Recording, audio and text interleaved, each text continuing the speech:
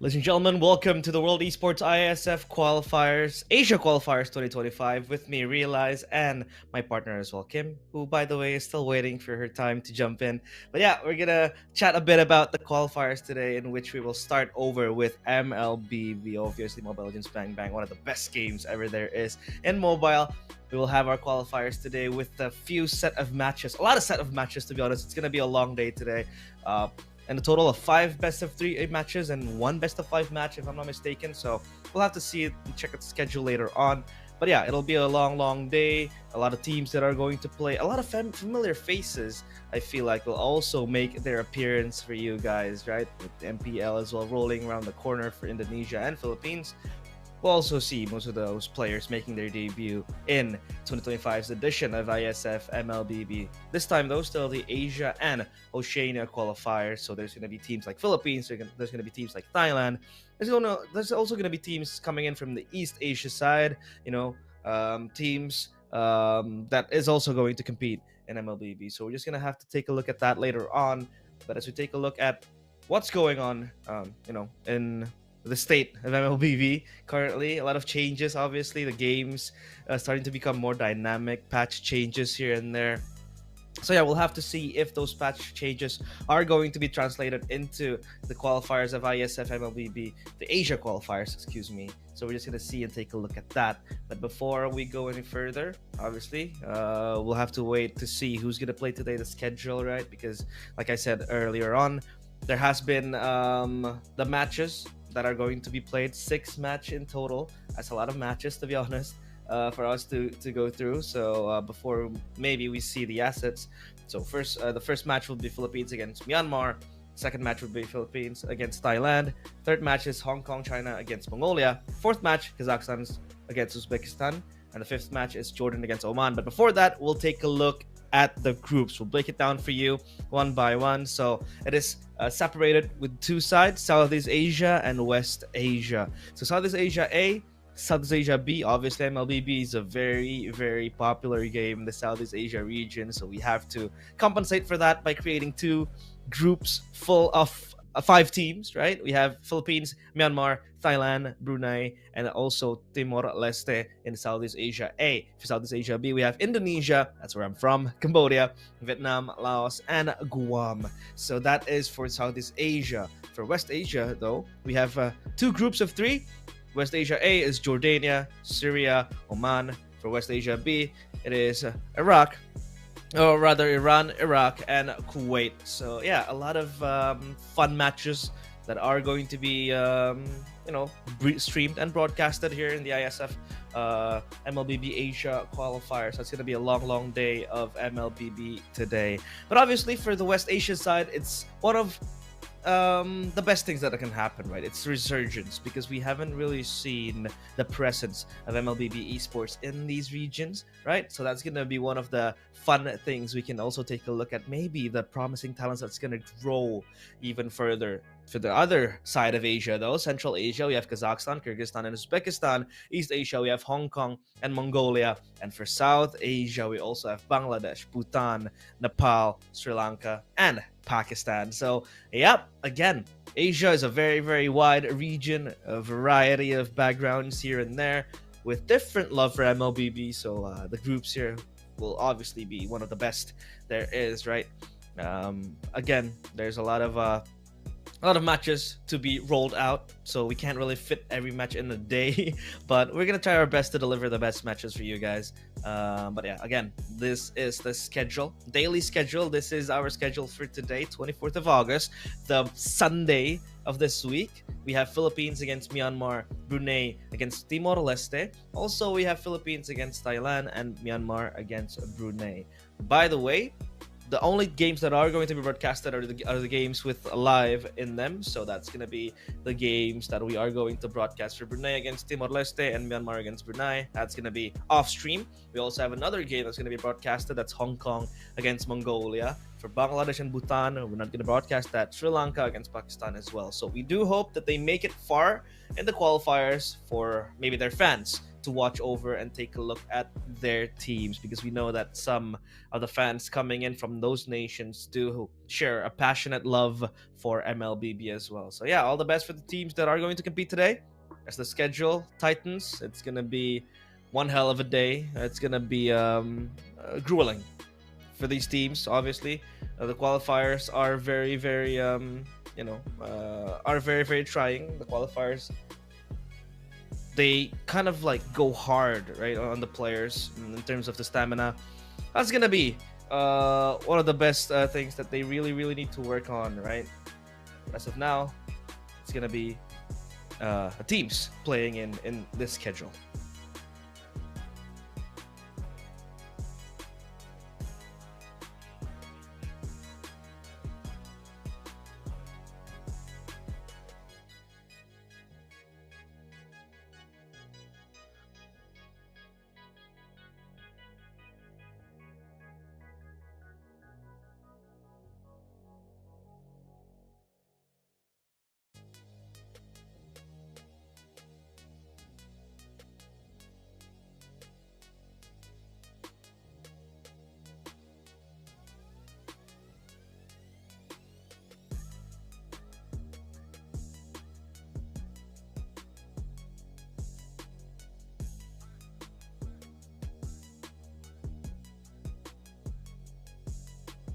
Yeah. Classico best out of three. Philippines versus Myanmar. What a way to kick off the Asian and Oceania qualifiers here in IASF. And I can't wait. We've already seen glimpses of these teams played out in this season, this meta. I can't wait to see what they bring out here. And Philippines, Myanmar, they go all the way back to the M2 Worlds. They have so much history together. They've played against each other in the World Championships all the way back. So rich history there. I think the experience is there as well for Myanmar. So I think this is going to be a very, very close best of the three. Yeah, Philippines against Myanmar. One thing we have to note is that the fact that the athletes here competing in the ISF Asian qualifiers, some of them do come from professional teams. Some really don't Yeah. have that circuit in their own country, right, in their own region. But for the teams playing today, at least in the first match, Philippines against Myanmar, these are players who have experience, right, professional play. Yeah. We've been talking about Philippines having players like Kyle Teasy, Sanford, Calra, Oh, yeah. right? Players from Onyx Philippines, TL, PH, who has been able to grace the stage of MLBB. Here we go for the team Ooh. roster. The Philippines, they like to keep their last names as their IGNs, right? Oh, They yeah. don't go with the Kyle Teasys. They don't go with the Ogwens. They go with Archangels, Saison. Oh, and Yeah, it's those actually things. funny that these names have popped up on their streams. Like whenever they're streaming, these are the names that they're using. I mean, of course, they're gearing up for the of course the IASF qualifiers, and I think these are household names already.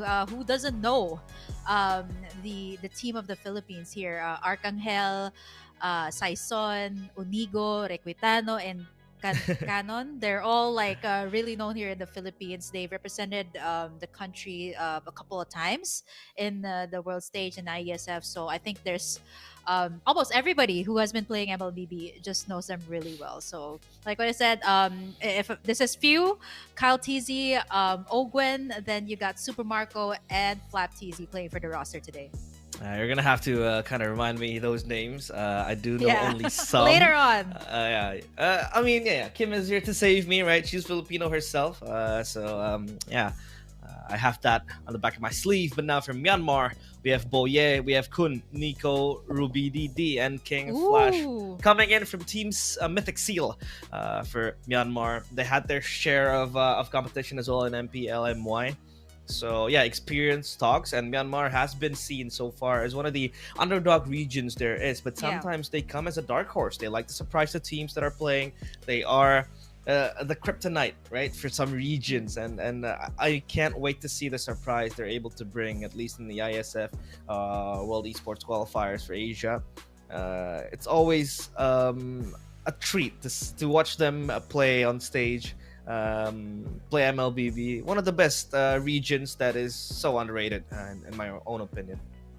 Yeah, I mean, who doesn't know Ruby DD here in the Philippines? Like everybody has already dubbed the Lunox Flicker in Ultimate Combo, the Ruby DD or whatever that happens to us in ranked Yeah. games. We just say it. Oh, they did the Ruby DD on us. So Ruby DD, a lot of you guys have already know, have seen, if you guys have been following Mlbb for quite some time. He's a household name, staple name, even made his name known in M2, and now going here into the Asia qualifiers. I think it's very interesting. Realize that we're starting out with two, I would say, powerhouse and an underrated country as well, that has been known to build strong players as well. Myanmar coming up against them, and again, it's a BO3, so there's so many things that can happen in a BO3. For me, the game one is definitely the momentum changer for both sides. Like whoever can get that will definitely get the tempo for the rest of the match. Yeah, I mean, we thought it wouldn't be the for Philippines at least the mixture of TL PH, Onyx PH, and then you have Falcons PH combo, right? Because we thought, hey, isn't Philippines running with the MPL? Philippines, right? Currently season 16. Oh yeah, yeah. But as we saw and took a look, they're on a break. They're not gonna play any matches today, so today they're gonna have their own national duty. They're gonna defend Yes. the ever so sacred Filipino flag, and these are the players who, by the way, were able to touch the trophy as well, right? A few seasons ago. So they're here to defend their throne again, their trophy again.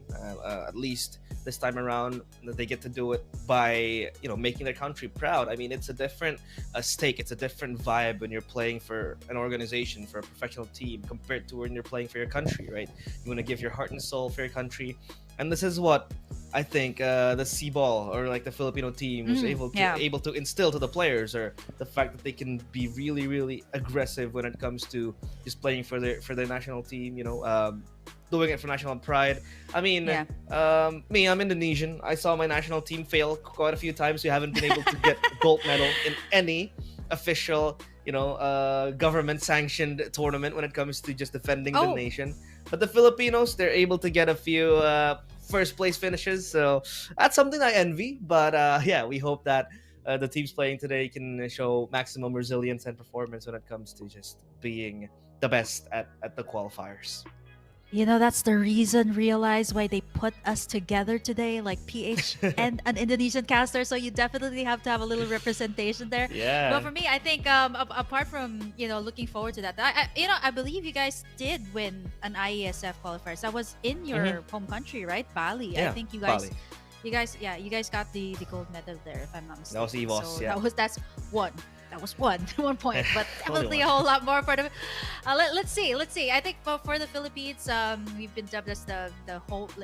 Our tagline has always been "Lakas ng Pinas," or the strength of the Philippines. Even in the C-ball, our national team's name, the slogan there, or the quote there, is "Lakad matatag," or stand strong, walk strong. It has always been that the resiliency of the Filipinos, even in this weather. It's currently raining here in the Philippines right now. We're still powering through all of our matches, and I think for all of the players, I think a lot of them are looking forward. If I'm sure you're following, realize the local MPL Philippines. It has already started. I think it was yesterday, right? Like today's Sunday. They started. Yesterday or Friday they started already. So you've already seen Team Falcons play. So you've seen some strategies that they put out for the season. So I think everybody who's watching the stream right now kind of has an idea of what they're prepared to put out today. That's going to be the topic we want to talk about as well, right? Patch changes, right? Gameplay changes. I mean, back in MSC, XEWC, we did see some of the patches roll out and changes coming in. I think now the patch really demands you to pick up a hero that can just burst down quickly, have good damage. This is why Lancelot is high prio. Arlet, even, this poster boy of the XP lane that has been gone for quite some time now, just makes its return, especially in the hands of Sanford, right? A Filipino player is going to play today as well. This guy is well known with his Arlet, so we're gonna have to see if that is going to be mainly contested, because I think the drafting phase now revolves around being able to grab yourself a very, very heavy damage XP, CC, Arlet, right? Gatot Kacha, these picks that are highly prio, and then on the mid lane you go for a Farsa or for a Yves if you want to have defensive approach. And then in the Yeah. jungle, there's gonna be the Lancelot. There's gonna be what the Hayabusa sometimes, or maybe The sustain is if you back, don't I really think. have, yeah, you can go Baxia as well. Right? If push comes to shove, you go Baxia, you go Fredrin. So there's a lot of options here and there for the jungle. But it's gonna be very very fun to see this meta roll out because especially when it comes to Filipino players with high mechanics, plus Myanmar players who are very very smart when it comes to Yeah. just intelligence and game IQ. It's very nice to see that. Yeah, I think for the Filipino players, we're always updated. Like everybody, not to put you guys on the side or on the spot there, I realize, but all of the teams actually look Yeah. at the Philippine meta, right? Like we're the meta makers, and I think for the Philippines, it's just right. It's just fitting that we kickstart off IESF with a Philippine match, Philippines versus Myanmar, and I think for Myanmar, they can definitely keep up with the meta.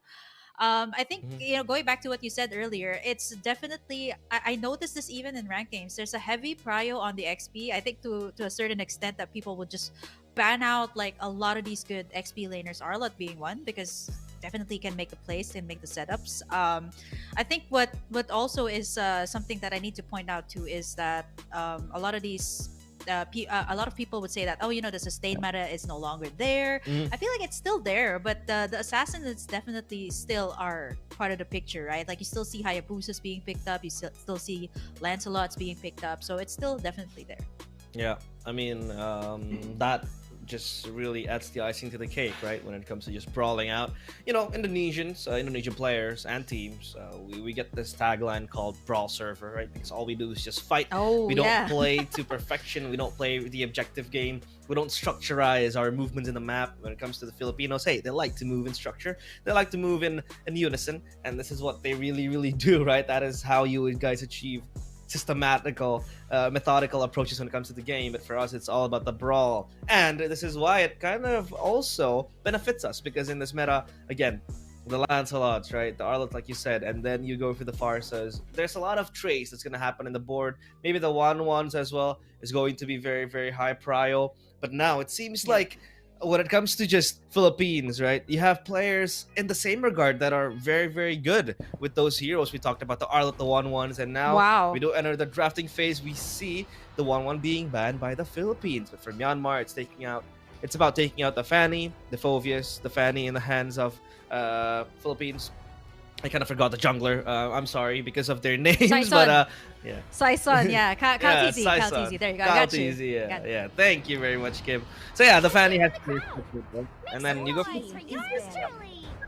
I do expect Myanmar to take out the Arlet here, Mhm. but they can just leave it open No, not and unless they take want it to for pick it up. themselves. Yeah, they can pick it up for Yeah, themselves. Yeah.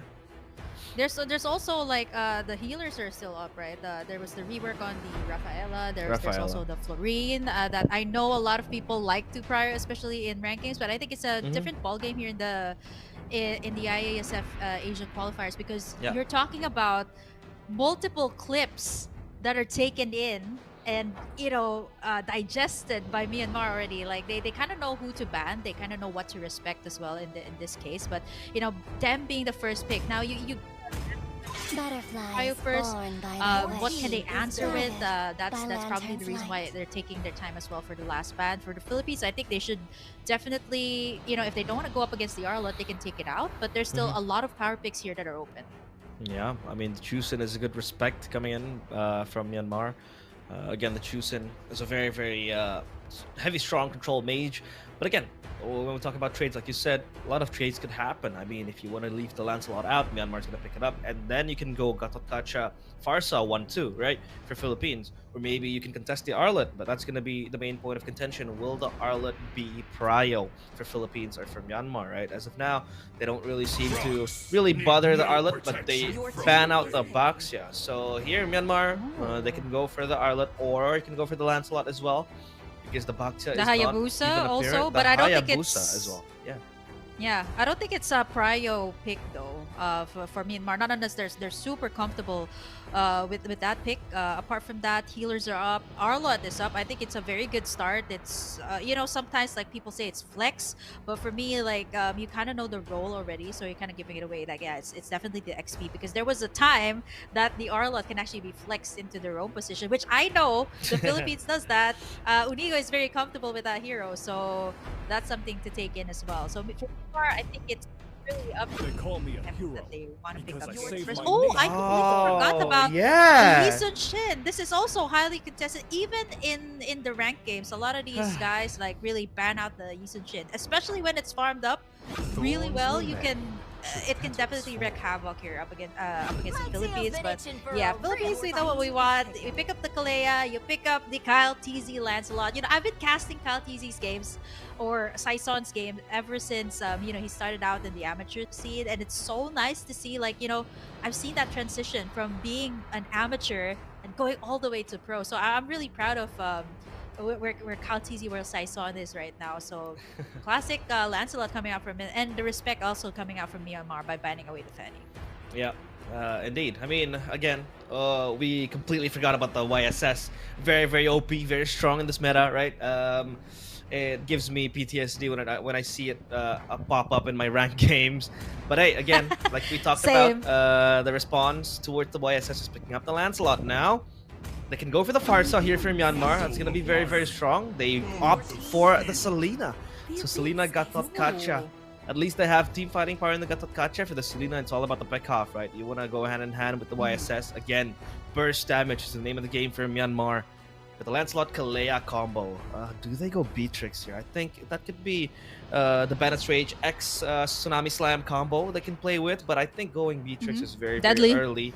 Plus, there's a Selena, and you can't really run Purify on Beatrix, so yeah, that's gonna be the main point of thought for Philippines. Or do they go Farsa here? Farsa is actually a very good pick as well.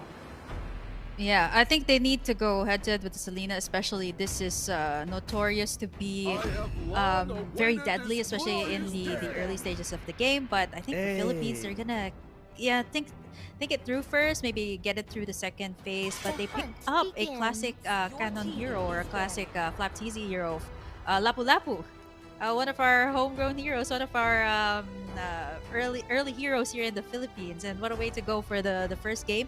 They immediately take away the Ruby here though for the Philippines. Somebody who can set up the place. I think it's really hard to go up against that. The setup of the Avatar of the Guardian, and then you go with the I'm offended. There's so many CCs if ever that's gonna be the case.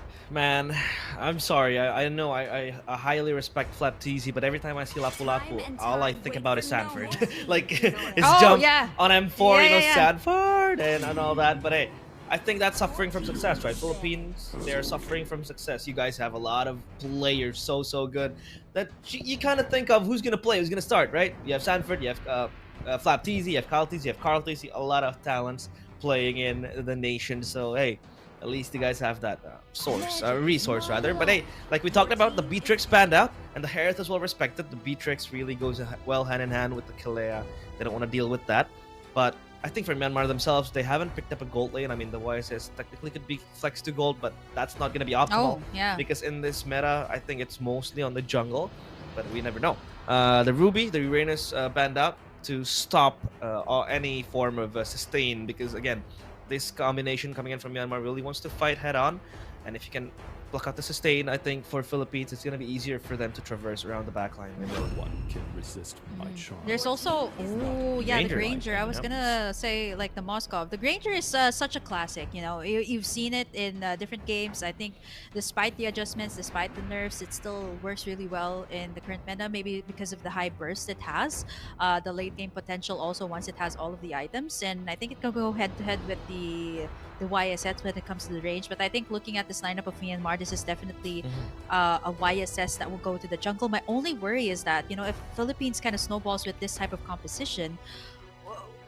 Myanmar, has to keep up with that, especially in the early game, right? But they do Yep. have the Selena though. This is something good, something that can go head to head with the Granger right now in the laning phase. The Beatrix is out, the Harriet is out. Massive respect to Super Marco there, which leaves the option of somebody that can cope with the Granger. Ooh. And I wasn't expecting a Claude, but this is definitely the burst that they need. I think it's just difficult to go in with the Blazing Duet, especially since there's a Kalea there. I was thinking something along the lines of Moskov, or maybe a Leslie is kind of difficult, but yeah, the Claude, it's I would say maybe it's a comfort maybe for Myanmar.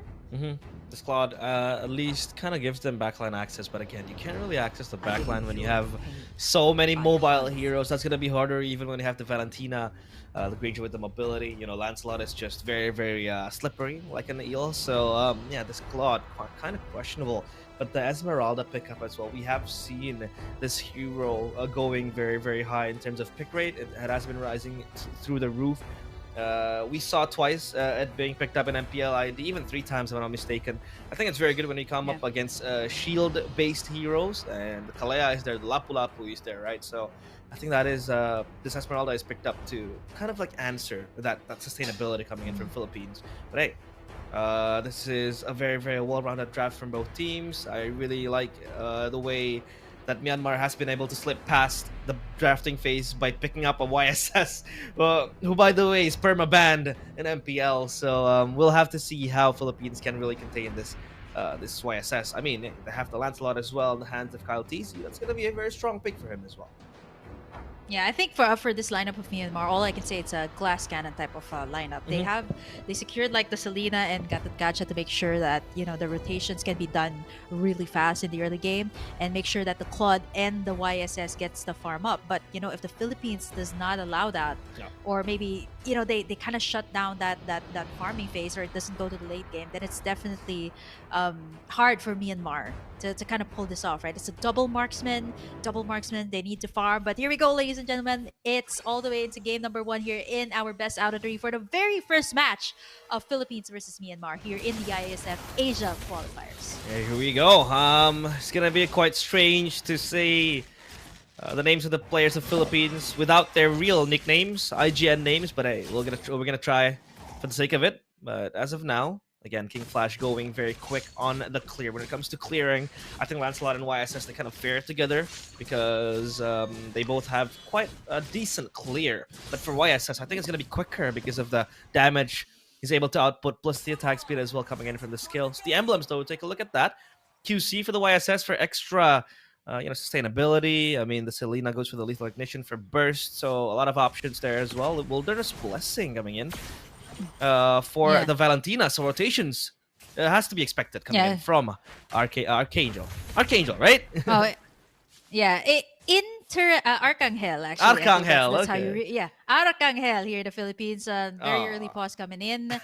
Look, we're gonna have to see that. Going back to the emblems, I actually noticed something interesting. I'm not so sure if this is, maybe they didn't get to change it in the nick of time. But Nico here has a seasoned hunter for the Selena. I believe it should be something else like a bargain hunter, perhaps maybe for the second item, since it's a mid Selena.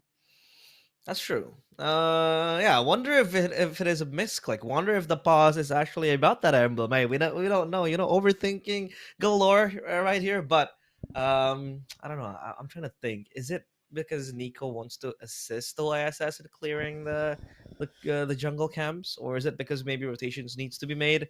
So then he kind of picks up the season hunter to just quickly farm the jungles and get gold. I mean, still speculations only. As of now, we can't really dictate what's happening in the game because the match has been paused earlier on.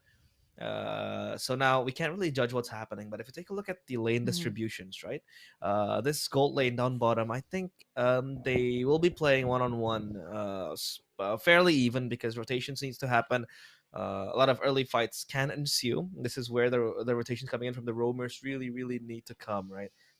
I mean, if you take a look at the gold lane down bottom, yeah, they're all split up in terms of the roamers. The gold laners are gonna play by themselves, just duking it out. But again, earlier on, the Claude is gonna get bullied by the Granger. Like Claude really needs to get that Swift Trinity to really go online. Plus, level 4 for Granger is going to be nasty, right? So the Claude will play in the the island of hell as of now for the first, I think, 6-7 minutes, Yeah. unless he does get assistance. But the YSS, all he needs to do is just farm up a bunch, farm up a storm, and then just snowball. I mean, the Myanmar team, like you said, snowballing is going to be the name of the game for them. If they can get that, I think the Philippines will struggle. But if this lineup does not snowball, then it's gonna be very, very hard for them to get online, right? Yeah, and it's interesting too. I want to point out the rotations too coming out from both sides. So you see the YSS here rotating towards the bot lane, so which means that they kind of want to gank the gold lane first before they go to the turtle. But in on the side of the Philippines, rather, you get like Saison or Kyle TZ rotating towards the like the XP lane. Maybe they want to do like a pick off first before they head over to the turtle. I think it's very important to secure that, especially in the earlier stages of the game. Right, you need the gold, you need the XP. This is a matchup that I haven't seen for quite some time, right? The Esmeralda up against the Lapu Lapu. Because if you're talking about the XP lane right now, you're talking about heroes like the Phobias. You're talking about heroes like Glue, Lapu Lapu being fielded into the XP lane. But rarely do you see an Esmeralda. I feel like it's more. It's not that it's not good. It's more of like it's a situational pick, depending on the situation. Mm-hmm. That's gonna be very, very interesting. But hey, we are back to the game, and I'll look at the movement coming in from the three of the players of Philippines. And now Saison making his way closely as well as the Lancelot, gonna farm up a bunch. King Flash hits level 4, so detection will be available for the players of Myanmar. But as of now, Philippines, they don't really want to rush it. They don't want to be complacent. I mean, Nico is up there rotating, but he's still level 3, so no access yet to the transformation of the abyssal form, right? But the turtle coming in 5 seconds. This will be the main point of contention for both teams, but I think Philippines, they have the upper hand on this. Yeah. They've already gotten a much better position here in the turtle. They were able to clear out first. Unigo trying to go in for Kui Bulge. Saison going in, eyes on the prize, onto the turtle, gets zoned out by Kun, but Philippines will take in the first turtle here as the King Flash as well. Suffers a brunt of the damage coming out from Saison there with the Lapu Lapu. Nice zoning out as Philippines will take in the first turtle. Ah, that's gonna be the Lapu Lapu. Kanon in the back, just holding them all, zoning it out, and level 4 hits, but hey, Nico under pressure again, pulled back with the Terrify, and Rakutiano, the Detonata, gets the kill, and that is what I'm talking about, right? Level 5 for the Granger plus a kill, while this Claude is just gonna suffer even more. I mean, when he's gonna hit that Sky Piercer, the rotations will even be greater for Philippines. The fact that they can farm up a bunch, Kun under pressure by Kanon, and is Lapu Lapu gonna look for the kill? No, only gonna win out the lane and probably just reset for now. Yeah, it's a double lane here for Requitano as well. So there's so much farm as compared to Juno here, who's taking a bit of his time, like clearing out the lanes. And it's also hard to kind of move forward, right? Like you don't know where Unigo is. He can just go in with the combo here. And, if there's no Purify available, it's going to be really difficult here for Juno. The XP lane also is kind of contained there by Canon. So it's pretty much a very, very fast in and out rotation here coming out from the Philippines. You see, like, they move towards the bottom lane, then they go to the top. Requitano's having the time of his life, like, taking in the jungle side there. But although I feel like he might have some trouble there down bot. Hundo here, taking in 3 members of the Philippines, will get taken down there. Requitano? Bottom side, though, it is going to be a flicker out from Requitano, but it's not going to save him from 3 members here of Myanmar as they pick up the kill here. Oh no, that was so close. But hey, now it makes sense, right? Why Nico, the Selena, went for that Season Hunter. He really, really wants to have access to that quick rotation, quick objectives as well, right? And if you do just that, I think access to funneling the gold for other members as well is kind of unlocked. And now the turtle is going to spawn for a contest for both teams. Here comes Sunigo, playing closely. Nico is here. Myanmar, strong. 4 members, 5 members even. Requitano makes his way onto the down bottom side of the lane. As now, where is Saison, right? You need him as your jungler, but the Abyssal Arrow lands to Arcangel, and there goes the Tsunami Slam, purified. As Kanon in the back, the bravest fighter, still unable to get the stun, but there goes King Flash so low. No follow-up whatsoever, and Kanon might just die in vain, and he will. Arcangel to the back, gets the kill with Arcane Shade, but he has to move back now, though. Saison is still there, focusing on the turtle. The AOG connects onto Arcangel, and Arcangel is gone. Philippines, they get the turtle, but they still want to continue to fight onto the back, and Quibo, yeah, Oh, is gonna go to the afterlife, and Oh, Kun as well. They unsustainable. turn it around, and the Philippines, after losing two, they get the turtle and get back 2 kills. yeah, definitely a W there for the Philippines. They were able to take in a lot of things there, like 2 members for just a price of 1. I think it was a very early bravest fighter there coming in from Canon, which I understand because you want to be able to zone everybody away from the turtle, and Philippines is known to just securing all of those objectives. But taking a look at the items here, you can see 4.3 already.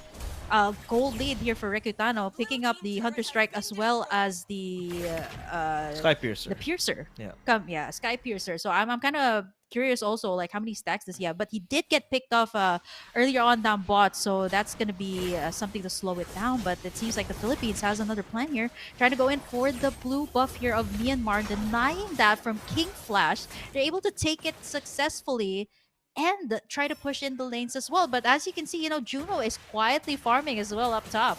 Yeah, they're just obstructing the possibility of a there's a snowball, but setup. the Tsunami Slime connects, and that's gonna be Quibo Yi also gone and deleted. Again, they have a very good setup with the Kalea, instant knock-up. And there goes the players of Myanmar. They lose 1 player. But again, the Philippines, so good when it comes to just assessing where the players of Myanmar will be able to achieve their snowball. They completely shut that down. And now for the Philippines, it's all about maintaining the same tempo. Because look at King Flash dying once and just behind in terms of level with Saison. Saison is level 11. King Flash, a YSS, you would expect to farm up a Storm. Only level 9. So this is all just King Flash being schooled by the legend Saison. And now their eyes set on the turtle. As Kun so low, they might enhance on him, Half but no. HP already. Focus on the turtle now. Yep. Yeah, I feel like the Philippines has much better position to take this one. Look at the isolated team fights there. Onto the back, Kun though. Juno. Doing a good job zoning everyone out. Juno trying to go for the Blazing Duet there, but it's gonna get sandwiched out. He does get the Blazing Duet out, but at what cost?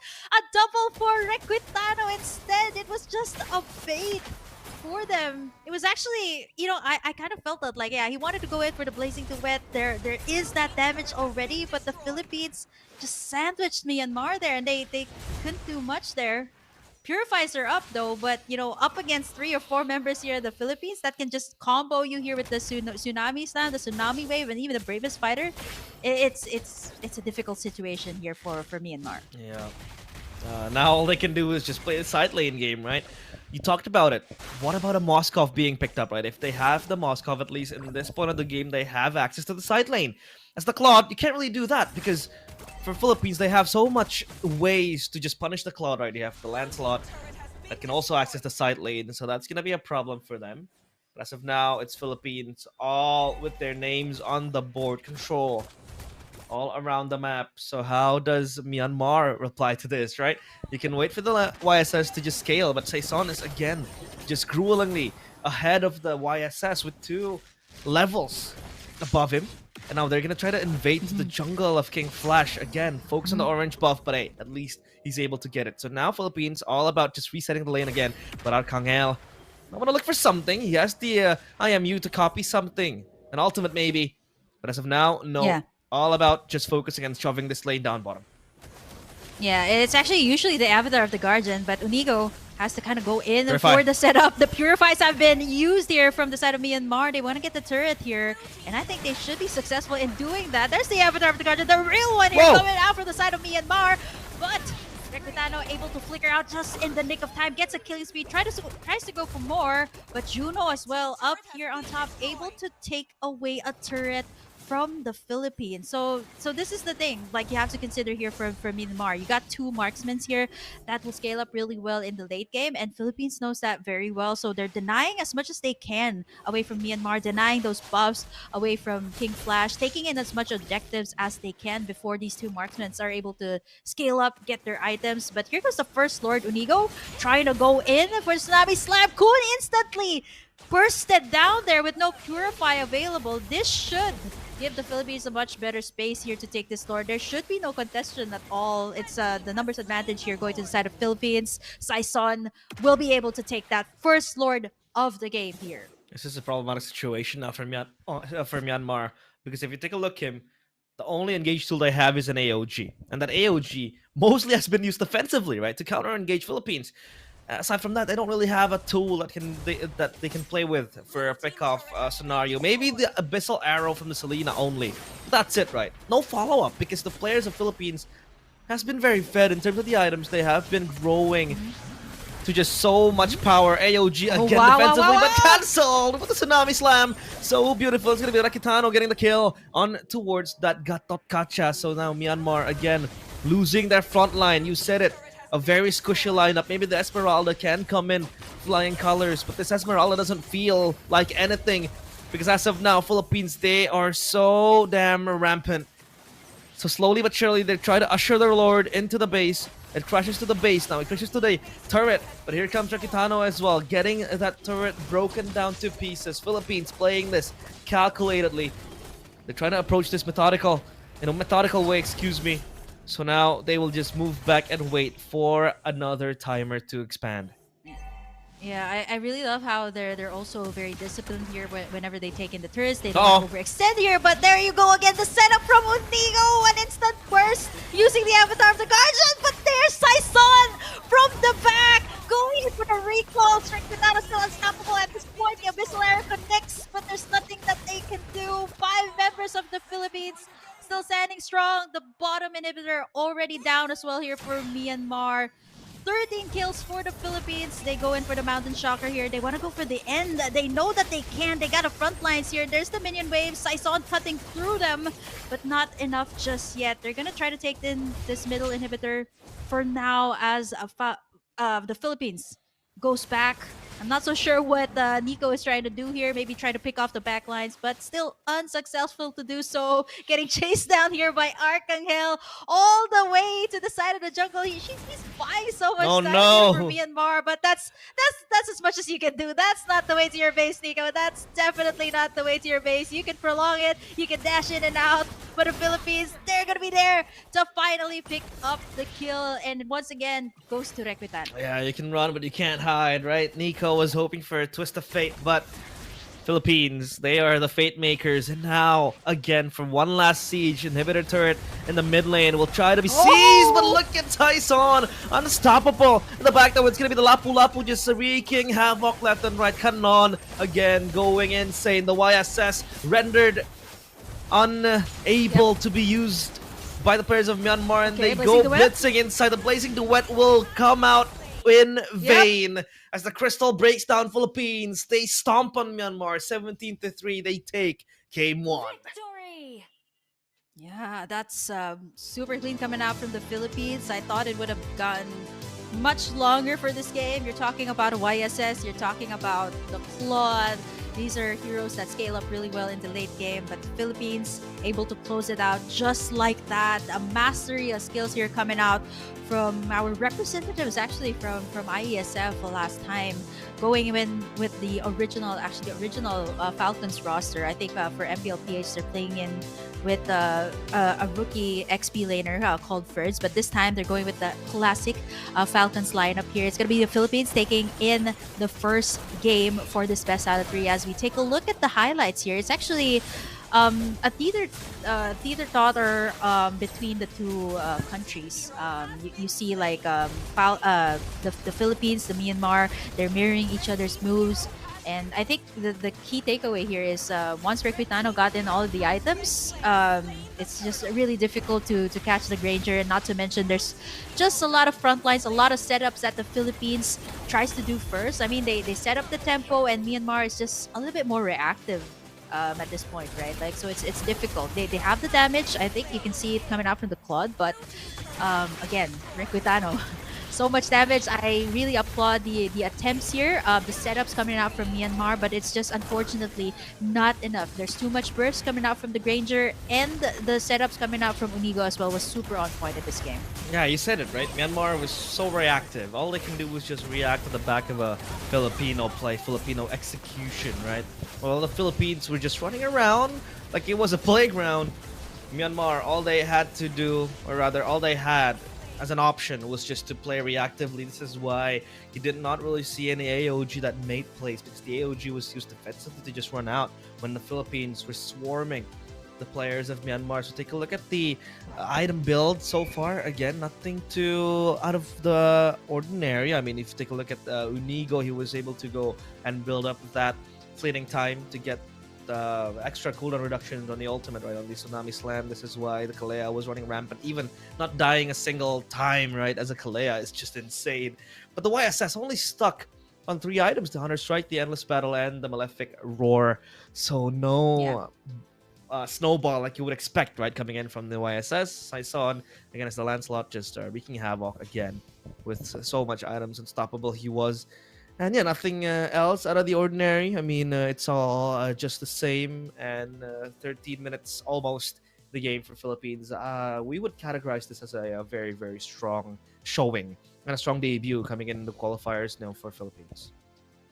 Yeah, definitely why the Philippines' matchup went here first in the ISF Asia qualifiers. And looking at the gold obtained, I believe it's Recutano that has the most gold. Yeah, I'm right. He has the most gold, and he's the one that took in the most damage as well. That really does not make sense. I would expect Unigo to actually take in a whole lot more of the damage, since he's been going in for the Tsunami Slams time to time. Like once the Purifiers are not up, once he has that ultimate up, he's going to keep on pulling that off. But Recutano, though, surprisingly has 46,646 damage. And I think the most assist goes to Arcangel, of course, with the Valentina just terrifying the members here of Myanmar so that they can go in for a whole lot more damage here up against the Philippines. 12 minutes and 53. I would say this is a very yeah, it's not that fast, but it's not too slow as well. So I guess it's just showing again of what the Philippines can do and why they are again the powerhouse when it comes to Mlbb. But for Myanmar as well,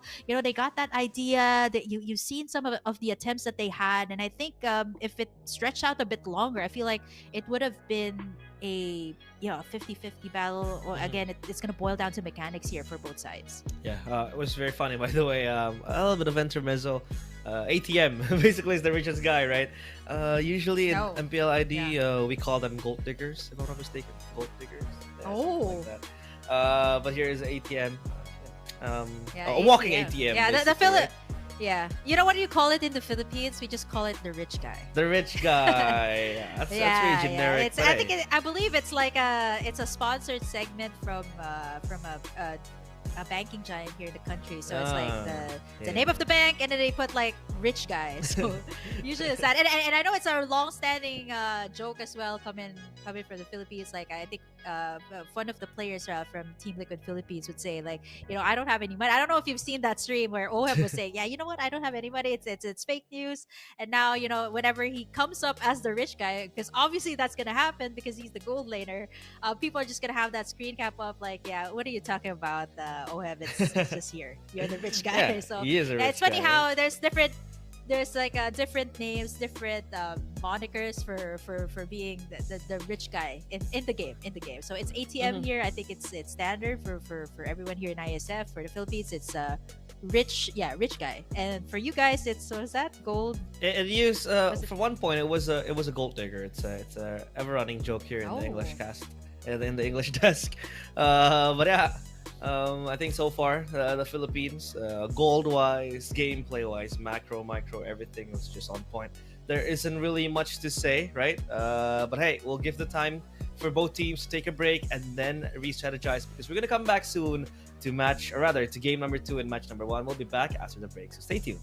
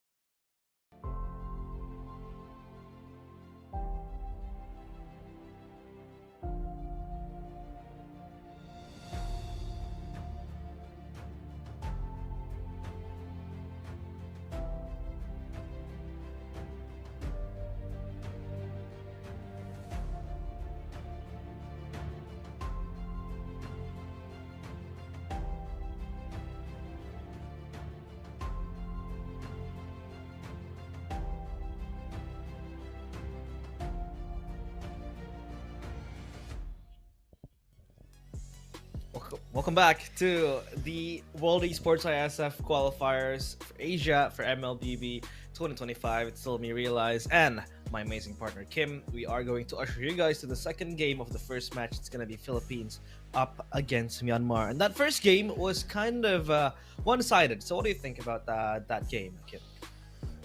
Yeah, it's I would just say it's a matter of mechanics wise. Philippines has just so much experience when it comes to games. They play all around. Like we have MLB for breakfast, we have MLB for dinner, so it's pretty much ingrained as well in our routine, in our lifestyle. So I think for these players, it's just a matter of it's another day in their life. But for Myanmar, as you can see, I feel like they already understand what the game is all about, what they need to do, but it's just a matter of execution. I feel like there was just a whole lot more late game heroes with their composition for the first game. I do know where that's supposed to be headed, right? Like if you're able to stretch it out, that's fine, but I feel like at this point, like the Philippines just closed out the game in 12 minutes and that's just it, right? I mean, the setups were there, the attempts were there coming out from Myanmar, but coming here into the second game, this is the match point, by the way, for the Philippines. So just this win, they're going to be taking in the series. They're still going to have a whole lot more later on. I mean, you guys have seen the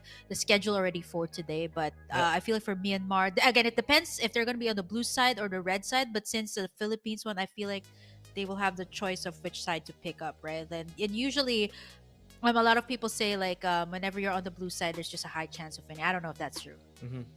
I mean, blue side always has the first pick, right? So basically have the keys to really just dictate how the draft really goes. But yeah, that was one underlooked hero that we didn't really discuss, was the YSS. But I think the way the Philippines handled it was very, very well. They knew that they can't really give away early on kills to the YSS, so that is why they kind of like don't know the pressure early on. But once they got the kills for the Lancelot, once they got the kills for the mid lane, for the goal laner as well, they kept on pushing on through and just pulverized the players of Myanmar, not giving any chance for them to snowball because they had a Selena, they had that YSS as well, but still. Myanmar, they will opt for the blue side again, banning out the Fanny, and for the Philippines, they highly respect the 1-1 because again, a blue side for Myanmar means they can pick up the 1-1, but I kind of miss Super Marco's 1-1. Yeah, and the Fanny here of Kaltizi just respected all throughout. I mean, if you want a fast game, what better way to do it than just snowball with the Fanny? That. I am not the only one. Are asking who's actually playing for the Philippines. Yes, I did see like these questions popping up on the stream from time to time. It's actually, yes, the original lineup here of Falcon. So you got Saison, this is Kyle TZ, then you got Requitano, who is Super Marco, Unigo, Ogwen, and then you got Arcangel, that's Few, and you got Canon here playing. It's not Sanford. A lot of people actually thinking it's Sanford playing. It's actually Flap TZ playing here today for the group stages of IESF. Yes, Sanford is a part of the roster here of IESF. I'm not so sure if they're gonna maybe field him out later on because he is part of the roster, as well as Kelra is also there as the dubbed as the substitute. So we'll see. You can play it out with different teams, different rosters. We've seen that in different IESFs. But going in here to the second draft, Myanmar still here having the first pick, now respecting the Kalea. Even though there was Purifies, right? I feel like it was such a big factor for them. Like once you get pulled in by the Tsunami Slam of Unigo earlier in game number 1, even though, the Purify wasn't there, they could have some escape paths. It was still an instant burst down coming out from the Philippines. Yeah, I mean, again, the Kalea was indeed a threat because you can go very, very quick on the engage. You can go in and go out. With the Tsunami Slime, it just adds up more problems for Myanmar to tackle. But now, they will take out the Juicin again, so this leaves the Lancelot open, the YSS open. Again, you pick your poison. Which one do you go for? The Arlot. Oh, they'll go for the Baxia. So, okay, Myanmar with the Baxia. At least they have anti-sustain, plus they kind of have a tanky front line that can really just skank you up quickly with Shield Unity, and they're rolling around by the Baxia. So hey, they have that one solved out, and they feel like the YSS can't really yield them results. Now, for the Philippines, will they go the same? Will they go the same route of going Lancelot? Will they even go for the Arlot, right? Maybe the Farsa as well is an option to go for. Yeah, now I'm thinking if they're gonna go head to head with this this Baksha, right? Again, still a big question mark. I've seen this in MPL Philippines. They've used the Baksha as a roam also, so it's a flex here for Myanmar. Could also go to the XP lane. I've seen that sometimes, but there are a lot. We've been talking about this since the stream started, and it's so difficult to go up against these XP laners that just instantly set up the play. Like it's just one final slash. It's just you're done for, right? Especially if you're caught in a bad position. Myanmar starts it off strong. I know this was a ban coming out for the Philippines earlier. So will they go for, shades of Blacklist International in previous seasons where they go for the Ube strat or the ultimate bonding strategy here? But they still pick up the YSS Oh, here. no. Realize for Myanmar. So is it a roam the Baksha here? Because yeah, it's still again it's very confusing, right? You did say the YSS can also be in the gold lane, but I feel like that's kind of a far-flung idea right now because there's Mhm. just a Uranus, there's a Baksha also, so there's so much tanky picks here coming out from Myanmar. The Philippines definitely needs to have like a mid laner and a gold laner that can burst these heroes down first. I think in this patch you don't really want to go gold lane YSS because you need something quicker. But I think the reason why they pick up the Baxia is to really set up for the Uranus pick. Is that even logical? Because again, the Uranus really relies on quick healing, sustain as well. And the Baxi just kind of denies that with the Tortoise Pisance. But again, I think that's just hard. Like the Baxia being put in Rome will not just be as effective, right? But now look at the Philippines. They have a well-rounded draft so far. Very strong laners, strong damage as well. Yeah. Bursty coming in from the Farsa and from the Lancelot plus the Arlot for quick, easy setup. So basically, it's like a Kalea, but quicker, right? You have lower cooldowns with the final slash, and this is just a setup that's just gonna disrupt the players of Myanmar. Meanwhile, the Arlot, Filipino Arlots are to be feared, right? I mean, you have Stanford, and then here you have Flapteezy with the Arlet, so that's gonna haunt the players of Myanmar. And they take out the Selena again, a strong laner for Nico, which they picked up last game, and the Yeah. carry banned out. Carry, I haven't seen that name in Oh, quite some well, time. Well, okay, I see why they banned this out, right? Like Carry is dubbed as the tank killer, so it can easily melt down these heavy front line that Myanmar has. The Reynas, the Baksha, it can get melted down by the Carry, especially once it has the items here. So it's also an option. Like Requitana uses this a whole lot as well. So it's a respect. Maybe force Requitano out on something else here in the golden. But there's so much open. Like you mentioned, the Beatrix was open, the Granger. But I feel like the Granger, I'm not so sure right now. I mean, you're going up against a Baksha, you're going up against a Uranus. You still need something to kind of burst it down. Final ban here, I feel like it's still going to be centered around the gold lane, or maybe perhaps one of Unigo's heroes that can be taken out. Yeah, I think banning out that might really make sense. But as of now, though, let's take a look at Myanmar. What will they ban out here? I mean, the Harith, yeah, that's gonna be a strong Requitano option. heroes. Yeah, it's, Yeah, back on the Harriet though. Mhm. Really massive respect here for Requitano's Harriet. It's also uh, a hero that can burst down these tanky picks coming out from Myanmar. They pick up the Badang here. I believe this should be Unigo's heroes, but again, super flexible coming out from the Philippines because Unigo is also known to use this Arlot as well as the roam in previous seasons. So I've seen that. So super flexible lineup coming out from Philippines. They have two setters here, but for Myanmar, wow, this is looking to be so tanky. Wait. So this is a okay. Let me just digest this for a bit. Okay, it's a Kimmy. Kimmy Or is Gold it Lane? Kimmy jungle? No, I'm just kidding. Kimmy gold lane, and Nah, then you got nah, a nah. jungle I don't know. I mid don't know. lane Kimmy. Mid This lane is Kimmy. jumbled up. This is jumbled up. For yeah. sure. It's gonna be a Kimmy mid Yeah. lane, YSS Gold, Uranus XP. Wait, no. Wait, okay. This is jumbled up. Uranus jungle. You- Uranus jungle, that I'm sure. Uranus jungle. Unless you want to put it in the roam. I feel like this is one of the filters on the apps. Like you get to pick like your Mlbb Ah, yeah. And come on, That Do- one do filter it in the realize. TikTok. So Yeah. what would you do here with this lineup? I definitely say this should be a Kimmy mid lane. Yeah. Kimmy mid lane, a Uranus jungle, and a YSS gold. Then you got a roam, Baksha, and a Lapu Lapu. CCC, they're switching it up, so it's a Roba. Yeah, I was right. Wait, Robaksha, and then with King Flash Lapu and Lapu Kun. Not on. Gold? Oh, so they're going for the sustain now. The Okay. sustain.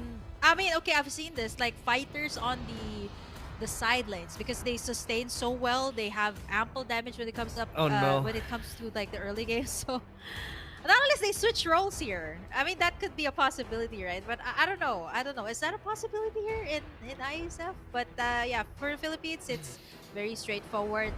Unigo on the Badang, and then you got Canon on the Arlot, the classic XP lane. They did get a very powerful pick here, but again, they got to assist Recutano here when it comes to the early game. So I think Saison, Arcangel definitely has that fast rotation. You got the Wings by Wings, you got Saison here on the Lancelot, super slippery. You can kind of go anywhere around the map. So I feel like this is good for the Philippines, Myanmar. I admire that they're trying to do something different here.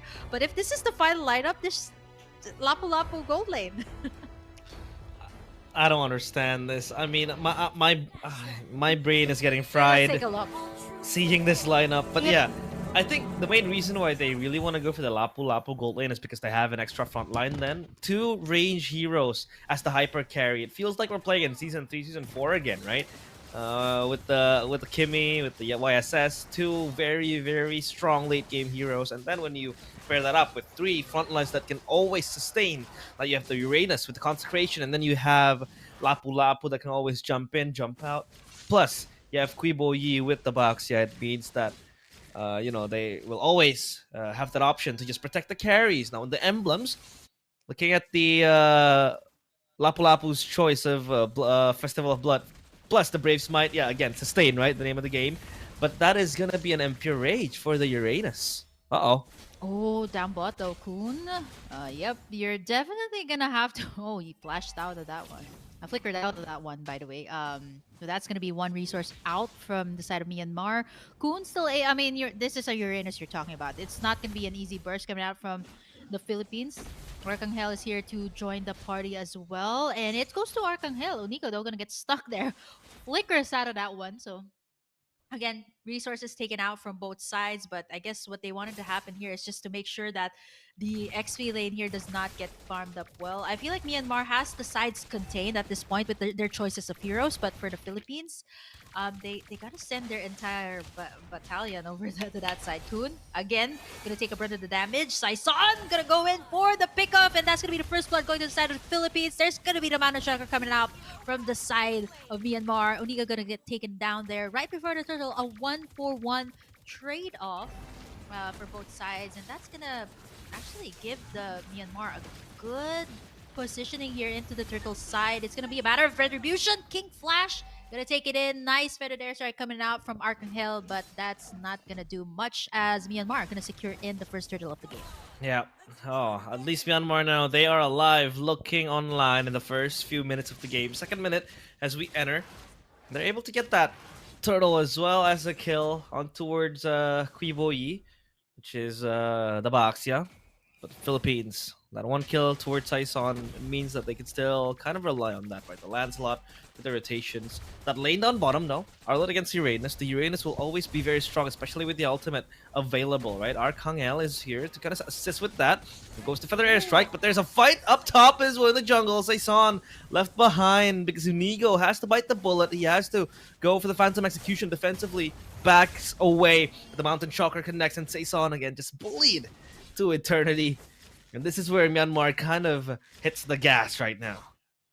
Yeah, and I feel like at this point they're just amping it all the way up. As long as King Flash can farm up here, he's level 6 at par right now with Saison. Earlier in the previous game, he was not able to scale up as well. Like the Philippines just went in for the all-out team fight.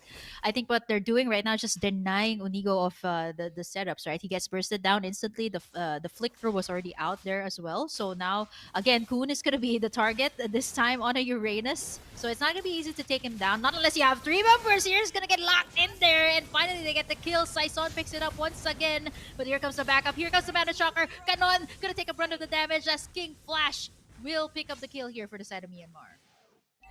Well, Myanmar, they finally make Philippines kind of struggle in the first 4 minutes, right? And now their main winning condition, at least for Myanmar, is to focus on just trying to kind of harness and caress the carries, right? Nico and King Flash, they have to be free out of any possible threat. Just protect them. It's gonna be protect Mr. President all over again. I mean, King Flash is level 8 with the YSS up. Final slash misses for Kanon, and they're gonna focus on the turtle now. But Unigo is gonna eat a lot of damage. Nico again with the guns comes blazing in. There goes the ultimate, but it's gonna be Saison getting picked off, and again a very important kill for Myanmar. 2 deaths, or rather 2 kills for King Flash, and Arcangel with the feather airstrike. Try to clear the wave, but hey, Myanmar cannot stop the bleeding, and that's Philippines hemorrhaging with a slight advantage off for Myanmar. Yeah, the YSS here of King Flash is standing at a 2-0. He's already level 9 here, 2 levels ahead from Saison, despite the fact that they've gotten at least the second turtle of the game, right? And looking at the gold lead, 3.6, so at least 1,000 ahead of Saison here. And if they can manage to keep on farming up here with this YSS, Myanmar definitely has a shot. So right now it's going to be a sandwich move coming out from Myanmar here as well. Requitano going to try to go in for the Blazy Duet. Amigo once again getting the brunt of the damage there from the tankers here coming out from Myanmar. Juno going in for the Braces Fighter, taking in a lot of the damage there. Requitano starting to hurt. Feathered airstrike as well from the backline from Arcangel, but not able to take anyone down just yet. But they're gonna go for this instead. Kun taking in a lot of the damage, and finally Saison picks up the kill, but that's a lot of ultimates used just to take down one hero here of Myanmar. So the sustain is kind of working here, but again, Requitano will be the key here for the side of the Philippines. And looking at where he's standing right now, he still hasn't suffered any casualties, so I guess this is good for the side of the Philippines. I think they kind of want to pressure either one, right? Requitano, or you want to pressure outside Son. And wow, that's the kill towards the Uranus as well, right? I mean, the Uranus can just make qualms with dying 10 times, and he's gonna be okay with that, right? Because that's kind of the responsibility of the Uranus. If you take a look at Philippines now, they're trying to move as a unit together. They stand 5 players playing closely. Turtle is going to be the main point of contention, but the final slash from Kanon connects onto the traction pulse on the back, but the Blazing Duet as well will connect with the Turtle. Will be stolen by Saison. That's going to be beautiful, but Myanmar turning things around. Look at King Flash gone, but Rikutano as well gone. Where's the damage now from Philippines? They still have Saison. They still have Cannon as well with the Dauntless Strike. Connects. The Thorn Rose misses, and Saison so low taken as well by Kun. And Myanmar, they live to see the edge of the world as Unigo will run away. The turtle is secured, but 2 players from Philippines gone. That is a shocker. Akun goes in as well even further. Unigo thinks about the fist crack, but no yet. And oh my god, Kun will live to tell the tale, but that's Myanmar again with the grit to fight off Philippines. Yeah, 8-4 here is our score, 7-minute mark. 2 turtles for the side of the Philippines. Again, it's going to be Requitano's job to melt down these tanks in the latter stages of the game. It's Myanmar right now with the gold lead, 22.8, compared to the Philippines with 19.9 gold lead. I think what's really making it difficult here for the Philippines is the massive sustain that they have, not to mention the Revitalize here coming out from the side of Myanmar. So they can keep on doing these dives even before Unigo locks them in here with the combo of the Badang. So that's really what's making it hard here for the Philippines when it comes to the team fight. There's a concealed play here coming out from the side of the Philippines. They're going to try to go in here for Kun once again, taking about the damage. He's still alive. Saison going in for the Thorn Rose and the puncture. It's going to be Kui Boye, the next one on the chopping board. He has the Revitalize here, but here comes King Flash. Sandwiching Kanon there, taking a lot of the damage, but is able to escape. So this is, you see Myanmar like just fielding out all of these tags to make sure that, King Flash is able to have a good game or is able to free it everyone here from the side of Philippines. But at the same time, Philippines macro gaming here coming out from Requitano, pushing in the turret as well down bot. That's the Philippines, right? They will always get pressured early on. It feels like they're going to lose their grip onto the game. But one moment is what it takes, and then the next thing you know is that they have control again of the game. Now, focus on towards the Lord. King Flash is level 14.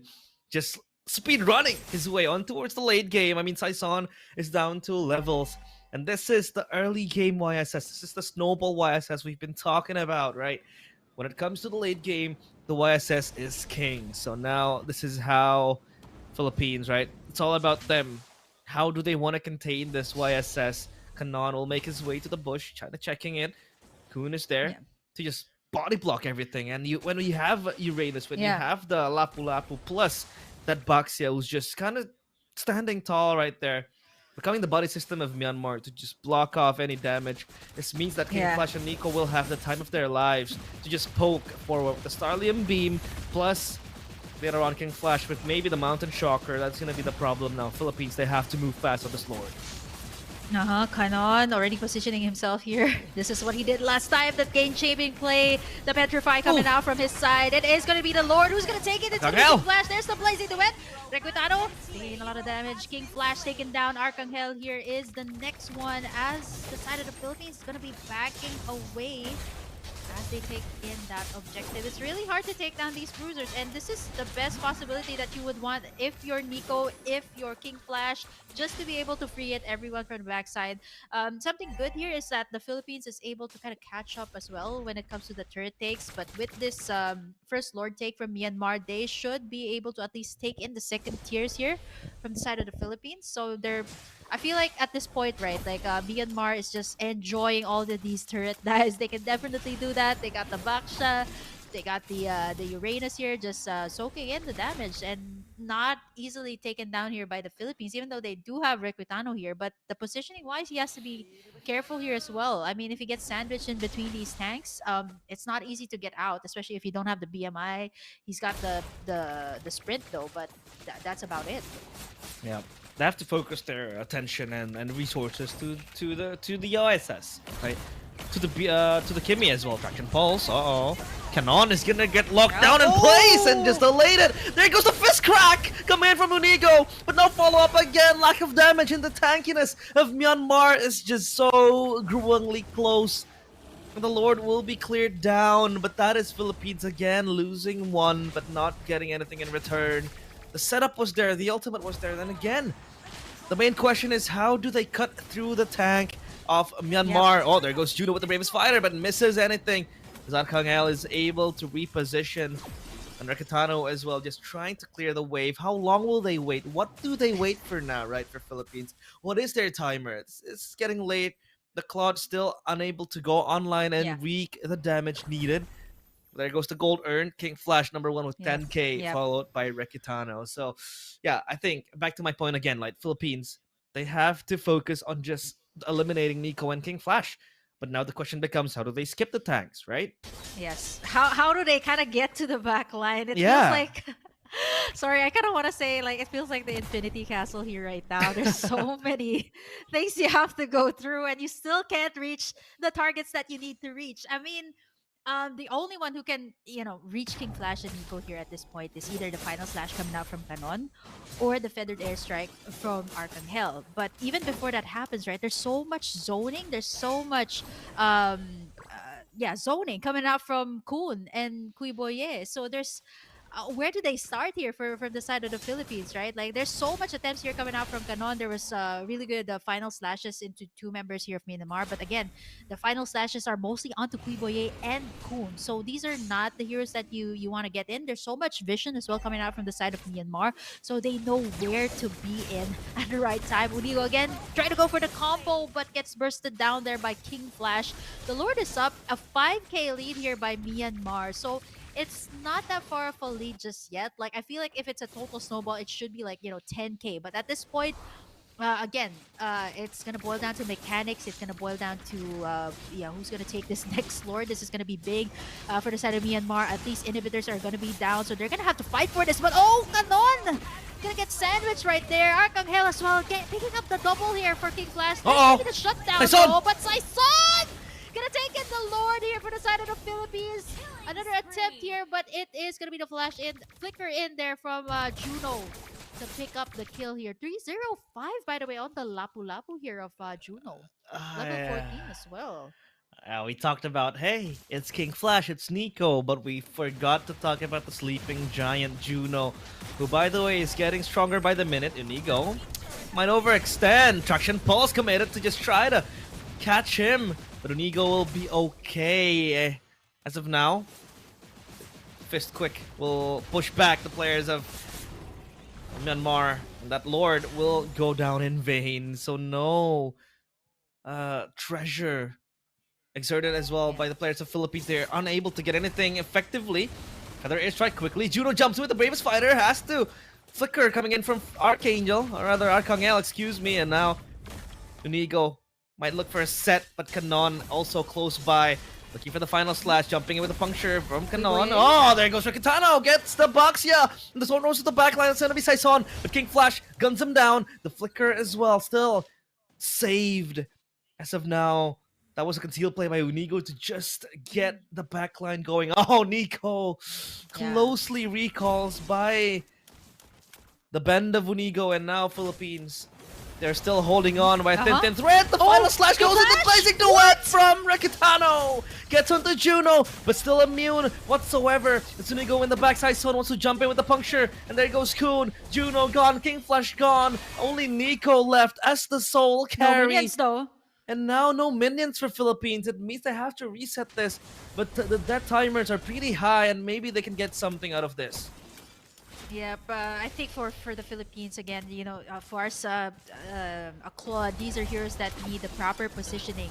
And once you get that opening, Blazing Duet can wreak havoc. And what I said, it's Requitano's job to belt down all of these tanks. There's the BMI out for Requitano. They also take in the turret, the second tier there up top. So Philippines slowly trying to make the bullying, but as you can see, like the gold lead is already negligible. It's at par right now. 47k for both sides. They're able to bounce back just after that one team fight.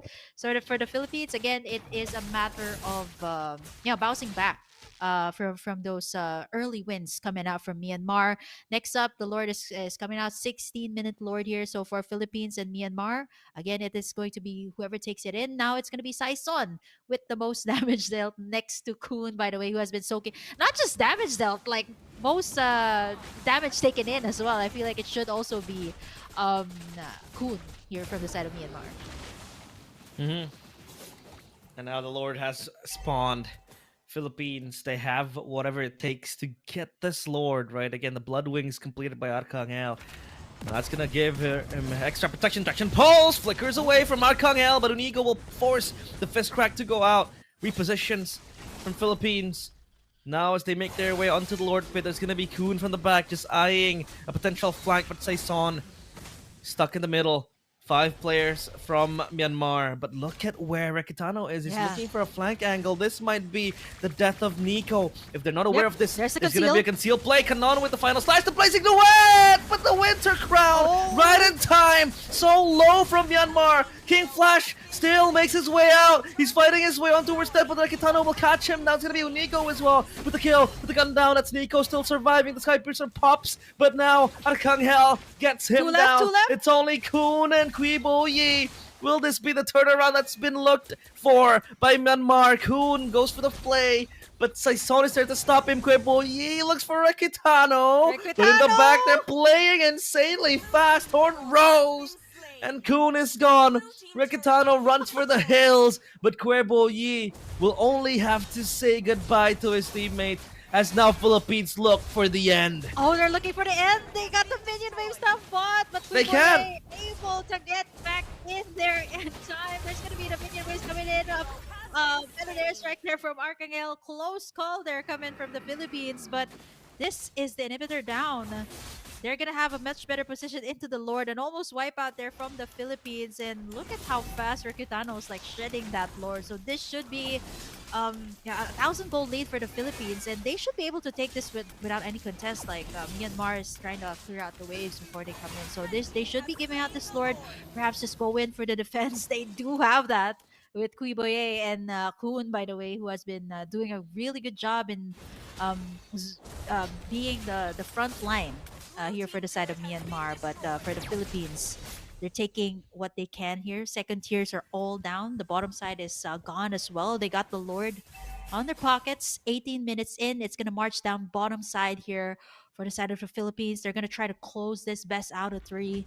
But for Myanmar, they got a solid defense here. They got, I mean, I think at this point, even Juno is a very good solid front line here to set up the place here for Myanmar. So for the Philippines, they got to watch out for that. They do got the damage here from Recutano. So that should be enough for them. Everybody has reached level 15. Again, it is going to be a matter of execution right now. Lord marching down bot here realize it is going to be the Philippines going to try to close this out. But yeah, wave here for Myanmar is just here. They should be able to burst it down. Philippines gonna make the minion waves move as well. The setup there coming out from Nico, but Recutano able to take down, not just yet, not able to take down that turret. The feathered airstrike from the backside. Kuiboye taking in a brunt of the damage. Kun Saison trying to go in for Nico, but not gonna overextend there. But King Flash, whoa, just bursted down there. Juno gonna go in for the bravest fighter. Saison trying to pick off the back lines. Unigo gonna set something up. Minion waves are still alive. Philippines gonna try to go in. He has the immortality though, and it's gonna be Recordado locking in the base as the Philippines gonna close it out. Nice and clean, disciplined there. Go straight for the base, and they take in game number 2 and take in this series in this best out of it. Oh no. That was Myanmar with a cheese strat again, looking to work to the late game. But again, like I said, Philippines, they always find a way to escape death. And that was Saison. That was also Recutano in the last team fight close by the Lord, where they were able to get a flank angle to lock down, pin down Nico as well as King Flash.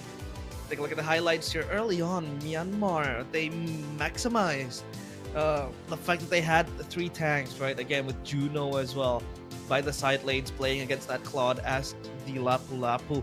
But you saw how King Flash was able to really steamroll his way on towards the snowball. Sure, Philippines did manage to fight some time. I mean, making their way into the team fights with the final slash, again with the Blazing Duet, but it wasn't enough for them. Quite a few times they failed because Myanmar was just way too strong, and Nico made his way on towards his power spike. And that was Saison, basically, just keeping them together, keeping them alive. And then goes Arcangel, and then goes Recutano online, finally, like a late game Claude, like you said. Very scary. I mean, Unigo as well made a few plays with the fist crack to catch King Flash, to catch Nico. But still, the fact that Myanmar looked very crazy and scary with this cheese strat means that they have some tricks up their sleeve. Thankfully for Philippines, all they did was play patiently. They played with discipline, and they waited for their moment to shine, for the time for the power spikes to come through. And this Blazing Duet was very good, and the setup was very good as well from Philippines. Yeah, it's right on cue. Realize like they just blasted in that double kill from Recutano. I think this was the moment in the 15-minute mark where it made the difference here for the Philippines. Recutano picking up those kills.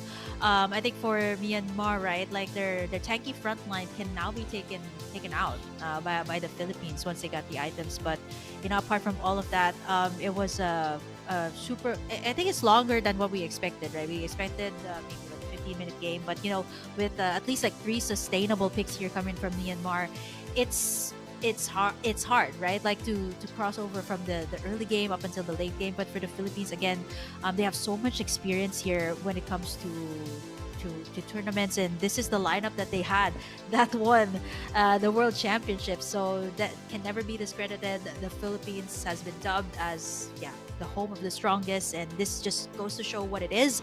But for Myanmar, I love how they gave the Philippines a bit of a hard time, of course, in the early game. It's quite understandable too. Like, you're going up against your Reynas, you're going up against a Baksha. There's so many front lines, and at the same time, their marksmen, Nico and King Flash, was able to kind of free hit. Again, it matters when it comes to the late game, wherein, you know, the team fights was executed so well there by the Philippines. They were able to bounce back. Again, Recutano is going to be the key here, but with the most damage, it's going to be Saison. He's actually doing a really good job, like in all of the games here of the Philippines, picking up the turtles here, stealing the lords here from the side of Myanmar, and able to at least make it work here for the Philippines. For this match point match, taking in the series at least with a clean sweep here from the side of the Philippines. Take a look at the items. Not too much, out of the ordinary. Nothing peculiar, to be honest, to be highlighted. Maybe just Saison, where you can see he was opting for a much more defensive build come the late game, right? The breastplate, the Queen's Wings, the Immortality as well to just keep him alive. King Flash was going on full rampage mode with the Hunter Strike, the BOD, the Endless Battle, the Malefic Gun as well with that Winner's Crown.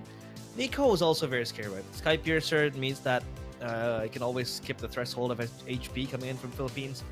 But I think it was props to the flank angles that Philippines were able to create. They were able to conceive those underlying angles that Myanmar wasn't really able to sniff out. And the box, yeah, again, as a roam, all it does is just stand there, right? All it does is just stand there menacingly to try to soak in as much damage as possible, plus pop the poisons to get that anti-heal going in. But yeah, not much that can be really achieved by the box, Yeah. except to just gank around with the shield unity. And now let's take a look at the ATM, where the richest guy Oh, is Saison. It was Rikitano last game, and now it's Saison with 16k gold, 7 kills as well for Saison. Tank Saison as well. I mean, imagine a Lancelot tanking the most damage when Myanmar literally has 3 tanks in their team. Yeah, considering Unigo already had so much fist cracks all throughout the game, right? Like, I would expect him to be the tank here, the one soaking up the most damage. But 97,000 here for Saison, which kind of explains why he built a bit of tanky items there, not like a full damage item. And Kanon also with the final slashes here from the Philippines that, of course, made a difference as well in the team fights that they had. Wow. What a game, what a match. That was very close. The Philippines, they were close to being upset because what Myanmar picked was, very, very cheesy again, right? We didn't expect the Lapu-Lapu to come out in the gold lane, and then they picked up a Uranus, interchanging it with Box. Yeah, we thought it was going to be a Boxy jungle, but then came the YSS, and then came the Kimi. We tried to piece together the bigger picture, to piece together the puzzle. Again, the Kimi, we thought it was going to go gold lane, but then it went to the mid lane. So, a lot of questions. As the saying goes, don't let your opponents know your next move, right? And that's what the players of Myanmar did. But unlucky for them, they faced off against the Philippines. So hopefully in their next games, they're able to conceive an even better plan and start racking up those wins. But that is the end of the first match. That is Philippines against Myanmar, in which Philippines are able to wrap up the score 2-0 in a very, very dominant fashion. And game number 1, game number 2, not so much, but still a 2-0 is a 2-0. The second match will see us cast Philippines again playing up against Thailand. Now for Thailand, again, we can't really, I'd say, speculate the level of powers that they have, because Thailand themselves, we haven't seen them that much in the competitive scene of Mlbb. I think last was like M1, M2, and after that, they're just non-existent, right? We haven't seen them that much. So hopefully they put up a good fight. Yeah, we see them here and there though. Like we see them in the last wild card also. So there's a whole lot of info here and there coming out from their side. But for the Philippines, again, there's so much VODs you can review. There's so much highlight plays that you can see from them, and this is just one of them. And I feel like it's just a really good way to kick off the IESF Asia qualifiers. You're gonna see more of the Philippines. I believe the next match should also be the Philippines up against Thailand. So again, in another BO3. So please stay tuned for that, as the Philippines, just give them some time to breathe. They've gone through like 2 games, so they're going to be fighting again next in another BO3 up against Thailand, if I'm not mistaken. So I'm looking forward. A lot of you guys are also asking if who else is playing, but it's still going to be them, not unless they're going to change it up in the next game. But for now, it's just Kim and Realize here in the Casters Desk. We're going to be right back for more action here at the ISF Asia Qualifiers. Don't go away. We'll be right back.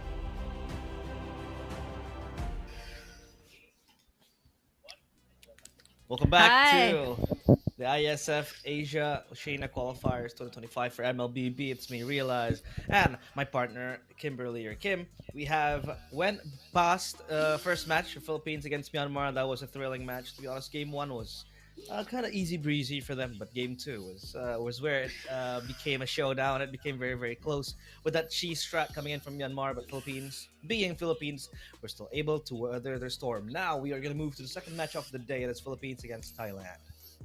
Yep, we talked about this matchup earlier. I said it's going to be a back-to-back for the Philippines, back-to-back matches. That is, they just finished their first match of the day here in the ISF Asia qualifiers. You got the Philippines versus Myanmar, wherein they got a clean sweep. So again, looking to eyes on the prize, of course, looking at another clean sweep here up against Thailand. But for Thailand, I know they've had several qualifiers. I think to a certain extent they've had their own league within their region also. So when it comes to experiences, when it comes to tournaments, they've also had that. I'm actually really curious who's going to be playing for the team of Thailand, because we'll get to find out who the roster will be in just a little bit. But yeah, Philippines versus Thailand. Thailand, if I'm not mistaken, if you go all the way back, they've taken in the very first MSC of Mlbb. So that was Yeah, IDNS. So I'm not so sure if it's still the same team of IDNS that will be playing, because I'm actually quite familiar with IDNS. I've casted several of their games previously. So I'm not so sure if it's still the same team, or maybe if it is still the same team, maybe the roster might be different this time. And speaking of the roster, though, we're gonna have to take a look at who's gonna be playing here. Of course, let's get started off with the Philippines. There's not gonna be any much of a difference from what we've seen in game number one. And I know the chat always talks about this. Who's playing? Is Sanford gonna be playing? Is Keller gonna be playing? Yes, they are part of the IESF C-Ball team here of the Philippines. But for the roster today, for this particular match, it's gonna be few or Angelo Arcangel. You got Michael Saison, Kyle Teasy here. Then you got Roguen Unigo, which is sorry, Ogwen. Ogwen. There you go. And then Yeah. it gets really confusing, right? When you put out the real names, you got Marco Recutano, very obvious Super Marco, and then you got David Canon or Charles David Canon. This is Flap Teasy. That will be playing for the roster here for this particular match. So again, it could be shaken up in the next few days or whatever. So we'll get to find out later on. But for the team roster here of Thailand, realize who do we have here? We got Frong, Yo, is that Yo. not Notes? And then you got Notes. Cha and Son. Yeah. Yeah. Simple names, easy names. Yo. That's gonna be my favorite name ever to cast, to be honest. Yo. Yo, he wants to move, yo. But yeah, Frong, Yo, Note, Sha, and Sun. To be honest, players that we aren't really familiar with, right? We haven't been able to hear or see these names and the competitive scene. I mean, you talked about IDNS or I Do Not Sleep. They were indeed one of the first founding members of Thailand MLBB, right? They played in MSC 2019. We talked about MSC 2019 being one of the first major tournaments, but after that, it Yeah. seems like Thailand just became erased out of the map. We haven't been able to see them make their appearance again. I think MSC 2022 they were still there, right? IDNS they were still competing, but aside from IDNS, we didn't really see a different Thailand team, right? Make Yeah. make their debut or make their way into the international stage. So that's gonna be a point of fixing, and we do hope coming in from the ISF qualifiers that this might be the turning point for Thailand MLBB, because we've been talking about it for quite some time now.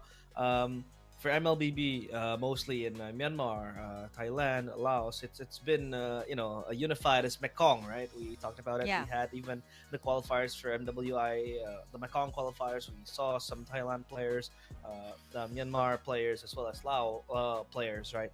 But as of now, for the male seed, it seems like Thailand is slowly diminishing. So we hope that through the qualifiers of ISF, it kind of reignites the passion again, and we'll see if they can go further. But again, this is gonna be a tough task for them because they're up against the Philippines, arguably the favorites to win it all right here in MLBB, Of in course. in the ISF. They are indeed very notorious after winning their own trophy. I think it was back in 2023, if I'm not mistaken, or 2024. But yeah, now it's just about the Thailand players just giving their all. Just play it play just play your hearts out. You don't need to stress over any burden because you're facing against the titans of MLBB, Yeah. right? I mean, Yeah. Myanmar were able to push them off their limit. We thought it was gonna be a quick game, but hey, Philippines, they're still humans. They still have their loopholes, and if Thailand is able to identify those loopholes, I feel like Philippines will have one blast of a game. Yeah, they did the heavy sustained meta for Myanmar in the second game earlier for game number one, and it really, yeah, like what you said, pushed the Philippines. Well, I would say it was a difficult early game for the Philippines, and I think Hmm. for Thailand, I think in times like this, like when you talk about qualifiers, when you talk about the group stage, it's a matter of like putting out your comfort, right? Like I know some teams when it comes to like the current meta, they would like to again use as much meta heroes as they want, right? But I feel like at this Yeah. point, right, it goes to show that you need to kind of put out what you're comfortable with. Let's say you put out a meta hero, but it's not really your comfort. It's not going to yield the results that you want. So I feel like at this point for Thailand, just play with heroes that they know they're comfortable with. I know that there's some particular pocket picks that they actually prefer. So we might actually see it here in this best out of three. And like what I said, the first game has always been the tempo. You kind of get to read your opponents, what they like putting out, right? So we'll find that out here in this first game. But for the Philippines, you guys already got glimpses of that. Several of that even. It's MPL is going on, so there's so many VODs that you can review. And even in the previous IASF, this is the exact same team that actually got the championships last time. Hmm. So we do hope that Thailand can field their best players. I do believe this is the best players chosen. But if you talk more about the game, aspect of this matchup, I feel like we can't really have much discussion when it comes to Thailand because again, no VODs of this particular team set of players, right? They haven't been able to really just make their names seen uh, uh, uh, outside of like the circuit, like again, the lack of tournaments in Thailand seems like the players not getting spotlight as well, right? But for Philippines, Yeah. I think yeah, we talked about them just getting back on their comfort picks again. The Lancelot was up there. Being used by Saison, who by the way had a very spectacular game. Both games, to be honest, it was very very great. We saw the Arlet as well, the ever feared Arlet of Filipino teams. It was in the hands of Baptiste, but in the hands of Sanford, yeah, it's basically a signature hero at this point. What else do we have? Like the Granger, right? The Granger. I think the Yeah. 1-1 could also be up for contention. We're gonna see because the Philippines they have been in red side for the past two games. Yeah. We'll see if in the blue side. I think in the blue side, if they're gonna play blue side, they're gonna leave the 1-1 open. I feel like and they take it for themselves because the 1-1 this meta is super super strong. Enables you to fight really quickly. Again with the crossbow of Tang, it just enables you to go in and out of team fights very easily. You have that extra purifier from the thorns and needles, and I feel like in this meta where you really want to have quick fights and bursty fights, 1-1 is the way to go. But we'll see if that is going to be the case as we enter the draft now. There you go. And Philippines will Wow, still that's be in red fast. side. But hey, YSS. What is with the?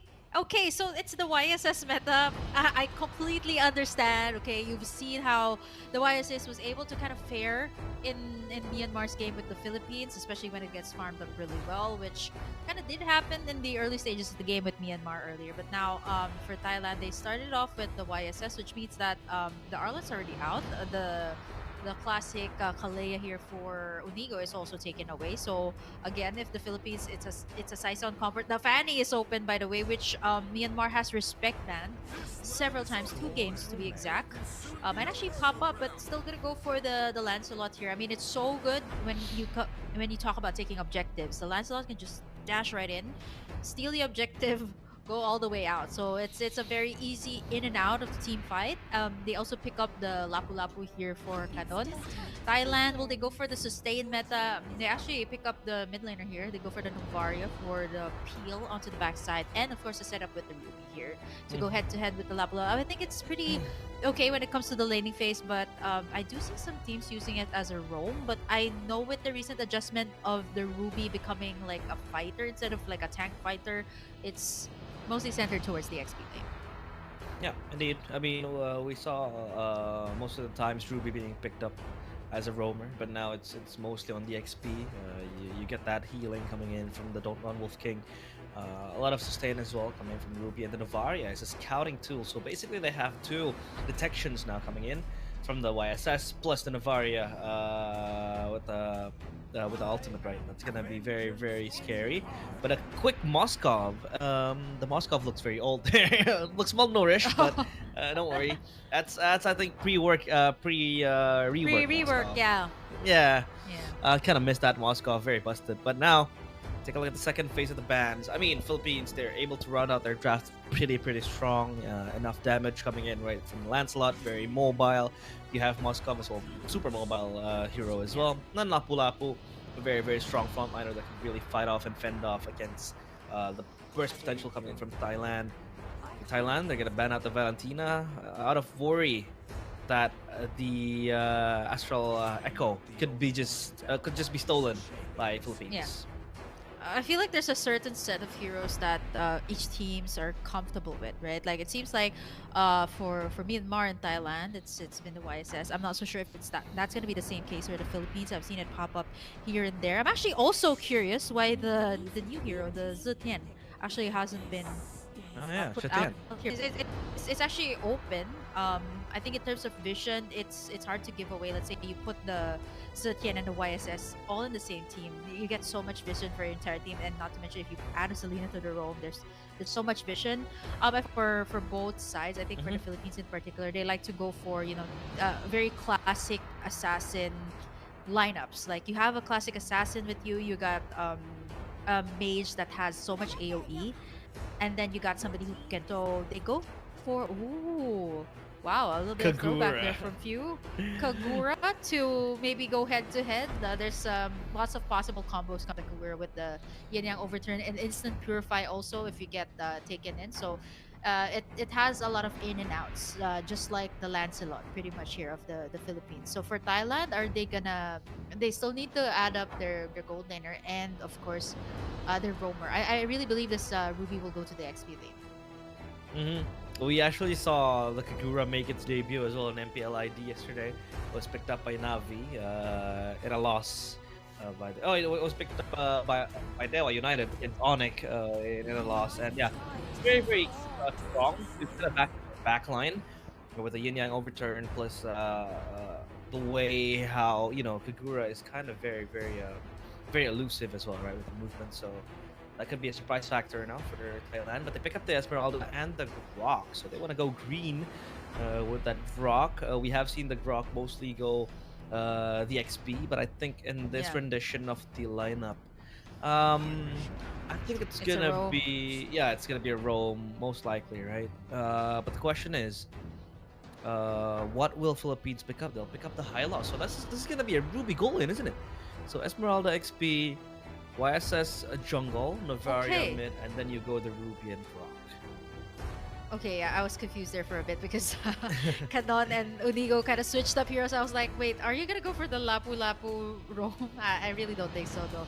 But yeah, very classic pickups here coming from the Philippines. Very clean, very your usual assassin kind of lineup. You got somebody to like I said, somebody to soak up the front line, which is the high loss. You got the burst damage from the back line. I was actually expecting something more of like a Farsa coming out from Few, but looking at the lineup here of Thailand, you kind of need some way out. So the Kogura, which also has been buffed by the way in the previous patches, and then for Thailand they go for the Grok, which also has been reworked. I know it has gotten a lot of bans also in the ranked games recently, all because of the new rework. Some people are kind of intimidated with it. I'm looking at the lineups here, the IGNs here of Thailand. I believe like 2 or 3 players here are from the original lineup here of Thailand from IDNS. So let's see later on when the game starts, but yeah, it should be the same IDNS with a couple of new additions, new people coming in. It's Angelina there playing the mid lane, and then you got Flash SR. I'm not so sure if it's the same Flash that played in the role before for Thailand. So I could also be wrong, it could be a new player, but their XP laner or their gold laner should be the same if it's 33. We'll find that out later on. But ladies and gentlemen, welcome to the first game here of the Philippines versus Thailand here in the Iesf Asia qualifiers. You got Thailand here on the blue side and of course the Philippines on the red side, already on a winning streak that got a clean sweep up against Myanmar earlier in the first series of the game. In the first series of this qualifiers. Emblems though, again, FOB. Three heroes picking it up. Sustainability is the name of the game. Wilderness Blessing as well for the Grok to enable rotations quickly. Same goes for the Kagura as well. With the Wilderness Blessing, really enables them to move very, very quickly throughout the map, throughout the river as well.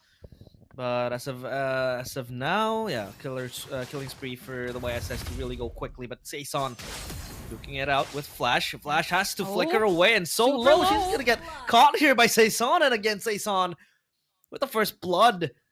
That is a kill given to him in a gift box in a silver platter. So Saison now can really funnel that gold quickly and go even quicker to get higher levels. Angelina against the Kagura here. Navaria against Kagura.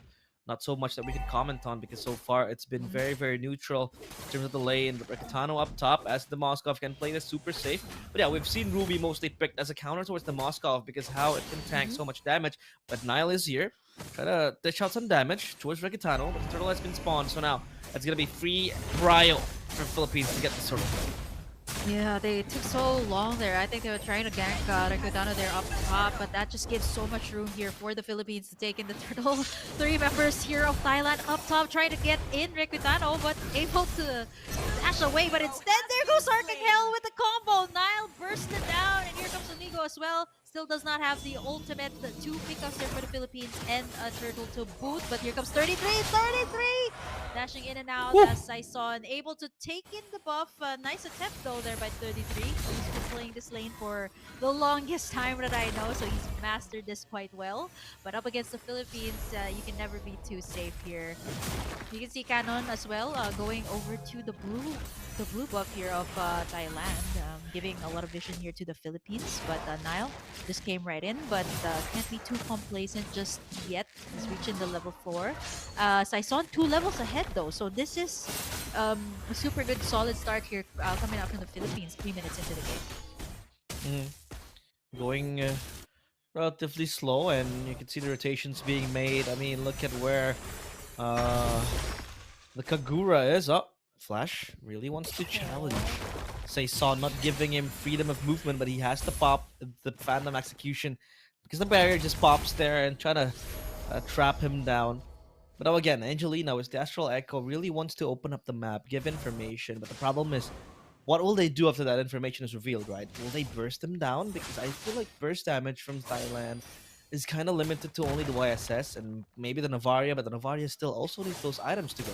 So I think it's all about scouting and maybe just playing it front to back for Thailand. For Philippines, again, they've been very, very active to push forward. SOD landed, but doesn't really hit anyone. So Nigo will just be there to back up the Moskov. Nakanon down bottom up against 33. This is going to be a bloodbath. Unigo being caught. The barrier pushes him back. The Astral Meteor misses. And Unigo still lives to see another day, but the walk charge committed. And even the Glorious Pathway executed as well. But that's going to be a free turtle now for Philippines. Unless, Angelina was so close with the Meteor. Yep, there goes the bravest fighter there onto 33. Flickers out of that one to safety as Philippines just taking in objectives, going in for the macro game. I see a lot of pressure on Rekutano's lane though. Like you've seen several times Thailand has rotated towards that side. Like Nile, you see Flash going all the way there to make sure that nice try will not just end up to be a nice try here up against Rekutano. Canon also doing a good job here up against 33. He's able to sustain though, but you know, with Flash coming in here as well, he can't just fully commit towards the bravest fighter. For the Philippines, I think what's really important when it comes to the mechanics here and the gameplay, they really make sure that the macro gaming is still secured, right? Like you don't just pick up kills, you pick up turrets as well. As you can see, Rekutano rather, up on top, able to chunk down this tower real low. Is he able to take it down fully? Not just yet, as nice right comes. right in, but there's just so much more action here. Up on the middle, there's the burst coming out from Arcangel. Lord's pathway as well from Unigo, but not gonna commit for more. Nile though, a 1v1 situation there with Canon, able to take him down bot. And now Kanon will indeed get taken down. So that is actually a very, very slow start for the Lapu Lapu. But Rekatano, all he can do now is just farm. At least for Philippines, they have that insurance in the side lane to play the sides, to push and pressure even more. And for Saison, I feel like will also be one of the side lane pressures that Philippines can really exert. Oh, random execution popped. Because the Falling Star Moon was indeed executed and expended by 33. Now then, Philippines, how will they contest this turtle? It's gonna explode anytime soon. The barrier is perfect, and Unigo stuck in a rock and a hard place. Arcangel in the back. Kanon will jump in as well, but Unigo still survives. Fops the glorious pathway. Gets a few nourishments from those fruits and has his HP up again. The seal pop. And where do they go now? Because look at down bottom, it's Rekatano forcing in his way on towards the bottom side turret. Kanon in the back is trying to wreak havoc, running rampantly. And nice try, gets level 8, but is that going to be a difference maker? As Kanon again in the back, Astral Echo being popped up. Wild charge. The next is Saison, but no follow-up whatsoever. Arcangel again just jumping in with the yin yang overturn. The flicker pop. That's gonna be Arcangel down, but the turtle focus is still in the sides of Philippines. Nile steals it away. The Tortos from Saison will not save him, and Nile goes on a killing spree as Zunigo hunted down by 33, but no follow-up again. Rekatano at least down bottom gets a turret again. So 2 turrets for Philippines. Yeah. But they lose 2 members and the turtle as well. Yep, I think for Thailand, they shouldn't forget the macro game. The bigger picture here is to just take down the turrets. They've already done a good job, like kind of keeping at par with the turrets that Rekutano has taken down bot. But at the same time, like looking at how this is panning out, it's 33 on his classic XP lane. He's doing a very good job zoning everybody out. Like now Thailand forces Saison to use in that retribution to just take in that purple buff. But nice try as well, not forgetting in the lanes. Taking down another turret here from the Philippines down bottom side. It's not that far of a lead. It's actually Thailand on the lead right now, considering they've taken in at least 3 turrets here. Canon, again, isolated down bottom. Does he have the flicker out? He does. He gets the ultimate here from Nile and gets bursted down there by Flash.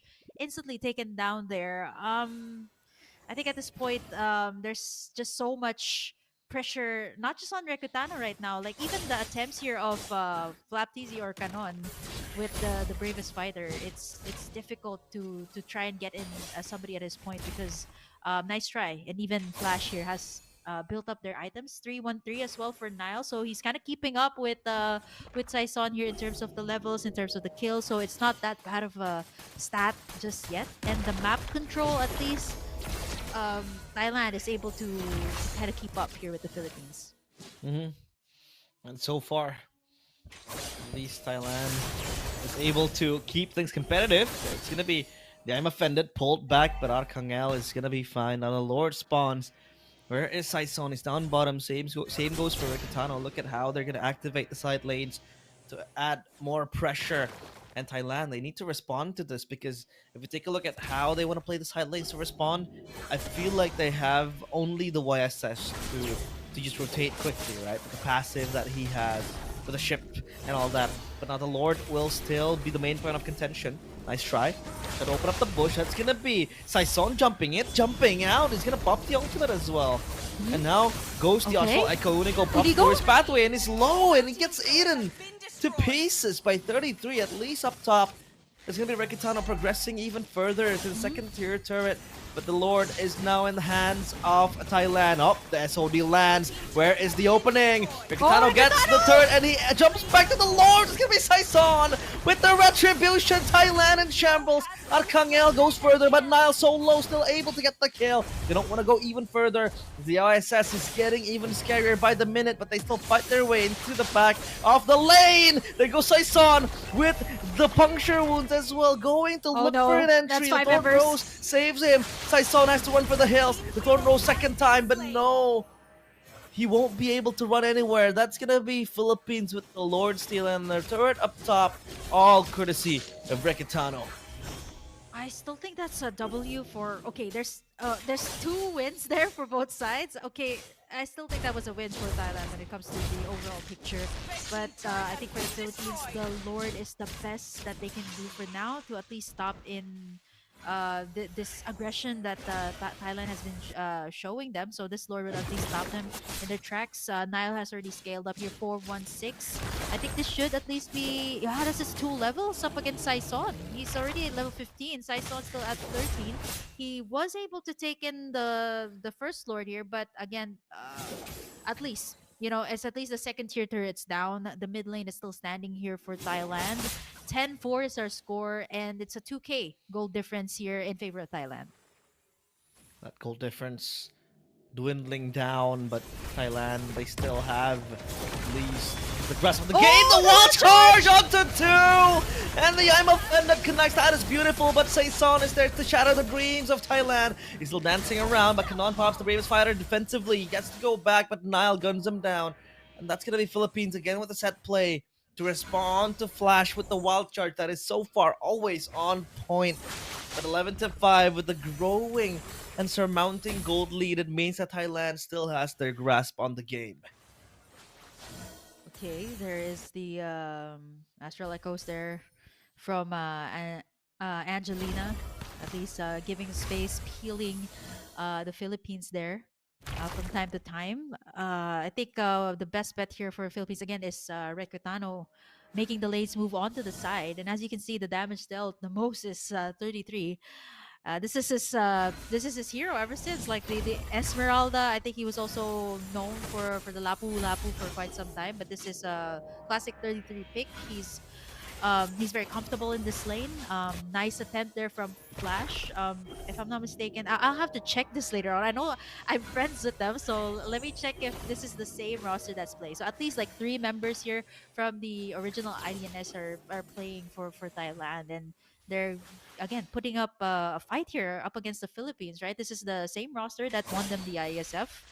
And again, with 3 bruisers, it's the same case as what happened up against Myanmar. They have to find an opening here for the Philippines, but the problem is there's the ultimates here are always being baited out here by Thailand, right? The glorious pathway that is meant to kind of engage, it's sometimes used to disengage from the ultimates being tossed out here by Thailand. But here comes the second Lord of the game, 13 minutes in.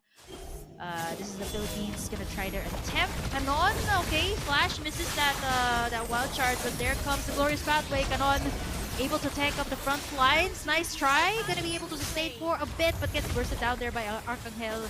Inigo able to sustain. 33 finally shut down there by Recutano. The opening that they need right now for the side of the Philippines.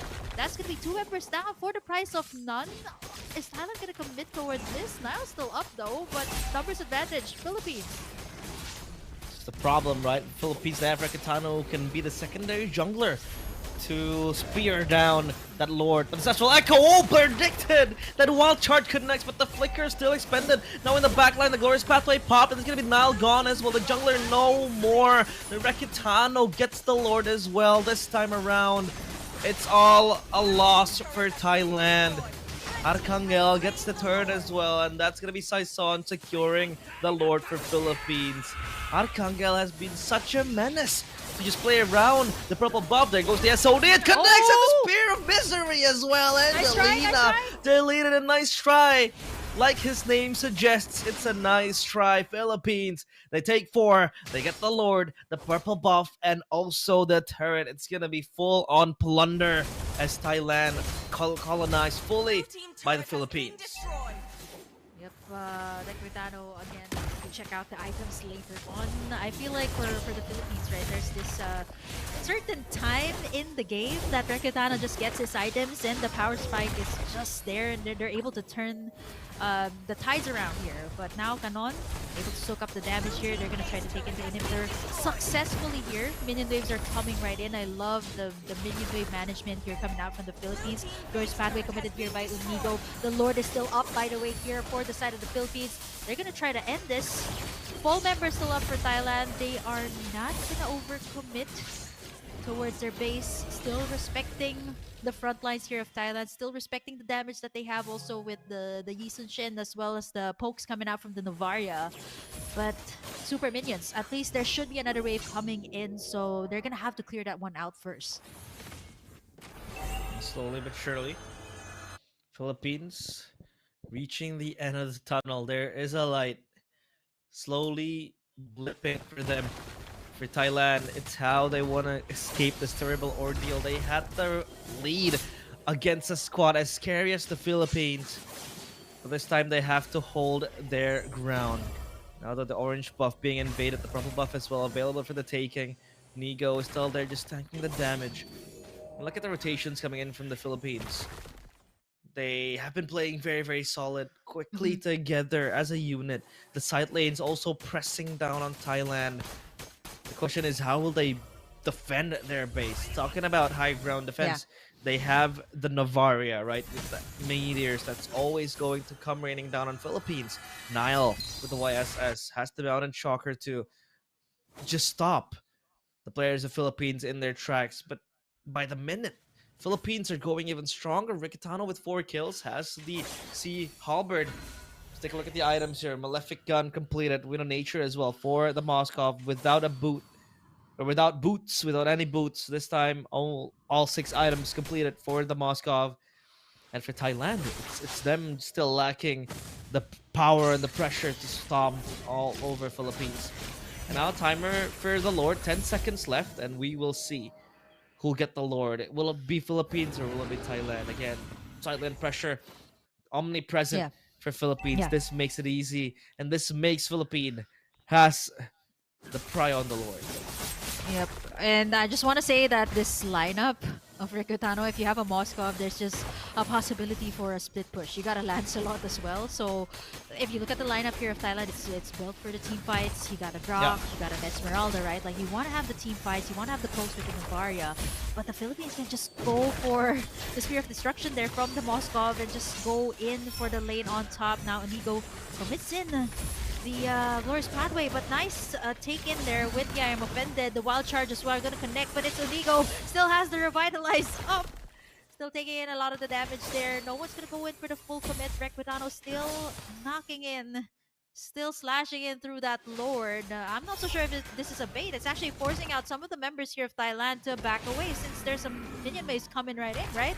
But this should be the Philippines, half HP. Thailand's not just going to give it away without a fight. Nice! Oh, what? No! Requitano gets shut down there. This could be the opening for Thailand. Amigo goes in for the Glorious Pathway. Just to escape Canon, doing his very best to just buy some time. But that's going to be nice try. And definitely a nice try there. A shutdown onto Requitano. Saison well getting picked off there. Now it's only Onigo left to defend. Running all the way back to the base. Getting intimidated there by 33. And now that gives Thailand the opportunity to just squeeze it. 30 seconds for some of the members here of the Philippines. Are they going to go for the end here? I feel like it's possible. There's minion waves down bot. Can they actually take in this first game? Now still up. Onigo doing his very best here. The death timers are up. He's gonna get taken in there. Glorious Pathway all the way out just to buy a little bit of time. There is gonna be minion waves here. Rectitano is up. Is it enough to manage No way! the base? But no way! What? Double kill for Rectitano. The minions! The base is still up. A triple kill goes in. The Savage? And then a Savage to both 33. No! That's totally fine. The Requitano saving the day there for the Philippines. That was 1/4 HP onto the base, and now the tides have turned. They're gonna go straight towards the base. There's no inhibitors left. 2 down. Let's take a look at that replay there. The Glorious Pathway. You actually thought the Philippines would have saw the end of that game, but there's Requitano. It was Onigo buying the time. Look at that. 1/4 slither of HP, and it's over. Just like that, the Philippines takes in game number 1. Oh, this is why he has Super in his name. Not Superman, but Super Marco, or even Super Requitano. Now that was superb. Coming in from the Moscow, from Requitano, from Super Marco, whoever you want to call it. He is a national hero at this point. Solo defending the base. The minion was gone, and then he was able to hold on for quite some time until his teammates got back up. The Maniac, 3 kills, 2 kills he was able to achieve. The Savage was so close, but Unigo was there to snatch it away. But hey, it doesn't matter, like you said. It doesn't really matter because at the end of the day, Philippines are able to escape that scare coming in from Thailand. Thailand, they thought that they would see the end of the game there. They thought that they would create that upset in game number 1. We talked less about Thailand because we knew that they didn't have any competitions. They weren't really seen as existent in the pro scene, in the circuit as well. But they were here and they came to play. They made the Philippines sweat. They made them breathe heavy. And you can take a look at this beautifully played team fight coming in from Thailand. They're able to layer their spells and as well as their resources pretty beautifully, and all the team fights are just boxed into parts, into different parts. And the Philippines, we talked about it, right? When it comes to the team fight, Thailand does have the upper hand because they have heavy AoE, they have heavy CC. You have the I'm Offended, you have the Falling Star Moon as well, and then you have the Wild Charge to play with, plus Angelina with the Scouting Tool coming in from the Astral Echo and the Meteor. So you have Poke, you have Vision, you have Team Fight. For the Philippines, it's all about splitting up, right? It's all about just creating a split push. You have the Moskov omnipresent with the SOD. You can play far lanes and then just pop the spear to the TP into the team fight. You have the Lancelot that can always move so swimmingly with the Puncture, with the Torn Rose, with the Phantom Execution. You can always move around easily to just catch the waves in the side lanes. But when it comes to a team fight, Thailand has been able to layer that supremely well. And you could take a look at this team fight where we thought it would be the end of the Philippines, right? That one I'm Offended just corralled Philippines together, and then the burst damage came through. Even 33 was chasing down Arcangel down bottom. The Esmeralda doing heavy work as well to become the front line and then just become the main chase. But this was where it turned around. It was Rekitano alone, cutting off the minion, and then they had no minion, so Unigo followed through, and then a pushback from the Spear of Misery gave him an extra kill, giving him the Rampage. Rather, the Savage closely for the Savage because it was stolen by Unigo. Unlucky. That totally, I feel like that totally did not matter at that point. Yeah, I could hear their voices actually screaming like just save the base. And I think for Neo, I was like, well, what was he planning by doing that Glorious Pathway all the way back? It was actually to give Requitano the opening there, to just buy him some time to kind of like in the Philippines we call it vuelo, or give him some time to get his positioning right at that point. And I actually thought, I think they were simply for Thailand, that was such a good attempt, right? I actually thought they would have ended that base because there was minions. They got tanky frontline. They could have soaked up the damage, but the Requitano, I think at this point, Super Marco, Super Requitano, just call him Super. I think at this point he should just change his IGN to Super Requitano. Yeah. That was just simply outclassing the entire team of Thailand and taking in this first win for this particular series. But hey, Thailand, I was not expecting that coming out from them, right? Like, this was the Philippines. Again, we love to say like late game always works, and late game Requitano again was able to save the day, getting in that 90 minutes into this matchup. Actually, like it would have extended to 20, and by this time, like everybody already has their items, and this time it's a bit different. ATM and carry, of course, goes to none other than Super Equitano, and then the tank, of course, you've seen how 33 was such a menace to the team of the Philippines. He was zoning everybody out. He was actually unstoppable at the first few minutes of the game. So yeah, I feel like this was a hard-fought victory for the Philippines, but definitely kept us on the edge of our seats in the 90-minute mark. Yeah, this was an insane game. The closest we've been to a nail-biting series. But hey, it seems like the Philippines, they still have a lot of loopholes that can be exploited. Right? In Thailand, they knew pretty well what they really wanted to do with this composition. Again, right? A team fighting composition. The YSS serves as the hyper carry. And then the Grok, which by the way, in the hands of Flash is very, very scary, was able to land some unique and significant wild charges right here and there. It was turning the game around as well. And then a nice try followed up with an I'm Offended that was also on point. So I think it was thanks to Super Requitano, or Super Rec, He might just rename himself. So Marco no more. It's Reki now. Rekitano, Super Rekitano, holding the base. It was him and Ogwen and Unigo. Yeah. The Yeah. two of them just holding hands and just defending the base for dear life. And the Savage nearly came through, but yeah, it was Unigo Yeah. just stealing that. I think that is what we call the support tax, right? Yeah, you Yeah. gotta pay your taxes, and Yeah. Of that's the course. tax that Of course. Tano had to pay.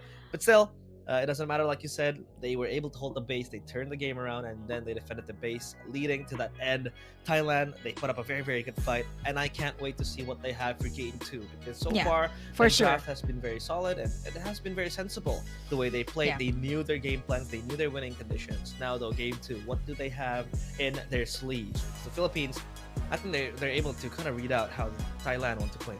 Yeah, yeah. There's like an on switch here. Like, you can call him what you want. You can call him Brecutano. You can call him Marco. But you can't deny it. There's just one thing about this guy. He's definitely super. He's super. I'm Yeah. gonna change my IGN right after this game. Right after this this cast. By the way, I'm gonna change it to Super Kim. Later on, maybe I can have a bit of a chance later on. But Super Marco, undeniably, is one of the best goal laners here in the Philippines, and I think he Mhm. just proved that in this matchup. And Thailand, you cannot discredit what they've shown here in match number one, but it's going to be match point though for the Philippines in the next game. So don't you guys go away. The IESF Asia qualifiers will be right back, still here with Realize and Kim.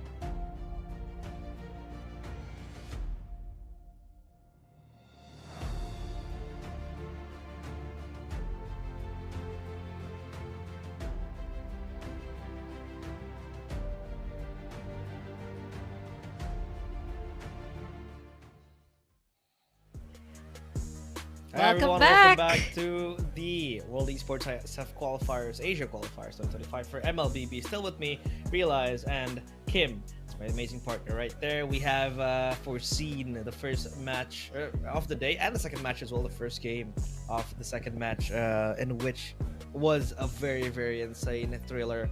Thailand, the team that we expected to be the underdog, the team that we expected to be, beaten down to a pulp quickly by the Philippines, instead was able to put up an insanely good fight, but that was all shattered thanks to Super Rikitano.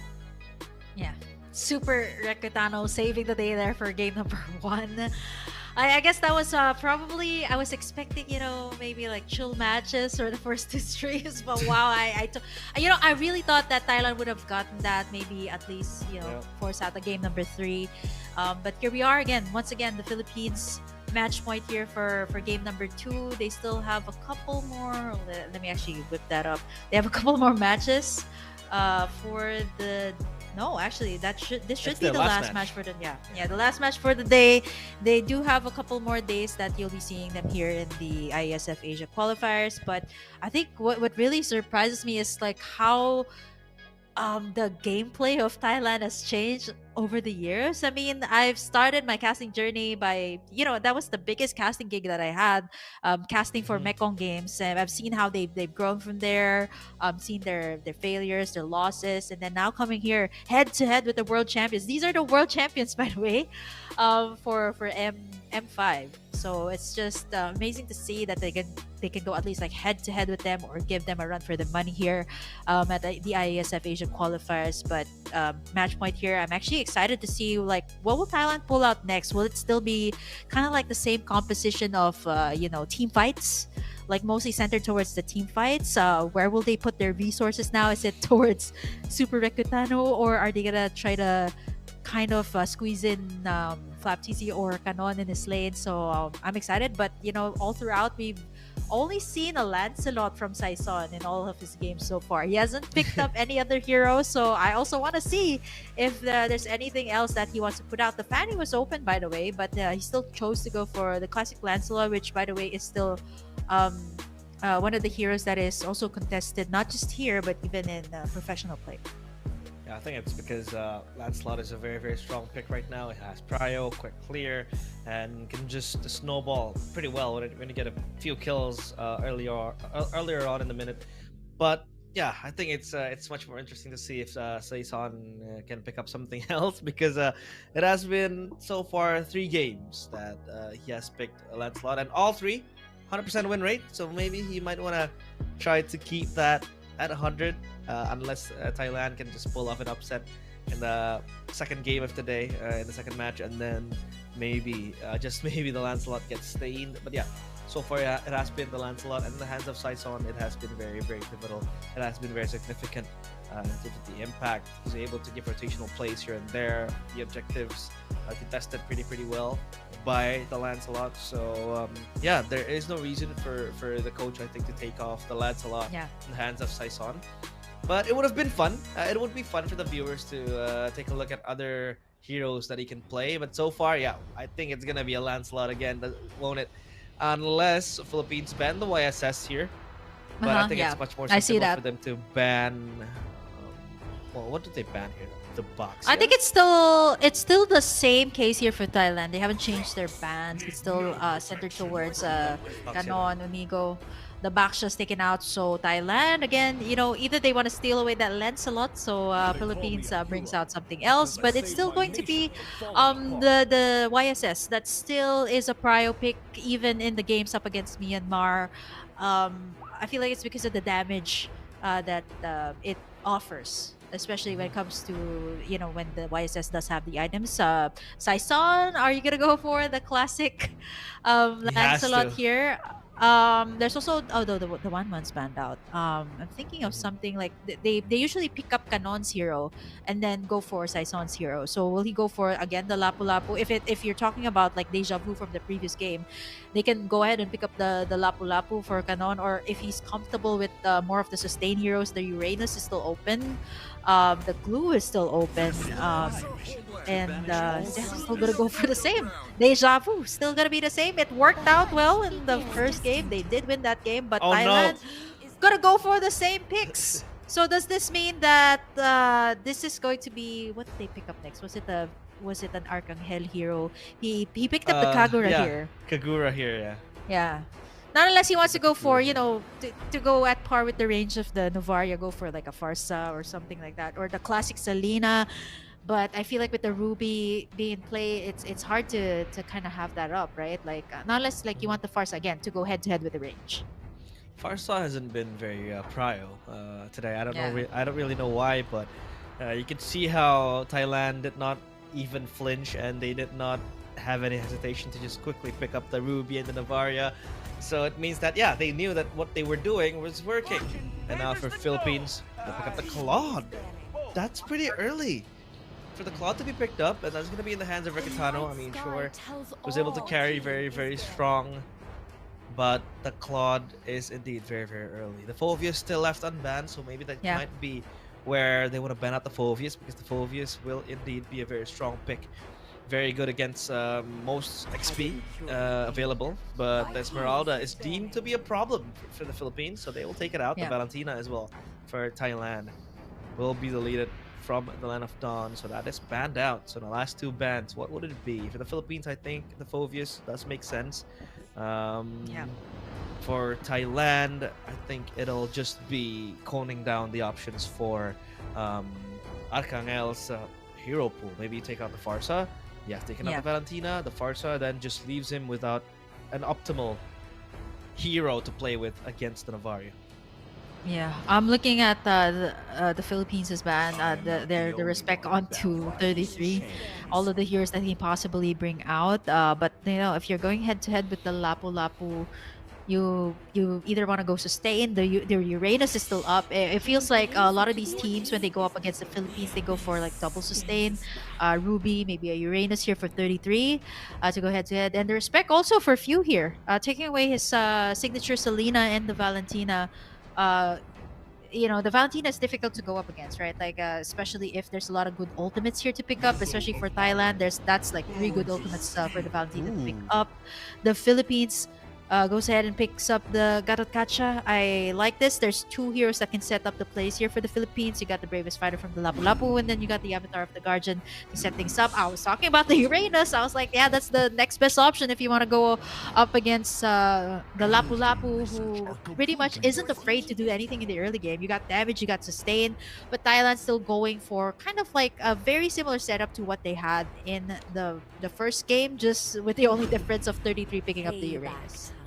Yeah, Farsa makes the most sense. Yep. As you really have that range advantage against the Navaria. If you go something else other than the Farsa, then you're gonna really struggle. But yeah, that Farsa will enable Philippines to have even greater presence in the team fight. Because if you take a look at the lineup from Thailand, it is almost the same, even the same, bar the Uranus replacing the Esmeralda that has been banned by the Philippines. So let's see if Thailand are able to replicate that success in the first game. They were able to conceive, but the Philippines, with a different approach to the pickups that they made, they have the Claude, they have the Farsa, so again, much more team fight presence, right? You have the Blazing Duet, you have the Feather Airstrike that can just stop the Novaria in their tracks, but the Claude really gets bullied against the Ruby, right? The lane, it really needs to kind of get the items, the Holy Trinity, to the late game, and then it explodes.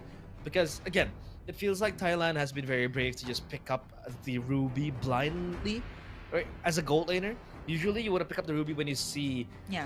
the gold laner that the enemy is bringing up, maybe the Moskov, like you mentioned, but Thailand just convincingly picks up the Ruby, so I feel like they have something in their sleeves. Yeah, I think I kind of understand why they pick up the Claude here right now. There's two options to take down the front line. It's either usually the answer is carry. Marco is also known for his carry, and then you got the Claude also. But I feel like when it comes to in and out of team fights, or if you kind of want to have options to get out of the team fight, the Claude has much better chance. Rekutana this time goes for the Purify, of course, because of the CC skills coming out from Thailand here. But as you can see again, Looking at the emblems here from both sides, not again nothing too out of the ordinary. You do have the the basic common emblem here for the Claude to just sustain up, to have a little bit more mana here up against Nice Try, who has kept Requitano at bay onto his turret here. So he knows that when it comes to the early game, the Ruby can definitely, um, bully out this Claude for the meantime. As long as it does not have the items, you can definitely sustain the lane for the meantime. Yep, slow approach again from Thailand. Emblem supplementing them and their approaches to each of the games, and the boot is completed. Meanwhile, down bottom, Mercatano pressured by Nice Try. Nice Try does have prio. Down bottom, especially now, 4 players of Thailand corralling together. It seems like Philippines are doing the same. Kind of want to pressure 33 from giving up this XP lane and just giving them the turtle. Now, a fight might ensue in which their focus shifts on the neutral objective. Philippines rallying together, just bonding, congregating, and now there's gonna be the Reaper's Fighter. Popped by Canon, but not it's gonna connect to anyone. That's Flash close by. No wild charge, and that's gonna be an easy take to Turtle. But still, gonna stop the players of 33 anytime Nigo soon, though. but it's gonna be Unigo getting caught off.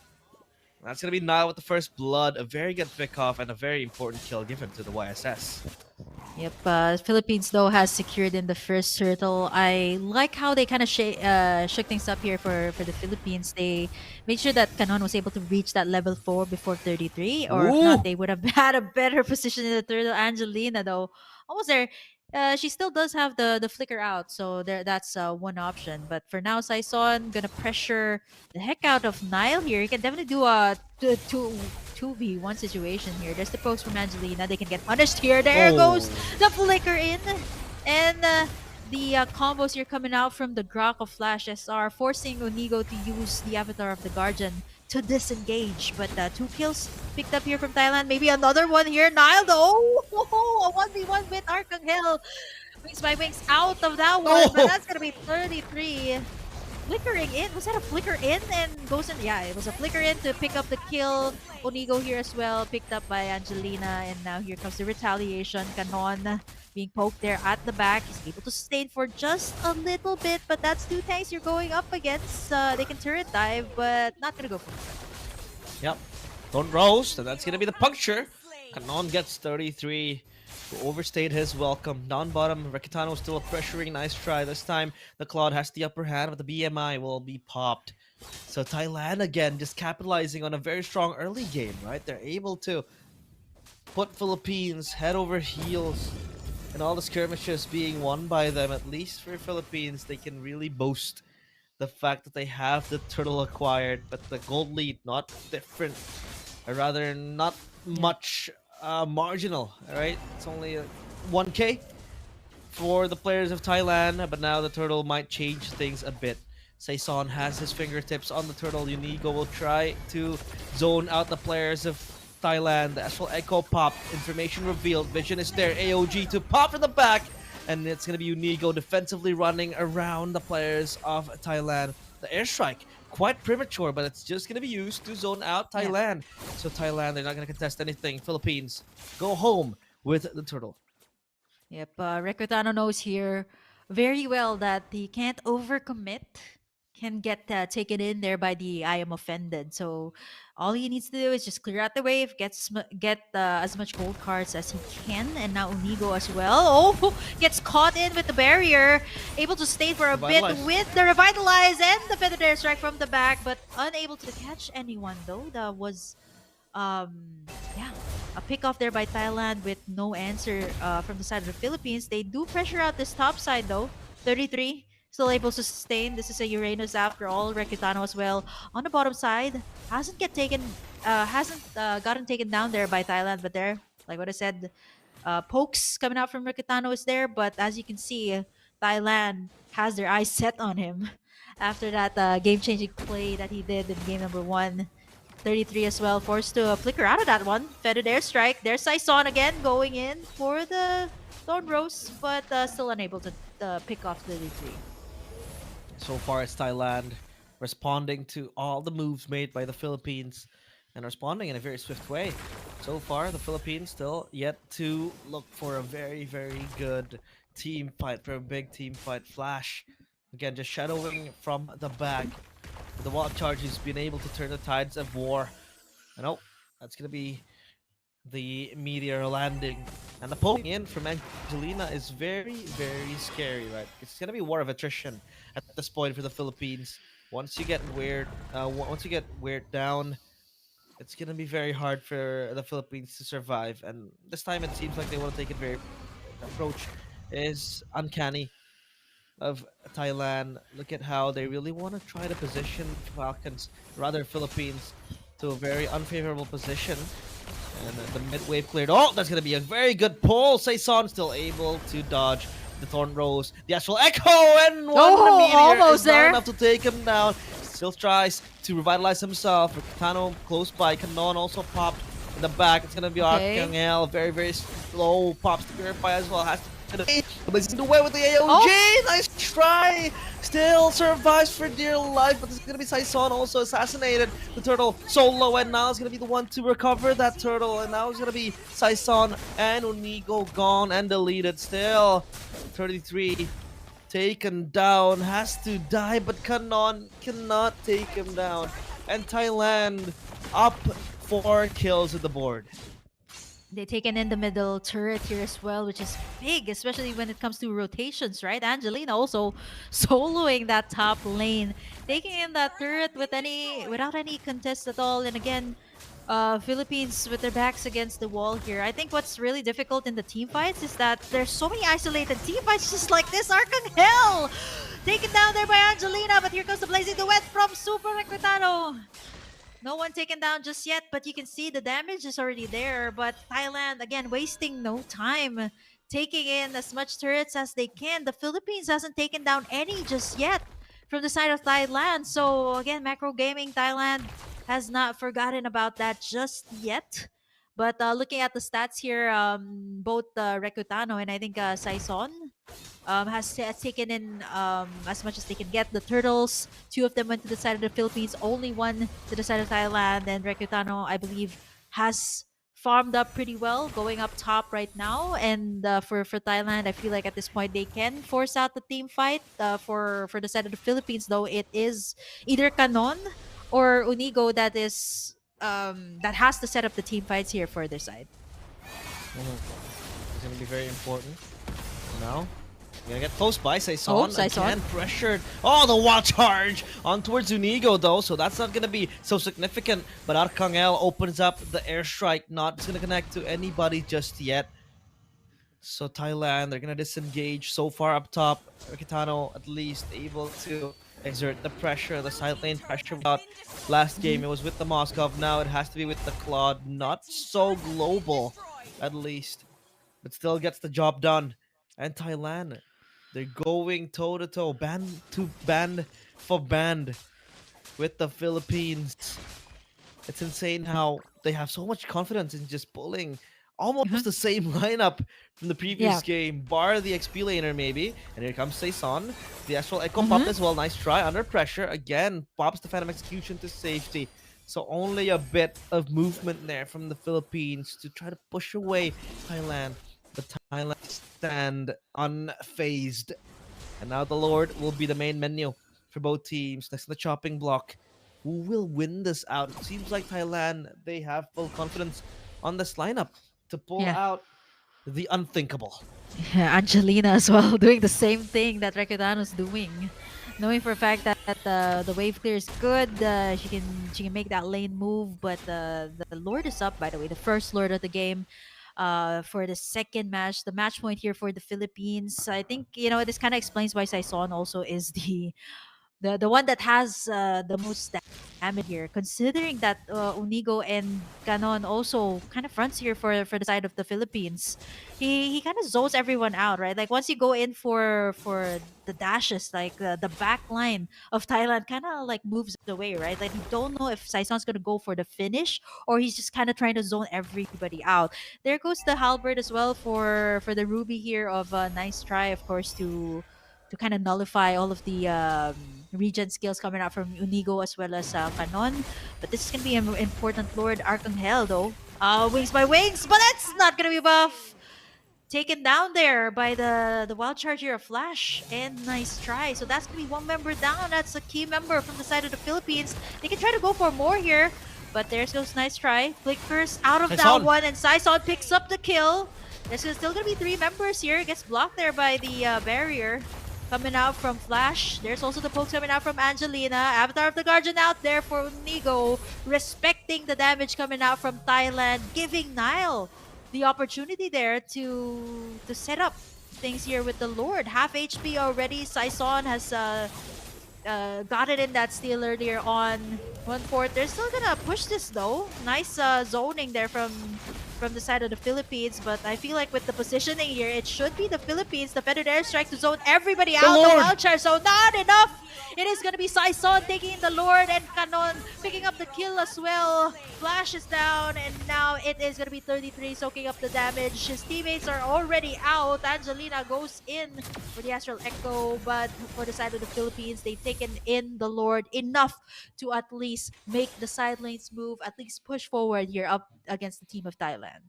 Rakitano was slain in that skirmish, but if you take a look at every little skirmish that happens, it's always going to be Thailand with the advantage. I don't know what it is so good about them, but they're able to win out most trades. At least this time around, this is the biggest win that Philippines has seen so far. In this game, right? They're able to get the Lord, they get the turret down bottom, and that Lord is going to keep on marching.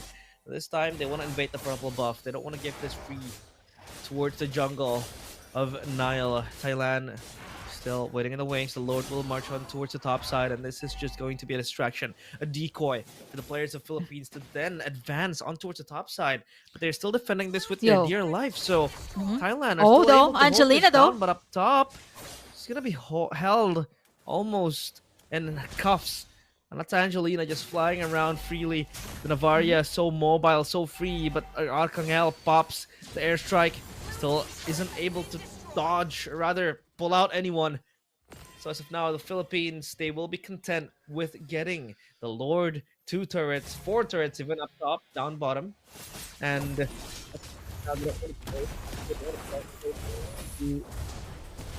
Yeah, I mean this middle turret as well. Thailand doing his best to sustain that, but as you can see, the basic attack coming out from Requitano is already like dishing out a lot of damage. And speaking of that, that's 48,000, the most damage dealt so far coming out from Requitano. I'm not surprised when it reaches like at least more than 15 minutes of the game. That should be a whole lot more damage. That's the Malefic Roar also secured in by the team of the Philippines. I think it's going to be a matter of the setups, but looking at how things are playing out, look at where Unigo is. Look at where Arcangel is. Feathered Airstrike to zone everybody out. I think for the side of the Philippines, they're trying to go for map control here, right? Like something that they didn't have. Canon try to go in for the bravest fighter there. The ultimates are not up just yet. Avatar of the Garden there by Unigo, and there's a blazing duet from the backside. Angelina gets taken down there by Saison, dashing in and out, and Canon picking up the killing spree and the turret here for the side of the Philippines. 33 taking in a brunt of the damage. Feathered Airstrike again by Arcangel to zone everybody out, but 33 is just being 33 there. Fronting for the side of Thailand. 2k lead here by the Philippines.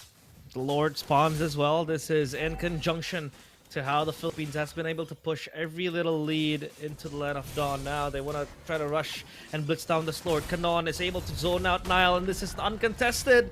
He can't enter the pit, and this is all given in a guarantee towards the Philippines. As they'll try to reposition, that's going to be, and I'm offended, but nice try. As his name suggests, nice try is all he can do. He gets delivered down to his graveyard. Now the Lord has spawned. Will this be the angle where the Philippines can threaten one siege to the base of Thailand? They have a tri-lane push building in the wings. So far, Thailand cannot disrupt that yet. So Saison will be tasked to clear the wave down bottom to accelerate the push. The minion wave coming in. This tri-lane push only gonna be left in the mid. The mid still has a turret standing tall. So this Lord will make its way up top. The siege might happen, but the Lord will be taken care of by the players of Thailand. So this is not going to be a Lord where it will ravage the entire base. But the Philippines, they will need to back off and maybe look for another Lord. Or they can force their way into the base. Yep. Again, this is the same situation as what happened in game number one, right? Like the sustain did work out. I feel like at this point it gets really annoying, right? Like when you have a Uranus and a Grok going up against you, trying to zone you out, especially if you're Recutano or you're Arcangel. But I think at this point when it reaches like, more than like what I said, more than the 15-minute mark, it's already 16 minutes here into the game. Recutano already has his items.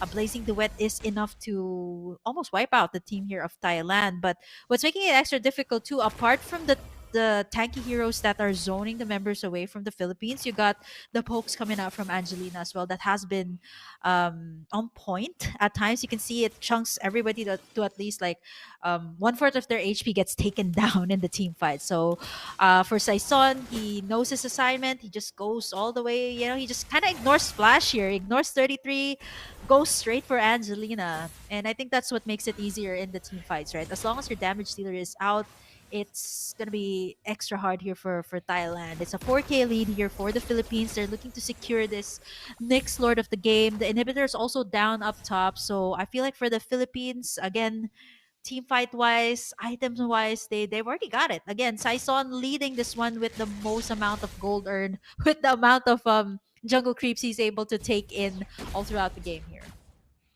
Yep. 1 and 2 led by the Philippines. Saison and Rekitano, 13.5, 12.3.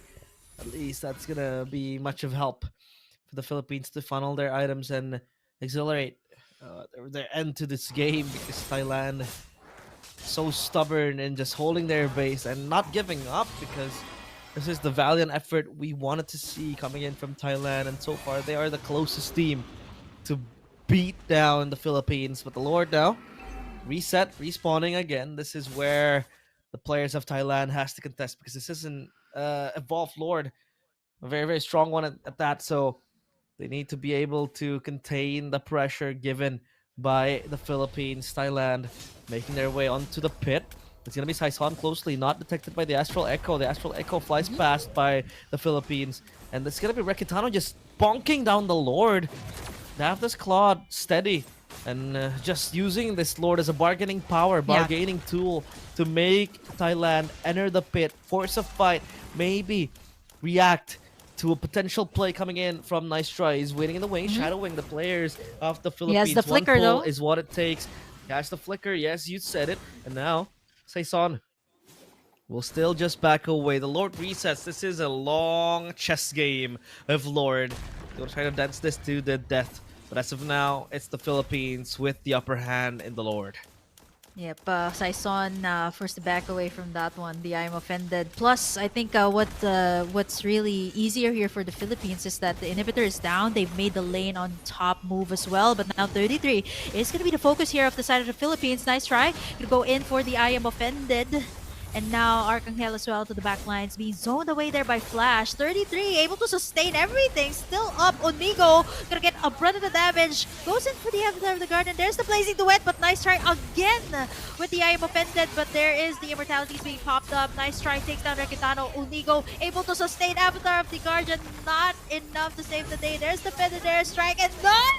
Gonna get taken down there on the backside there by Arcangel. Now it's only Flash and Angelina left to defend the base. I feel like for the side of the Philippines, they can go for the end here. They can try to go for the end. They do have the wave clear here for Thailand, but Canon, Saison, Arcangel, these are names that have been written in the household of the Philippines. There's the minions up here, enough to shred the members here of Thailand to have HP. Flash going in for the HP. Arcangel, Saison, and Canon trying to go for the end. Half HP for the base. Saison gonna go in for the back lines. It's still not enough. Apparently, 1/4 HP. Canon doing his very best. Let's take down the base. The base! No minions left. Saison and Arcangel forced to respect that as they back away. 33. Gonna go in for Saison, and that's a nice attempt coming out from the side of the Philippines, but it's still not enough. They should go for this next Lord. 20 minutes in. The defense, the holy defense there by Thailand. Again, the same case as what happened to the Philippines in the last game. 57k. This is still the Philippines with the gold lead here. They have the late game advantage as well with the Claude, but we just cannot discredit the lineup here of Thailand. They're just built to last here in this game. It's 21 minutes. I feel like this could be anyone's game.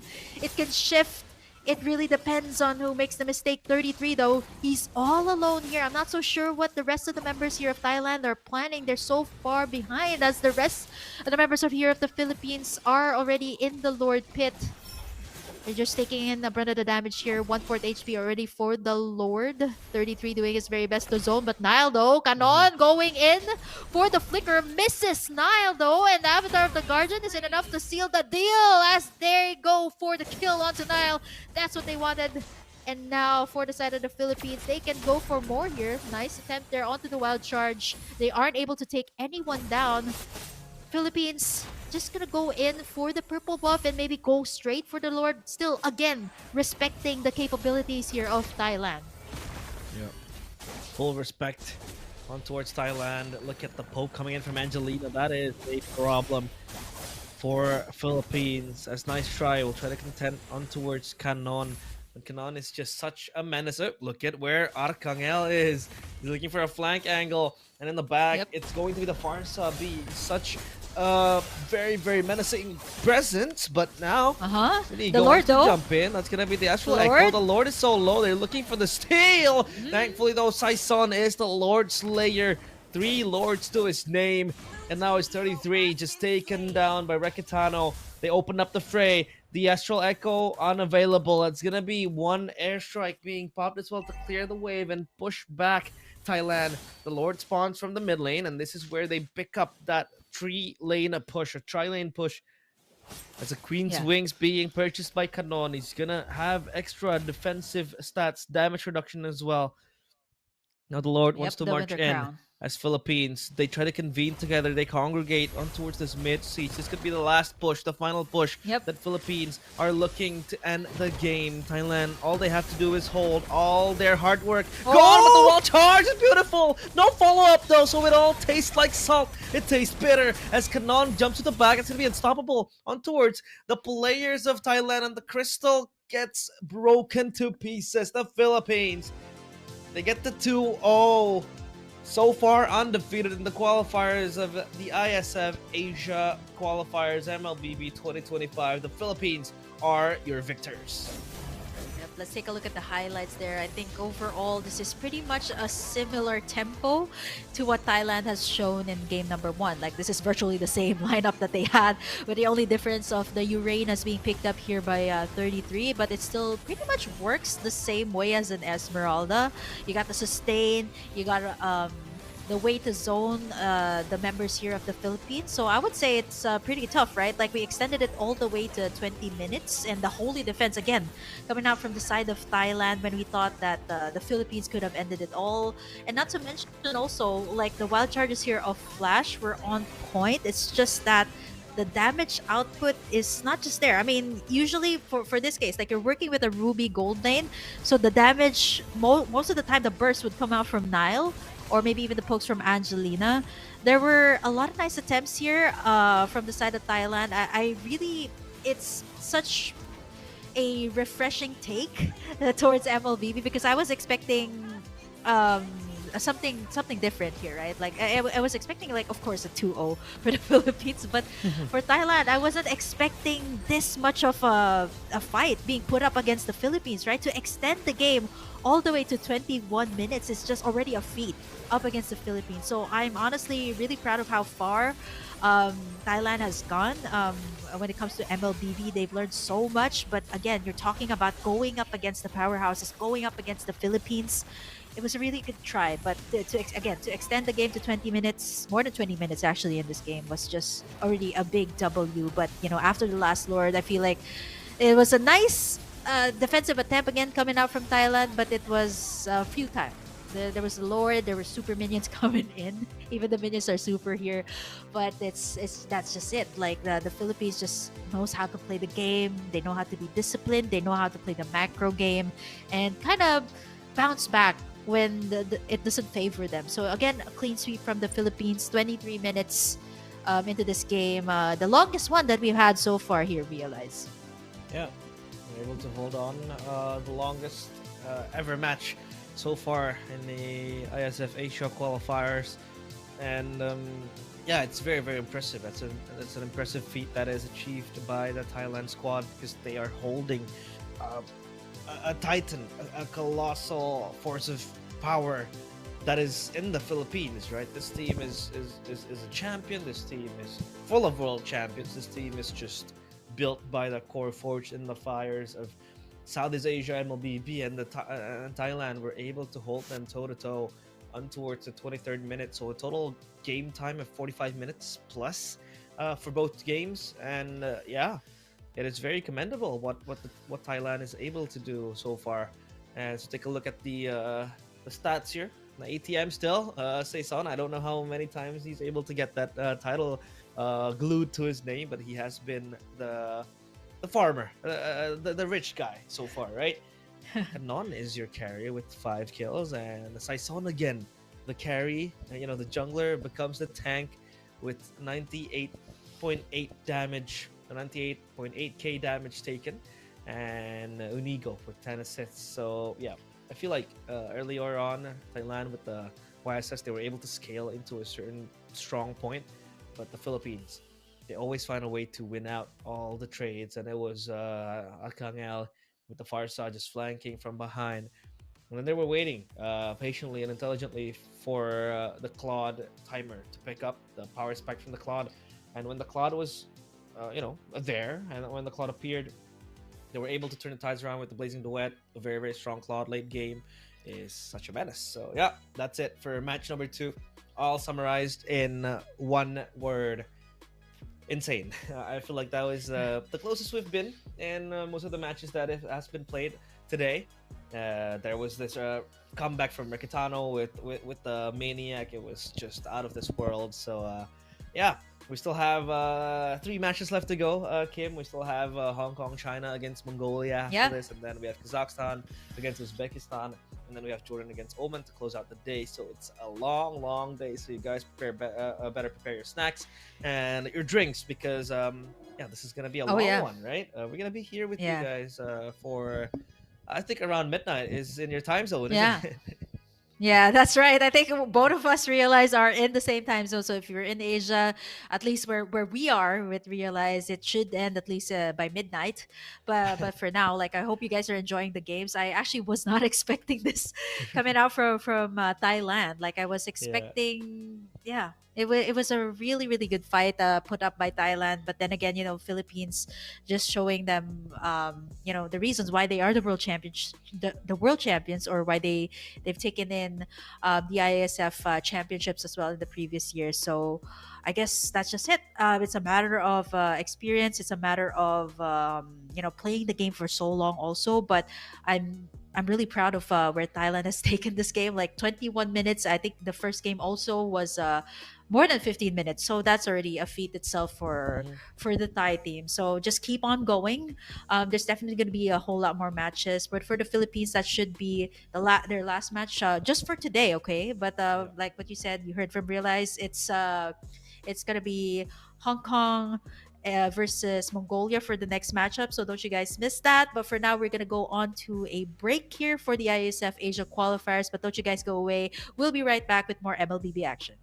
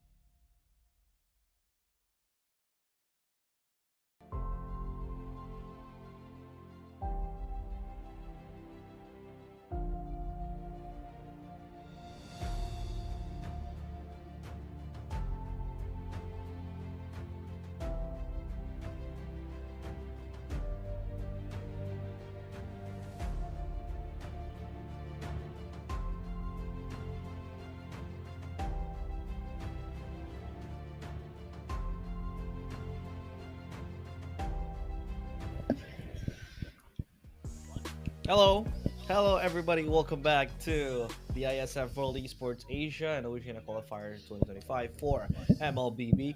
Still with me, Realize, and my amazing partner Kim. We have gone through a break, 30 minutes or less, yeah, and we are primed up and ready to present our second or third match, excuse me, of the day. It is going to be Yeah. Hong Kong, Mhm. China against Mongolia. So, how do you feel against on this match? Because for match one and match two, it was both played by the Philippines, and it was quite intense. Yep, super intense. I feel like today I've been so refreshed to see things that I didn't expect to see happen today, or pleasant surprises, I would say.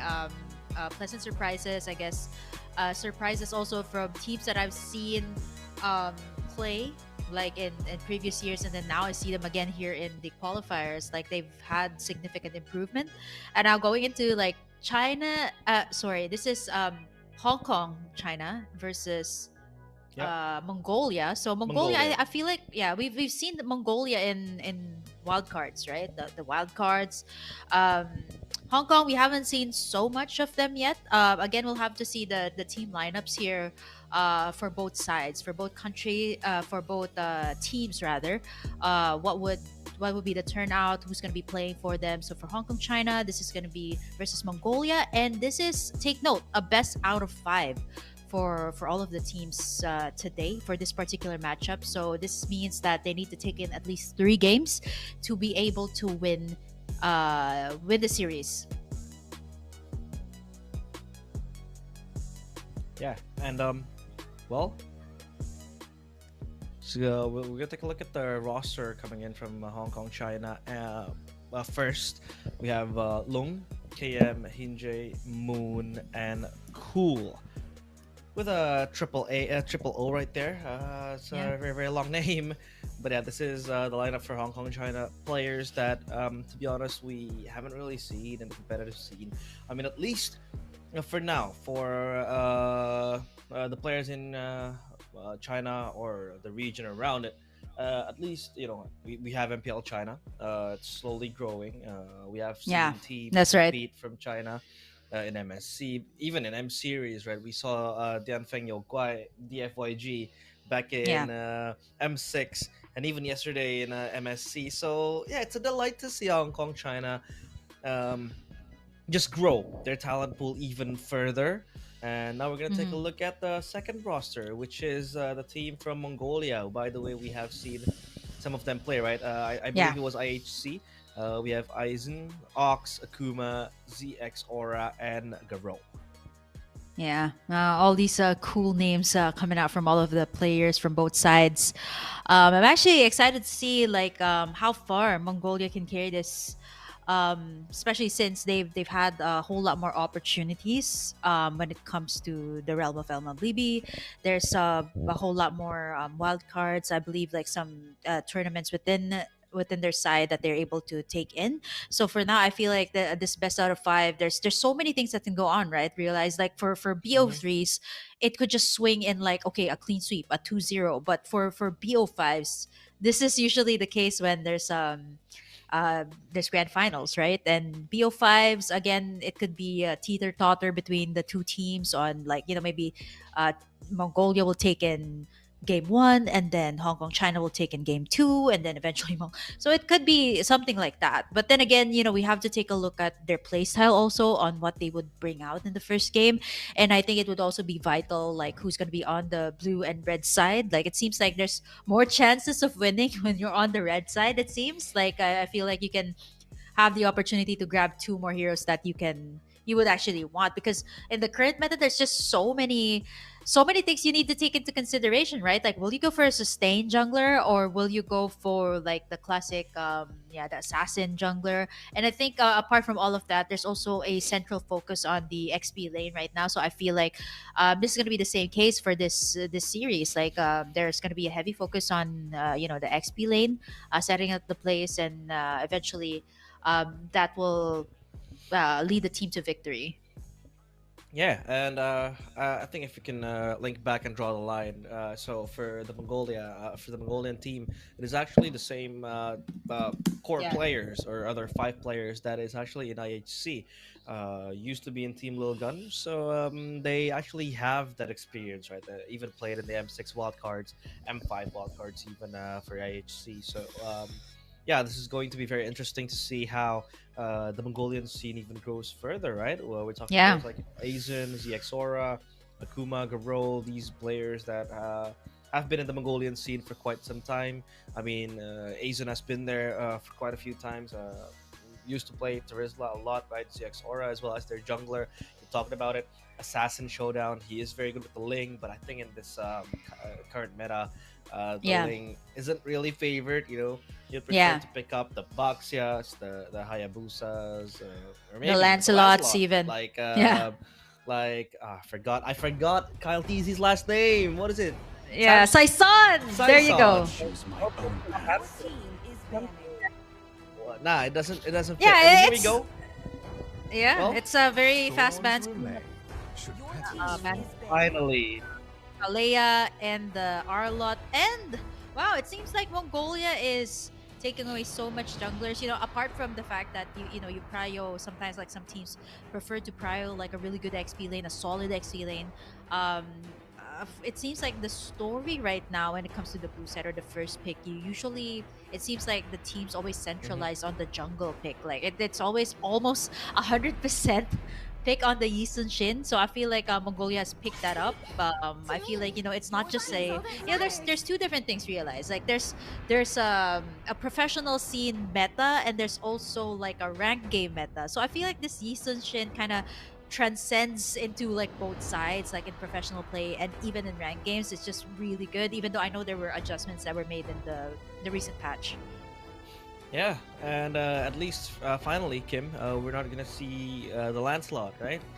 Because Something it was different. picked a lot of times, not a lot of times, most of the times, even every time by See Saison, value in me. with the Lancelot. But the You should. Fredrin ban, that is actually very interesting because we haven't seen the Fredrin being picked at all in today so far, right? But we'll have a look at what Hong Kong China is gonna pick up. I mean, they could pick up with the Farsa here, but I think the Farsa is too early Yeah. to be of an option. So maybe what the Hayabusa is also available if they want. No, the Boxia makes sense here if they really want to have that rotational power and the pressure, and they will go with the Boxia. So Mhm. yeah, the Boxia is indeed a very very solid first pick. Yeah, I think it's also very flexible too in the current meta. That's why some teams also, prio pick this flexed into the jungle, flexed into the roam position even. I've seen this. So for Mongolia here, there is a couple of like power picks open. I'm actually really curious why the Zetian is not being picked up. Maybe Yeah. the teams prefer to go for something else. But the CC that I know has been banned out for the past few series, and finally it makes its debut here in the IESF Asia qualifiers. Mongolia is going to be picking that up. I'm thinking if they're going to go for a jungler this time, since it seems like they're kind of um, focusing their bans on the jungler. So like the Yisun's out, the Lancelot's out, and the Fredrin. But now they choose to go for the mid lane instead. So good high ground mage cover here for the side of Mongolia. Hong Kong, China, they already have a solid front line here, regardless of where the Baksha will go. So they go ahead and pick up the Jushin and the Moskov here for the side. Yeah, Chusin, a very, very good control mage going toe-to-toe against Farsa. Sure, it isn't as bursty as the Farsa, but at least you will have to be wary of the liftoffs coming in from the Lantern Flare. And yeah, it's just not a good time every time you have to face off against a Chusin in lane, especially in the team fights where she has a very, very Oh, easy there you escape, go. but they will pick up the Hayabusa. So at least now, a little bit of a variety, right, when it comes to the jungle matchups. It was always Lancelot against X. Yeah. In the past 4 games we have seen.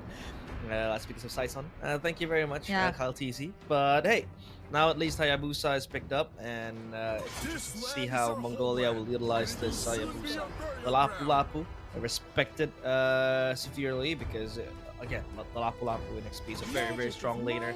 They can ban out the Harith here, and they will ban out the Harith. Again, just trying to cone down the gold lane options for Mongolia. Yeah. Because up against the Moskov, you really want to give the Moskov a good lane so that they can transition into the late game as well as play the side Yeah. lanes. A Granger ban also does Yeah. kind of make sense, but I was looking into Mongolia- that too. yeah, but Mongolia might just pick up the Granger for themselves. So they don't want to ban the Granger. Yeah, I'm looking at the bans here. Again, the Baksha is super flexible. I was thinking something along the lines of the Uranus could be banned away. I mean, it would be so good for Hong Kong, China if they have the Baksha and the Uranus at the same time. It would give so much room for the Jusin and the Moskov. But like what we were talking about, yeah, the Granger ban comes through as well. So that's 3 marksmen's out. I think the only option here, if you want to burst down the front line, although it does not have much range, plus you have a Jusin, the carry, there's also the Claude. I mean, if you really want to go for the peeling the front line, the Claude is an option here for Mongolia. Beatrix also, but if you're gonna go into the laning phase, it would still be pretty much head to okay going up against the Moskov. And now Hong Kong, China, they will secure, perhaps, like, will they go for like a setter type of XP laner, or the Baksha again goes to the jungle, they go for a setter tank, a setter XP. I think that would be really good, like a very good combo with the Zushin and a Moskov here. Mhm. Will an Estes then. work? Like, I'm thinking of healers here, right? Like healers. Okay, that could still be at Wait. Wait. Okay, I was thinking something Nolan. along the lines of like sustain, but they totally yeah, they were like, yeah, we're going for something else. High loss and the Nolan. So this means that it's XP lane Baksha. I mean, what would you Yeah. actually prefer up against the CC? I feel this is an XP lane Baksha. If you put the high loss up against the CC, it's still kind of the Mhm. CC still has the advantage, right? But Mongolia again, they need to pick up the gold. I remember when Oh! the high, yeah, they will go for the carry as a tank Carry. killer, tank shredder. I remember when back then a high loss XP was so rampant that people would end up picking CC against it because the CC is very good against HP percentage heroes. So yeah, I don't think they want to put the high loss up against the CC. The CC will just shred down the high loss, render it useless, right? You kind of want to have the Baxia up there to kind of fight off against the CC, but then again, the CC has the winning lane, either against a Baxia or against a high loss. The Snowland pick kind of comes out of the blue. This is uncalled for. I mean, the fact that they kind of flex the Baxia and then bring in the Nolan. Nolan is one of my favorite heroes, by the way, and I have missed seeing it in pro play, and Yeah. it just makes its return. I mean, it has been quite weak for the past few Yeah. patches. I mean, it used to be the go-to jungler, now it isn't really.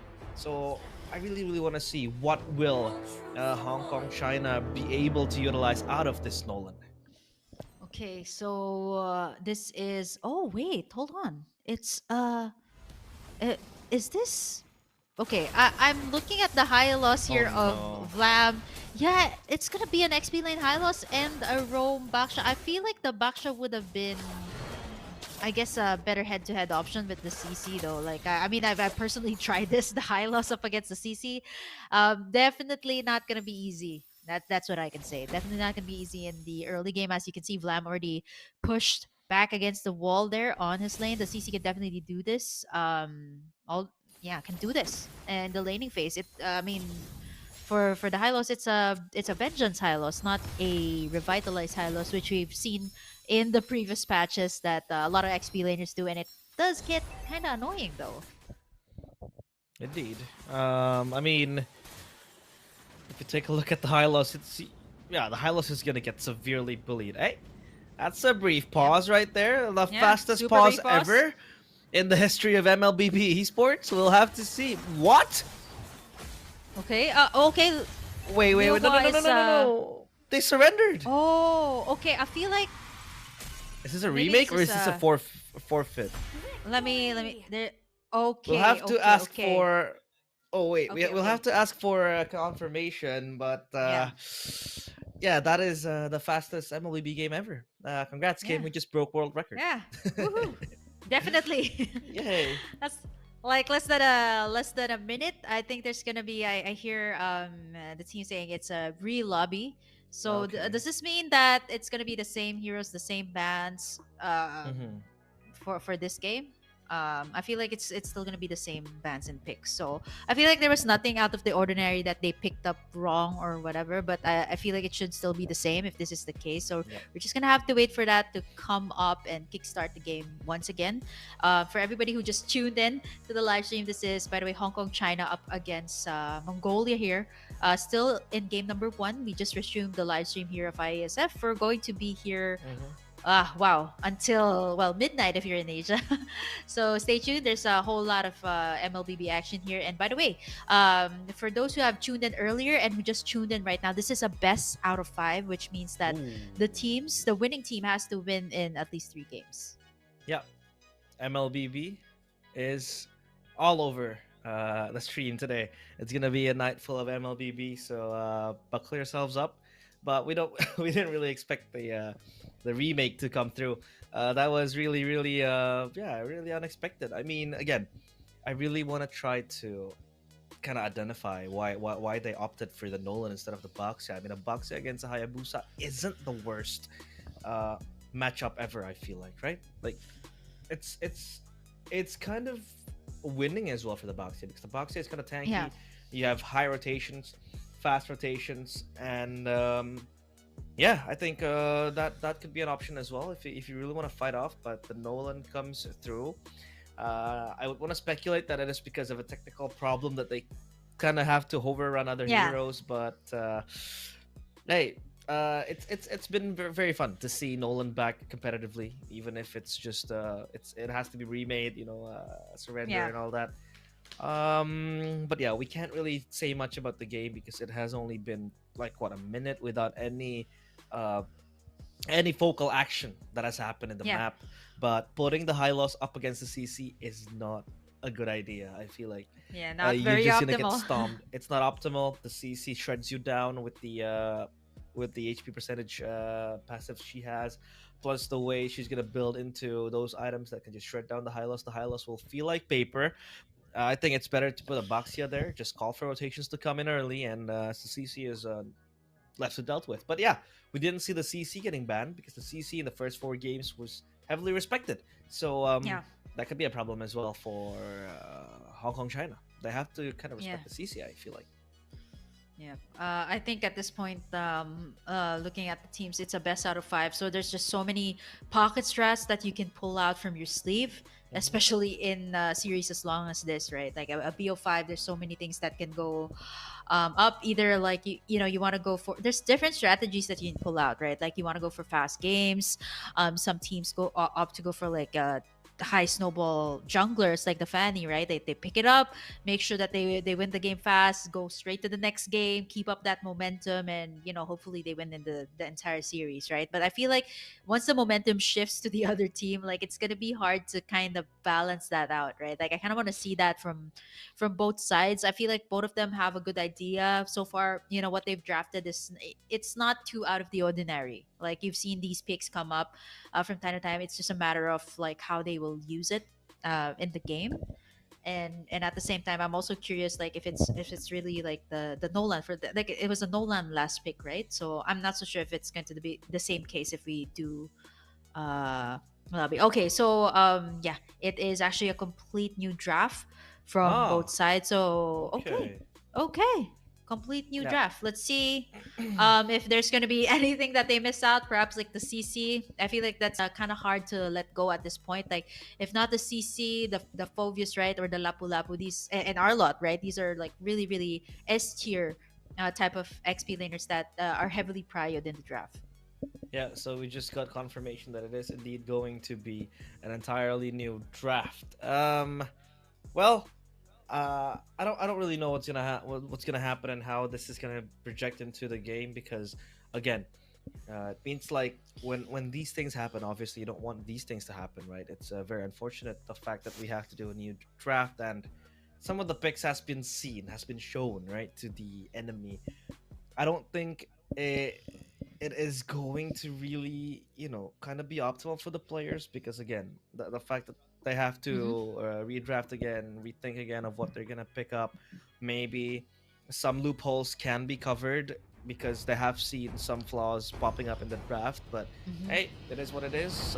We do hope that nothing will affect the players. But here we go in the draft again. Hong Kong, China ban out Kalea and Arlet. Meanwhile, for Mongolia, they take up the YSS and the Yisun Shin. Sun Shin heavily respected. Will they ban the Lancelot again here? Because they banned the Lancelot previously and they will ban the Lancelot. I feel like this is going to be fair play for both teams. Sticking up with the same bans. Yeah, I think for Mongolia, there's a heavy respect here on the jungle side. So we've seen the Nolan. I'm not so sure if that's something that Hong Kong China will pick up in for the jungle once again. So it could be could be a Baksha jungle. I was thinking something along the lines, you know, uh, there for the composition, right? It looks like it's built for sustain, but for Mongolia, I feel like they're gonna go ahead and ban away all of the junglers. I think the last time was uh the previous time it was a Fredrin, so I feel like if they ban that out, or maybe they want to ban out the Baksha, so it really depends. But I think meta, like, oh, the Fredrin is open to pick up. If not, Hong Kong, China can actually pick up the Hayabusa, but I feel like that's really early to pick that up. Yeah. So they traded the Baksha for the Fredrin instead, which I feel like it still kind of fits in the meta. Like, I think for a long time the Fredrin rather was kind of out of the meta. Like when they nerfed it, and then the assassins were back, and then now they kind of sort of buffed up like Baksha and Fredrin, so they're kind of back into the meta when it comes to like the utility jungle. So for Mongolia, they kind of hyped up like the Hayabusa, and if I'm not mistaken, they can go ahead and pick up the Farsa here right now if they're gonna go for that classic assassin lineup for their side. The Fredrin, though, I don't know. I don't really like the Fredrin being first picked. I mean, back then, if you would tell me otherwise, then yeah, I completely agree with it. But in this meta, I don't think you should really go for a first pick Fredrin unless the options are very down, right? So maybe it does make sense, but the CC still Okay. goes unchecked. The Kacha as well, a very good pickup. The Moskov and Jusin, again the Jusin, will be a very, very good control mage coming up against maybe a potential Farsa pick here, right? Coming in from Mongolia. Yeah. But yeah, whatever happened to Chitian, right? Chitian was very, Yeah. very highly requested, highly demanded. It was selling like hotcakes in the first day of MSC. A lot Yeah. of teams were picking it up in wild cards, even in group stages. But I feel Yeah. like the reason why it's not being picked as often is because of the declining win rate that Chitian has. But hey, back to the topic of the draft, they'll go for the Grangers. So as to not get counter banned in the second Yeah. phase, they pick up the Granger quickly because they didn't have the option of having the Granger in the first before Yeah. this draft. Yeah, I think it was a higher rate than the Granger ban coming out from Hong Kong, China in the first draft. So now they pick up the Granger, opting to prio the gold lane. So now for Hong Kong, China, I think for the last two bans can center around the jungle, like since they already. More or less, is Fredrin is gonna go to the jungle, Mhm. right? So either or, they're gonna probably ban away maybe Hayabusa here. But I think at this point, right, like even if you pick up the Hayabusa, you got a Fredrin as your jungle. Not unless you're flexing Yeah. that, it might go to the XP lane, right? So Mongolia again taking away roamers here. The Matilda that really goes very well with the Fredrin, Matilda. I think Raphael. All of those support roams that really go so well with the utility. I feel like that might be the route here for Hong Kong, China. But for their side, last two bans, I feel like it could center around the mid lane and even the jungle here. So There you they've already go. seen the Farsa earlier. It's gonna be taken out. I wouldn't be surprised if they take out like Zetian or maybe even the Eve right now that has almost the same range as what the Zushin has. So with this thinking, then Mongolia deems it much more prio Oh, for them Eve. to get a gold laner compared to a mage. Because look at this now, the Iesf is taken out, the Farsa banned. What do you go up against the Chusin, right? There has been talks and discussions of Aurora being picked up against the Chusin. Again, you have so much control in terms of the range with the Frigid Glacier and the hail and the Frosty Hailstorm and all that stuff. But I feel like against the Chusin, the Aurora still again gets burst down easily. Sure, she has a second chance in life, but um, yeah, we'll have to see the last pick from Mongolia as now they pander on towards the Hayabusa. Now then, for Please Hong go Kong, for a China. support pick. They Please. might go a Rafaela, Yeah. Estes, or an Angela. The Angela still is Yeah. very, very optimal Yeah. here. What do you think? Fovius and Oh, they go okay, full we tank wanna go instead.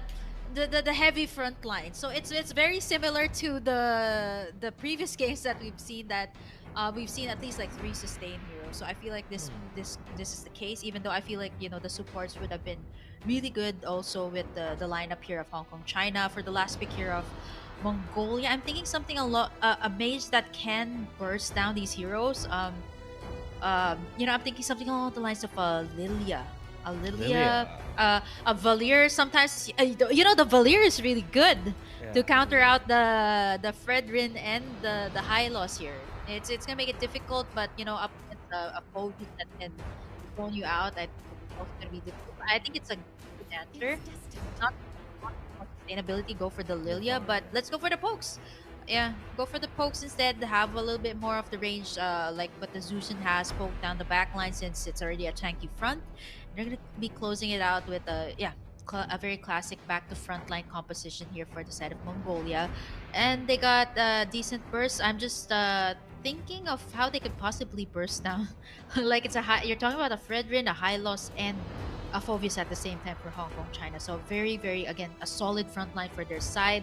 Just I feel like if the CC is not able to zone down the backlines here of Hong Kong, China, I think it's going to be hard for them team fights. But again, this is a team that has played in the wild card, has a ton of experience also. So it's it's going to be down to execution here for both sides. I don't know. I don't really like Hong Kong China's draft because number one, it is very defensive. I really want a composition that can really make the first move. But second, it feels like they're lacking damage, don't you think? Like it's only Jusin and Moskov, and then what?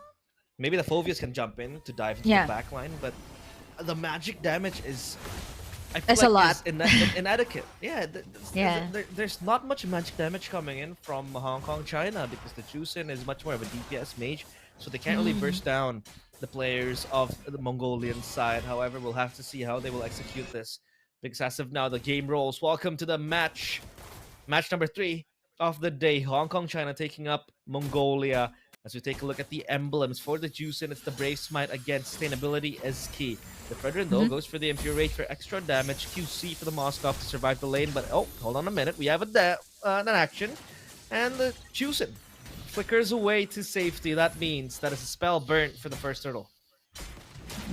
Yeah, spells. I think it's very vital to do that, especially in the early stages of the game. And for the Zushin, I feel like it's understandable that you can be aggressive at this stage. You got a high loss with you. You got a Fredrin to cover you up. So all you can do is just pop in that lantern, just pick everyone up, drag them down. It's a very good early stage. But I feel like the Novaria is picked here to also kind of poke up against the Zushin. And speaking of, that's Oki gonna get taken down there by the Gatat Gacha.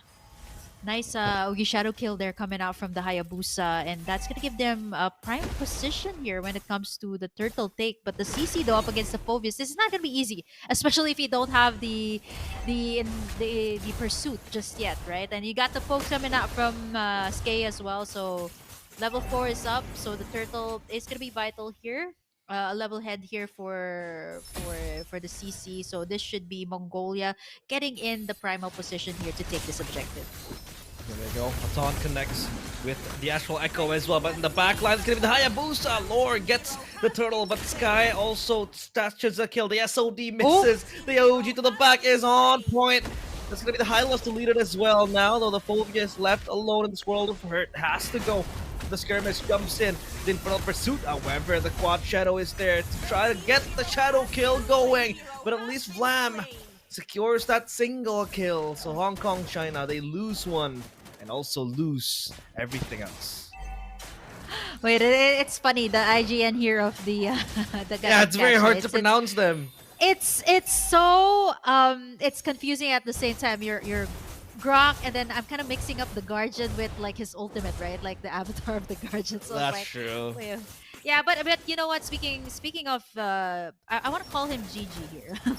GG here. GG. GGG, like a triple G here for the Gatot Kacha.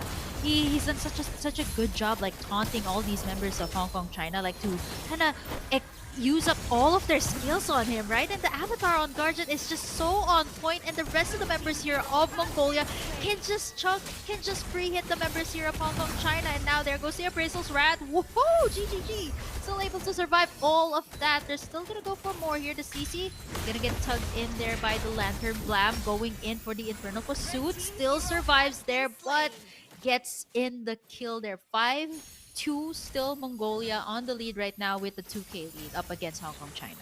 Oh, we talked about Hong Kong China being so tanky. They have three frontliners, but Mongolia, their sustain is also insane. I mean, GG. Like Gacha with the revitalize and the passive is very, very insane. It took years to take him down. And again, the lack of damage or thereof is again an issue for Hong Kong China. However, up top, it's going to be a brawl. The CC against the Phobius, and the CC goes so low. But at least for now, she can survive. Lore comes in quickly. Quad Shadow pop. Shadow kill. Tempted. But no, the Infernal Pursuit popped as well. He's gonna go in and go deep. However, Lore forces the flicker from Vlam. And now eyes set on the turtle. It's gonna be Hong Kong China finally with a win to their names. Everyday Kisses goes in with the taunt there. Pizzle Swap doesn't connect. The AOG right in place, right in queue. The Shadow Strike as well. Shadow Kill, excuse me, will go in. And now the fight ensues. Okimoji has to run back with the Crimson Beacon, leaving Everyday Kiss and Moon Love You. All lovey-dovey names, but now in the face of despair. Yeah. I mean, okay, looking back at the what you said earlier, that this lineup of Hong Kong China is it's really meant to sustain. It's also a little bit more on the defensive side, right? Like if you go for supports, it's more of like yeah, you want to go for the team fight, but this lineup is built to sustain. But then again, there's just so much ultimates that you can bait. Oh, look at that. Curtain call there by the CC over here in the bottom side. All of the ultimates being expended at GGG. He gets tugged right in with the lantern, but a solo kill also up top there by the CC onto Vlam. And yeah, that's gonna give them an advantage there to push in. At least I feel like they should be able to take in this tower up top, and at the same time, you got the Spear of Destruction up top. Can he actually take down the CC? It's not gonna be enough. They do save the tower. 43 seconds before the second turtle is up. This Hayabusa feels like a support. 006, 6 assists Oh yeah. for the Hayabusa. And we did see Yorog with the Sky Piercer. Already completed Avatar of the AOG. Guardian? Doesn't connect into the back line. That's going to be Lore taking down so low. But Okimoji still able to survive with the Crimson Beacon. However, up top, it's going to be the CC getting the turret now. They're going to jump in with the Infernal Pursuit on towards GG. Now it's Yorog so low. Lore jumps in to his demise, and the taunt is beautiful. That's gonna be Rog taken down, slowing down the progress of that Granger. But up top, the CC still running rampant, just dancing to the tunes of her yo-yo. The turtle spawned, and now this is without any obstruction.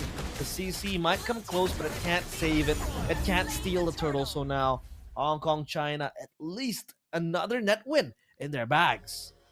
Yeah, I feel like at this point, like Hong Kong, China, that's like four sustainable heroes. I feel like at this point, I should count Okimoji here as a, um, I would say, also tanky, because you see a tenacity being built, the Brave Smite as well, on their side. So and the basic common emblem to actually help or aid with the mana region here of the Zushin. So good at the team fights, but then again, like what I said, Mongolia has to really burst down this tanky front line that Hong Kong China has. Either use up all of their ultimates, as you can see, like GGG has been taunting all of these members of Hong Kong China, but at the same time, they have to have the damage also coming out from Yurag, as well as Skay, who has been doing a good job. But I think at this point, two turrets down for the side of Mongolia. So I guess macro wise, map control, they do have it on their side. But when it comes to team fight and sustain,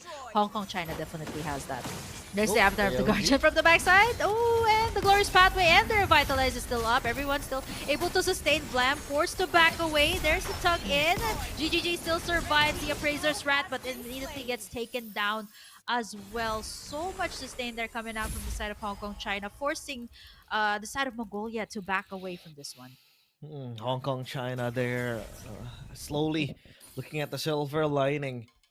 Up in the clouds, they see that there's a possibility of survival. Lore is very hungry for kills. He has to TP back to Quad Shadow, hunting for the Moskov. However, Okimochi will move forward. They might dance on towards the CC. So low, Glorious CC? Pathway popped as well. Astral Echo will not be enough to save him. It does tag a few players, but still, the Lord spawns. So will this be an opening for Mongolia? As the players of Hong Kong, China, they will advance to the purple buff. Mongolia, eyes set, focused on the Lord and only the Lord. Meanwhile, Lore hits level 12 and it's the orange buff too. So this might be the timing for Mongolia to move on. Maybe they will wait for the CC to respawn and they'll probably move forward. Wishing Lantern completed by Sky. So this might be the power spike.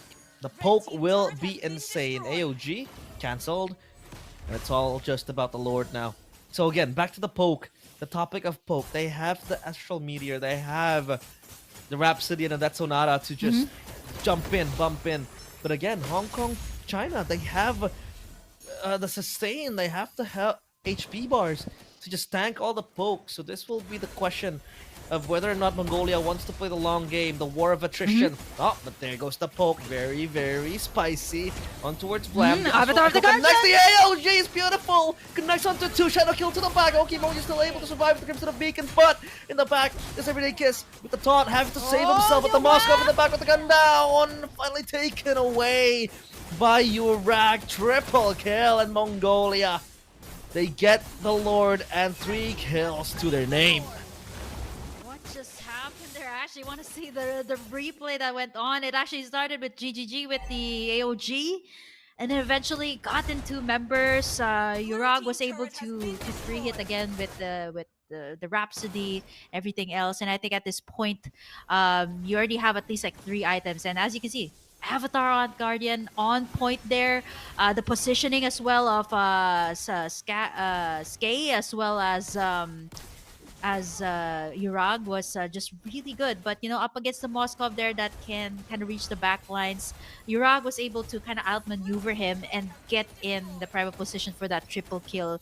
And at this point, it's the same case as what we've seen in the previous series. You know, the sustain definitely is hard, especially when it comes to the early game, right? Like, these heroes are hard to burst down, but once you have the damage, it is really difficult. But GGG again with the AOG. Okimoji is down. Lore is the next one on the chopping board. They're able to sustain Urag with the mega kill right now.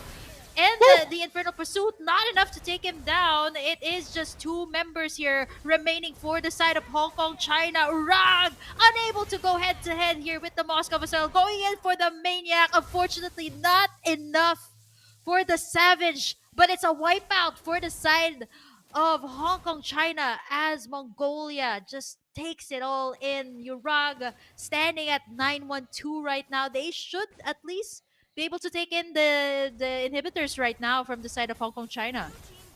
But they're spawning. They're respawning quick and they're respawning fast. They want to go and advance. Crimson Beacon popped as well. AOG defensively to the back. Lore with a shadow kill. Gets Okimoji and gets out like a ninja. He gets it. And that's going to be Okimoji down. And has to wait for the death timers. Lore also secures the BOD. Will they advance again forward? The CC playing with fire. Lore? The Astral Echo connects, and that's gonna be Lore again. Pops to Immortality, and Urag.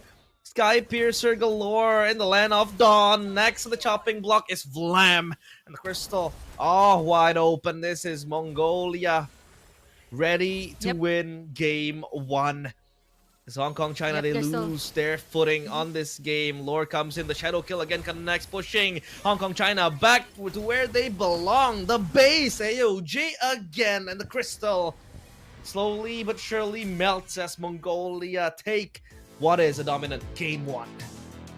Yeah, now here's the question for a lot of the teams. What we've been seeing the past few series is just a battle between damage and sustain. And you did mention it, realize in the early stages of this series that the lack of a damage coming out from Hong Kong, China, right? There is the sustain, but the damage it's gonna solely rely on Okimoji and the Moskov here, Liu Hua, which almost all the time either gets picked off here by the Hayabusa of lore, or maybe even takes in the AOG.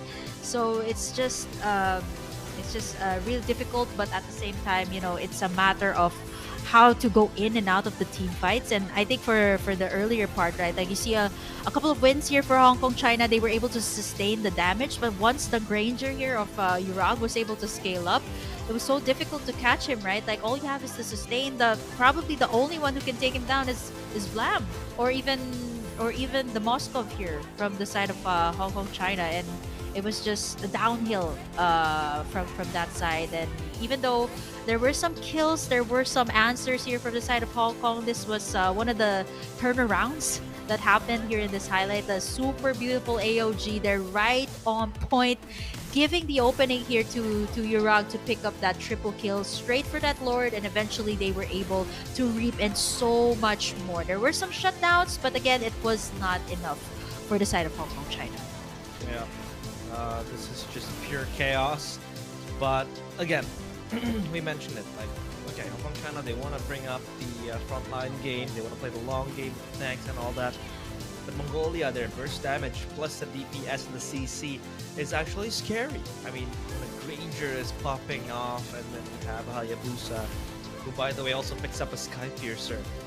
Then you're gonna be scared, especially when there's Novaria. So it's gonna be as easy as ABC. You have the Novaria is gonna poke far away with the Astral Meteor, and then you have the Granger with the Rhapsody, plus the Destinata that can just poke you from afar as well. And then you have a Hayabusa looming in the shadows, jumping in the back, diving in the back, which is actually very scary. But a correction for me, Hayabusa did not pick up Sky Piercer, so it was only pure damage from the BOD, the Malefic Roar, the War Axe, and the Hunter Strike. But here we go for Hong Kong, China, having to kneel in front of Mongolia with this loss, 12:37, 12 minutes 37 seconds. This is quite a fast game, relevant to what has happened in the previous games, right? Previously, in the previous matches, it was 3 minutes, 20 minutes. Now.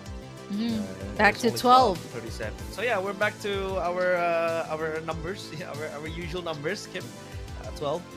But the Moskov, he had to purchase the Winner Nature to kind of alleviate the damage. Yeah. CC from Urag, from Lore, and Vlam wasn't really much of a frontline. I mean, you wanted him to dive too, but when he dives, it leaves the backline susceptible.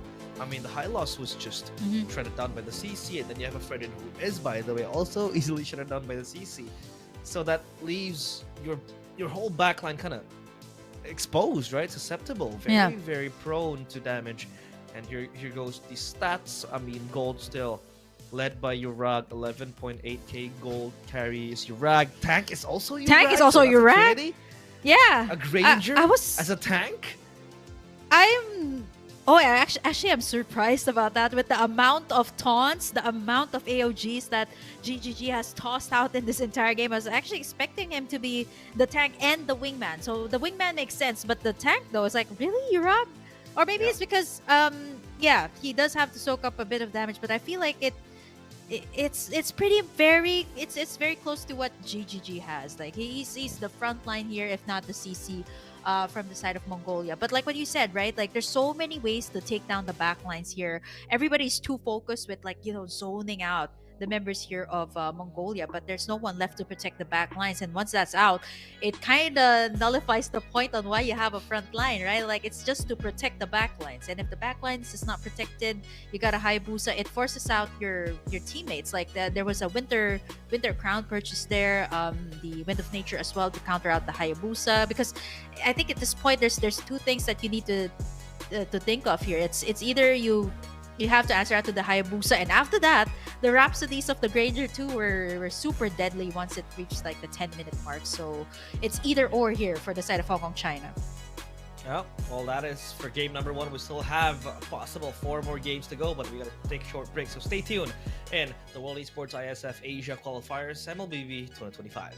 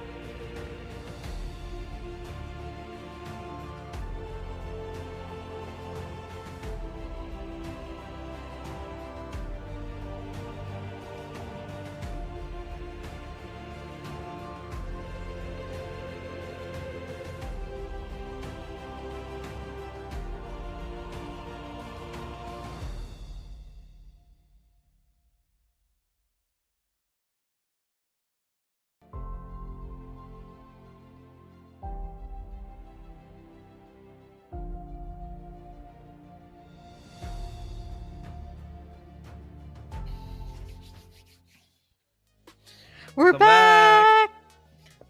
We're back. Yay. We're back.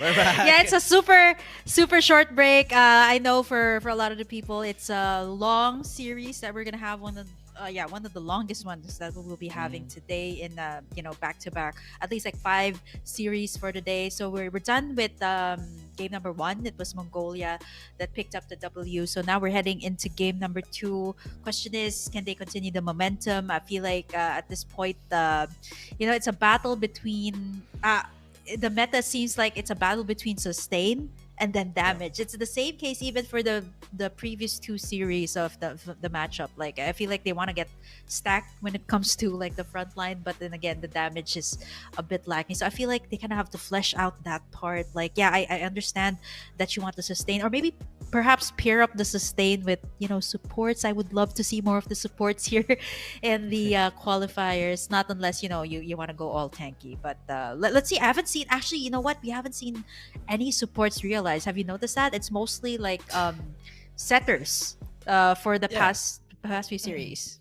We haven't really seen, proper supports, right? We haven't seen the Matildas. I mean, the closest one we can get to a support roam is probably the Rafaela, no? Because Rafaela did get reworked. And there has been great changes for the Rafaela as well. The fact that you can resurrect your teammate right away. So, yeah. But here we go for the second draft of the game, or rather the match. Third draft, rather, because we had a remake draft. But we'll forget about that. So now Mongolia still up against Hong Kong, China. Mongolia will take on the blue side. They'll pick it up for themselves. They ban out the YSS. Meanwhile, for Hong Kong, China, they will ban out the 1-1. Again, out of respect. 1-1. Wow, So, it's unable to see the light of day today, but the Lancelot Yeah. banned again. Yeah, I think it's still going to be the same case here for Mongolia, even though they have the prio pick this time, right? Not unless they want to leave something out.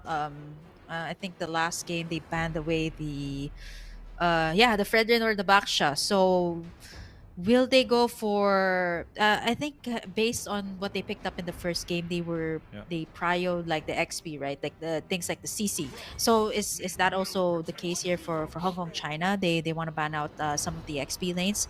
For Mongolia, I feel like they want to have the prio. They want to have a better jungler. Like it seems like the assassin lineup works very well for them. The front to back works very well for them. But for Hong Kong, China, it seems like they want to go for the sustain. I'm not so sure if they kind of want to repeat that kind of lineup here for the second matchup. Last bans here for Mongolia, they can pretty much ban out whatever they want, right? Like, or whatever they feel like Hong Kong, China can pick up, since they do have the prio pick here. Yep.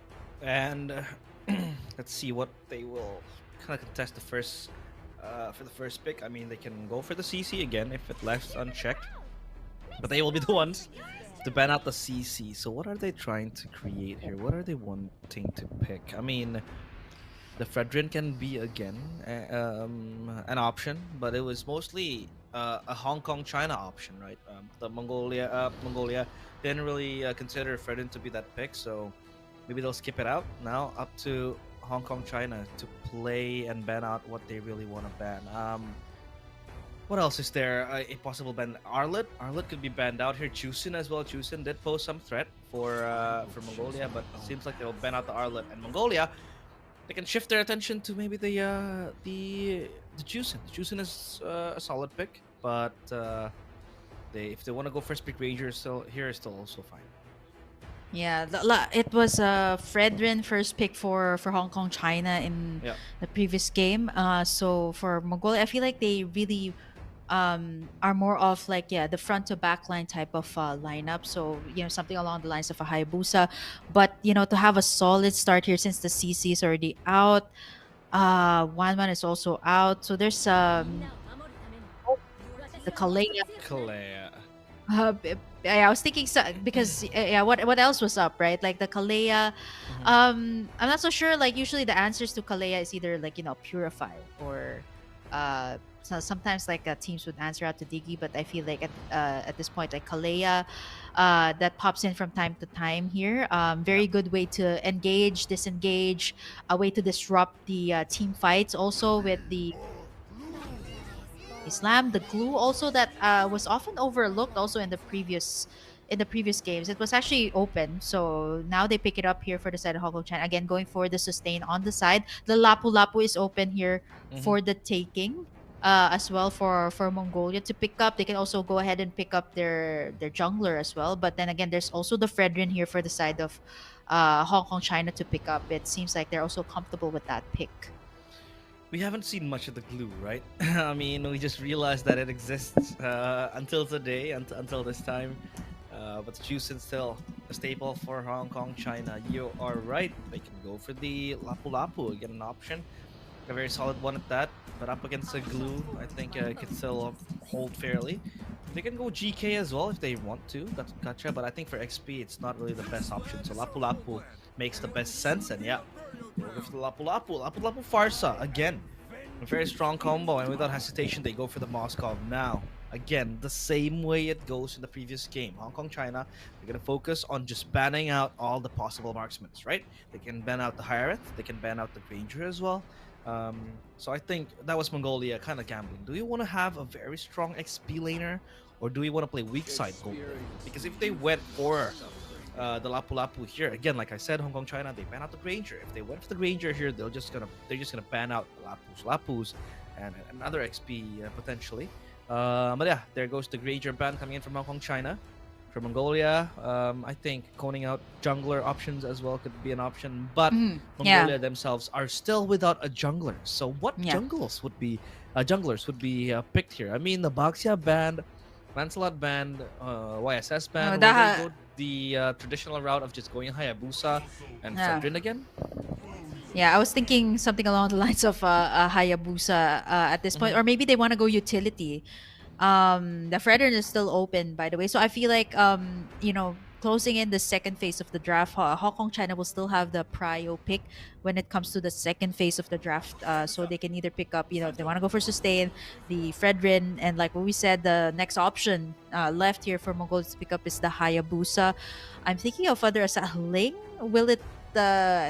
Are they setting up for maybe a Ling? But I feel like it's difficult. It's good for ganking though, but like what you Yeah. said, like the Ling, it's kind of hard to kind of insert it in the meta right now. It can work, but the Mongolia's lineup is kind of gearing up for that. A Farsa being there. You got the Kalei as well, solid front line with the XP. So could also be that if they still want to go for the Mhm. assassin, but there's still again the utility junglers that are available.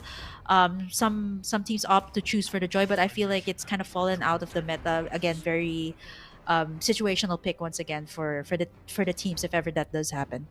Oh, Hylos ban, Gatot ban. It means it opens yet a new horizon for potential picks in the jungle. But hey, Harith is left unchecked, so maybe they could go for a Harith here for Mongolia. For Hong Kong, China, I think if they want to go for the Fredrin here, just go for it because it might get stolen by Mongolia unless they have something else in mind. I mean, what else is there, right? It's basically done and dusted. Options are very, very thinning for both sides. So yeah, Hong Kong, China. It makes sense if they want to go for a Fredrin here to have pressure. But hey, Oh, Joy is a pick we completely left out today, even so far in the tournament. But yeah, oh for no. Mongolia, they'll go Fredrin, they'll go for Beatrix. So Kalea Beatrix combo, that is something that is also looming in the shadows.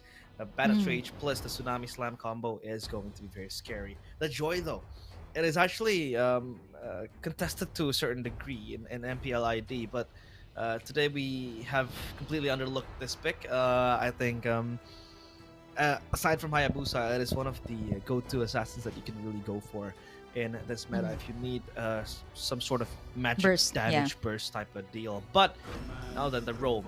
What will they go? They'll go for Grok. So team fighting is there, at least for Hong Kong, China. I think positioning is going to be important here for Mongolia, knowing that Hong Kong, China has so many ways to pick off the back lines, Skay and Urag. But, I wouldn't be so worried about that with what they showed in the first game, right? They were so good at positioning. There were times that they did get picked off, but again, it's inevitable. But I like what Mongolia did. They kind of said, okay, yeah, sure, you can have the Joy, but we have the Fredrin here. Like honestly, it's so hard to play the Joy. How can you pop up the electrifying beats when you got the Fredrin taunting you? So I feel like the Joy here of Everyday has to find another angle, like not go head to head with the Fredrin. So he has to find another way to the backlines here of Mongolia, but it's not gonna be that easy, right? Like you got the Mhm. Lapu Lapu, you also got the Kalea that can kind of drag you right in, go, and the rest of the team can go for the burst. So in terms of the lineup here, I feel like it's gonna favor Mongolia a bit when it comes to countering out heroes positioning wise, as well. It sort of favors them and the AOE also. But when it comes to the sustain and the burst for the side of Hong Kong China, they do have it. It's a matter of how they're gonna work out this early game. Are they going to be able to farm up well? That's something that the Joy does need as compared to the Fredren who can just build up the items and be tank. Here we go for the second game of match 3. Just take a look at Mongolia taking on yet again Hong Kong, China, and the emblems so far. Survivability is the name of the game for most of these heroes. Again, common for some. The lethal ignition as well, and pure rage. But hey, we have action. Yorag forced to flicker because of the barrier that was created. So that is a flickerless Beatrix, one of the most, even top 3 most prone objects in the world is a flickerless Beatrix. Yep. You got the Lapu Lapu here as well. A very early 3-man rotation here coming out from the side of Mongolia. There goes the Kalea here of GGG, but it's just more of an intimidation coming out from the side of Mongolia. The flicker has been burned here as well for Vlam. A very early flicker out there right before the turtle take. So that should give Mongolia a little bit more of the advantage when it comes to securing that objective. But for now, I think both sides are just looking to at least like scale up here.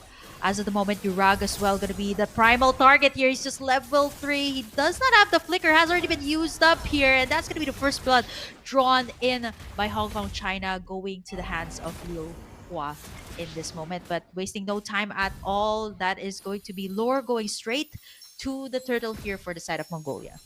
Yep. And now, Turtle's gonna be next on the chopping block.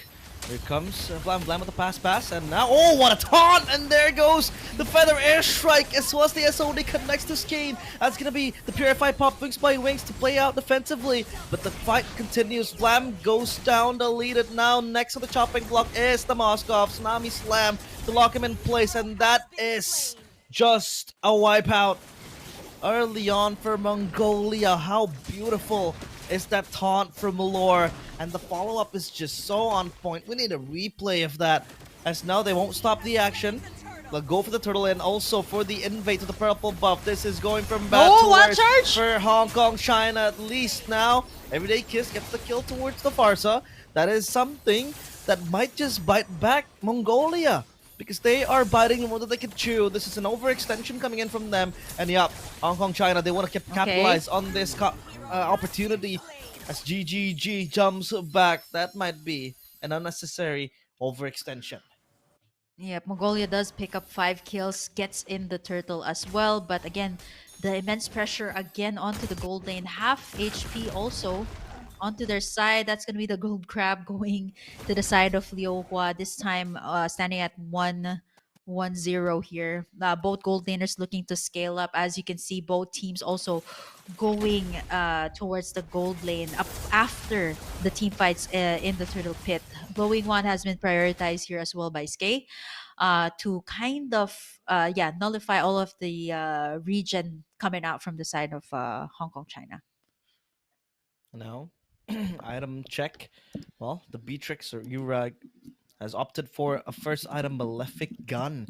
So he is heavily worried that there might be harass coming in from afar. So he needs that extra range.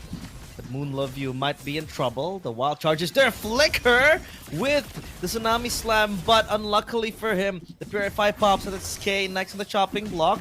The SOD connects. They will go even further. Nibiru's Passion Pop to zone out the players of Hong Kong, China. And as of now, it's still a stalemate, still an impasse. As Mongolia tracks back their players. The turtle spawns in 10 seconds. So they might have prio for this because 3 players are rotating down Mhm. bottom. The Kalea as well to follow suit. But the Mhm. Lapu Lapu hits level 7. That's going to be a problematic situation now for Hong Kong, China. They will send Mhm. most of their players down bottom though, so this might be a turtle brawl we're seeing soon. Mhm. Yeah, Lore going in for the taunt here onto Vlam. He's got the slam, and pops in that ultimate. It might actually be Lore. It's really difficult to go up against this. There's the wild charge again No! by Moon Love You. Skay gonna get taken down there, bursted down by the Joy. The Appraiser Rats does Iraq. take down the Moskov here. There is still gonna be some sustain coming out from both sides. Lore unable to take down Okimoji Vlam with a slither of HP there. It is going to be a 2-for-1 trade-off here. Skay for the gold lane and Moon Love You go straight to the turtle here for the side of Mongolia, wasting no time at all to secure in the objectives here for the side of Mongolia. Yep, that turtle is gonna be scot-free and all in the hands of Mongolia. But again, combo after combos from both sides. For Mongolia, it's the Taunt X, the Feather Airstrike. For Hong Kong, China, they have a lot of options in their tools, and now they want to go for Urag, and Urag is a dead man walking. Gone and deleted. Lore can't really save him, but the taunt is there. Try to exert damage. But yeah, that's gonna be Urag overextending and punished by Hong Kong, China. Waiting for the wild charge, connects onto 2, and GGG has to move back. The barrier disrupts him from moving even further, but at least Surge of Life will be able to heal him up. And now it's going to be GGG having to open up the map and scout for potential angles. Because Hong Kong, China, they're biting back, they're retaliating back. As oh, there Oh, goes Tsunami the Slam there RKO. onto Tsunami Vlam. Slam again towards Vlam, and Vlam pops the split, but he won't be able to save himself. That's gonna be the glue deleted, but up top they get a trade on towards the turret. 2-1-2 also for Everyday Kiss. It's not such a bad KDA considering that, there's a Fredrin, there's also a Kalea here that's looming when it comes to the team fights. And speaking of Kalea, GGG here. Purify still up here for Liuhua or the Moskov. They want to take in this turret up top. They also got the mid lane, so they can at least take in the macro gaming here for the side of Mongolia. Level 8 has been attained. Lore gets blocked in by the barrier as Moon Love You. He is able to sustain though. Able to back away from all of that. 8 kills here for the side of Mongolia, 5 for the side of Hong Kong, China. Just a 2k lead here for Mongolia. Feathered Airstrike has been committed though. Right before the last turtle is up, they're trying to take as much resources as they can as the retribution actually was used there by Lore to pick up that red buff up top. Yep. They'll just try to reposition again. This time, focus again shifts on the turtle. That's going to be GGG spotted up at the Lantern Flare. Again, a good scouting tool to check the bushes. But they will be relentless. The taunt connects onto Moon Love You. The slam still unfazed, and that's going to be a free turtle acquired by Mongolia. But up top, again, the Moskov being such a menace. The SOD does land, but it is not wise to take and hitch a ride towards mid. So as of now, they will try to distribute away and just spread out to reset the lanes again and again. As the minions are pushing in Oh, favor there's of the both Tsunami teams, Slam. but there goes the Tsunami Slam out of nowhere. Vlam is slammed. Yeah. So that's going to be a Tsunami Yeah. Vlam. Tsunami Vlam on Vlam. Yeah, I was like, wow, that totally rhymed without, yeah. And there's the ultimate coming out from the Beatrix as well. The taunts from Lore. Again, Mongolia wasting no time. They're committing to all of these team fights that, Hong Kong, China knows that they can actually sustain. But there is Tsunami Slam again onto Everyday Kiss.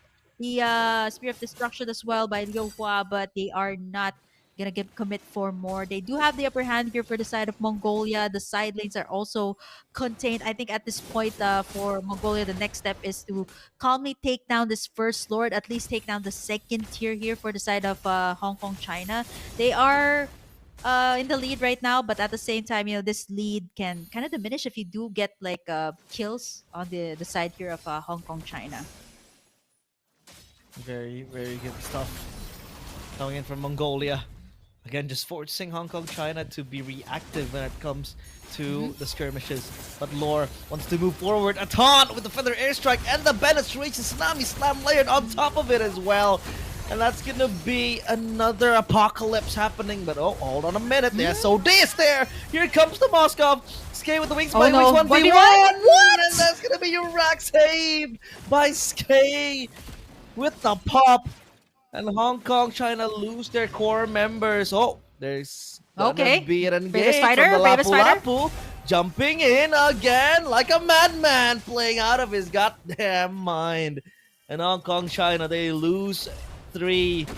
And this turret up top will be next as well, but they shift their focus on the Lord. Yeah, immediately. I really love the responses here coming out from Mongolia, and at the same time, they actually know what to do next after every single team fight. There are, again, W's coming out from Hong Kong, China here, but then again, you know, Mongolia does not forget about the macro gaming here. Is to just secure the objectives. I really love that 2v1 situation. Skay just saved Urag right there with a 1v1 duel up against the Moscow. And look at that, speaking of Urag, one ultimate deleted just like that. Everyday Kiss was just trying to make the lanes move, but at this point, right, with the Lord onto the side here of Mongolia, they will be able to sustain here up top. Still a monster kill for the Lapu Lapu here. Up top, Lore able to sustain once again. GGG trying to look for an opening here, but then again, as we are looking at all of that, they go straight for the base here, and they can definitely do so and end the game, taking in the second G of this best out of 5 match. We didn't even see the base being ripped down to pieces. We were focused on that topside skirmish, but hey, Mongolia again cementing their dominance, 1 win away from winning the whole best of 5 series, because the best of 5 again is indeed very, very taxing. But let's take a look at the highlights here from Mongolia. Earlier on, they had to lose Urag on a very, very well orchestrated dive, and sometimes when the Beatrix has to play from behind, it's not really favorable. But look at this combo coming in, right? A taunt, a slam, the airstrike also on point, and it just turned the way of the war for Mongolia. They had their upper hand after this moment. They followed up even to get more kills, but this was a slight overextension coming in from Mongolia that kind of costed them the early advantage that they had. But other than that, they had a very, very good follow-up. Other than that as well, they were able to play behind the wild charge and just dodge it away. The joy, by the way, was non-existent. So yeah, Mongolia was everywhere around the map. Yeah, that's just, I feel like for Everyday Kiss, the best that he could do was like either at least like make the map move, and that was the 2v1 situation. If the Curse of Crow was not popped there by Skay, that would have been at least another pick off there for the Moskov. And yeah, team fights, again, expect this to happen, especially when you have like, you know, tanky front lines from both sides. This is what we actually did not see. It was Yura going straight for the base while everybody else tried to at least prolong the team fight up top. This is you know, fast games that we're seeing coming out from the side of Mongolia and HKG China.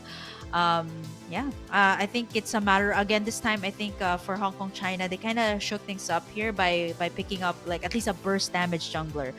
The Joy already had like the Holy Crystal here, but then again, you know, it was so hard to go up against these team fights. There's a lot of threats that the Joy can face. You got the Tsunami Slam, you got the taunts from the Fredrin, not to mention the Appraiser's Rat, and the Lapu Lapu, by the way, that was untouchable at this game. 0 deaths, 6 kills, and 4 assists. So, you know, apart from zoning, apart from dishing out the damage, he was also the one zoning away the members here of Hong Kong China, which I think he's definitely most deserving of the MVP for this matchup.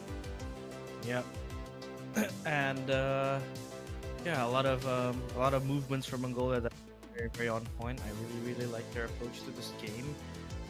Not giving room to breathe for Hong Kong China, but again, they are not without you know, flaws. They had a few overextensions that almost costed them a few advantages that they had.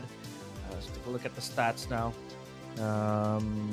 Yeah, a lot of stats here going on. Damage taken very, very high from Mongolia.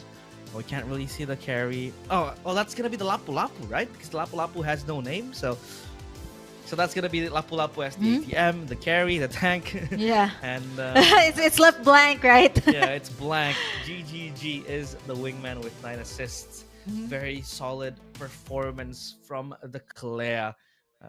Again, with the pickoffs on point, the Tsunami Slam plus the Bennett's Rage. So actually, in this composition, they had a lot of things and a lot of ways they can really operate behind the heavy ultimate. So the ultimates you're looking at are the Feather Airstrike and the Bennett's Rage. Two high, fast AoE and heavy burst ultimates, right? So we thought that it was mainly gonna be the Tsunami Slam, and Bennett's Rage, but they also had the Taunt coming in, right? From the Energy Eruption of Fredrin, and they used that to perfection as well. Because when it comes to the Energy Eruption, it is very hard to dodge, right? It's very instant. You can purify out of it, but when you don't have a Purify, then a Tsunami Slam might come at you, and then there goes the Bennett's Rage, there goes the Farsa Ultimate. So a lot of layers coming in from Mongolia. Perfectly executed composition and draft. They deserve this 2-0, but we do hope that Hong Kong China can bounce back in game number 3. Yep. It's a BO5 after all, so there's still one more game, one more match point for the side of Mongolia to just take this in with a clean sweep. But let's see if Hong Kong China can actually bounce back from that one. But for now, let's give the teams a breather before we head on into our match point. But don't you guys go away. The IASF Asia qualifiers will be right back with more MLBB action.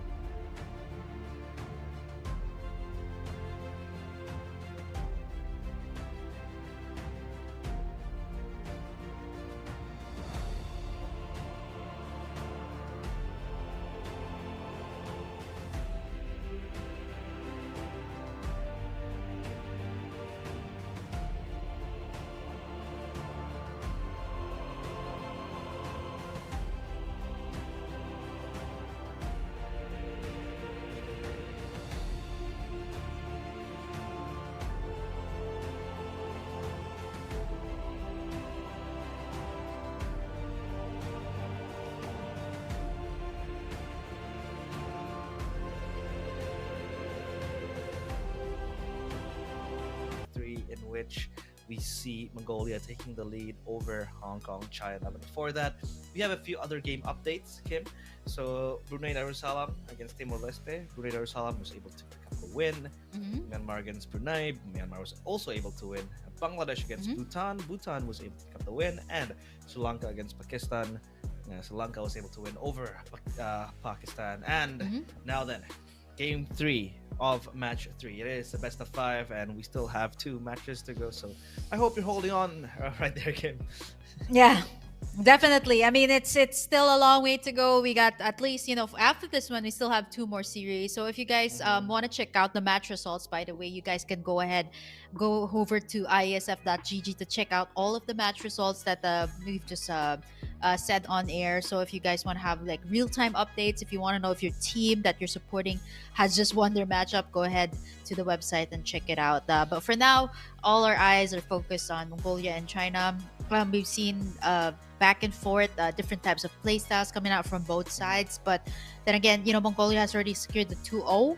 One more win for Mongolia, it is going to be a series sweep for them. But I feel like for Hong Kong, China, is it the draft or is it the execution? Because I feel like the draft, I feel like it's something that they're comfortable with. They want to go for sustain, okay, but I feel like they should pair it up with maybe a little bit more sustain if you want to go for the full sustain. You know what I mean? Like pair it up with a Florine, pair it up with Rafaela, or maybe even an Estes, which I know is for some teams they're not so comfortable with that. For some roamers they would actually prefer a setter type of roamer. But here we have it again. Mongolia having the first pick here. If I'm not mistaken, that was a final ban on I think it was a CC ban for Mongolia in the second game. So let's see for this round, right? Like there was also a heavy contestant on the jungle that was it's gonna be the same case here for Mongolia. They can kickstart it off with a Fredrin, or I think in the case for the last series it was a Kalea first pick for the side of Mongolia. I totally forgot My that tail's been itching for a real Your fight. team is picking. all for it. That's actually a very, very solid option. But now, the same 3 bans. Arlet is open. They can pick up an Arlet if they want.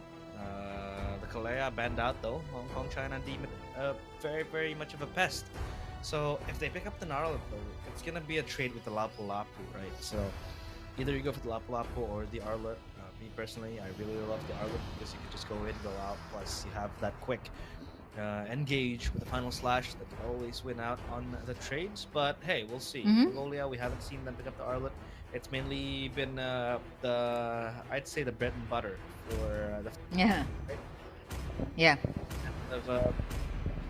of Mr. Flapteasy, Mr. Canon, but we'll see. Mongolia, what will they go for the first pick? They will opt for a Juicing. So snatching that away from Hong Kong, China, because this has been the staple pick for Hong Kong. Staple pick for them.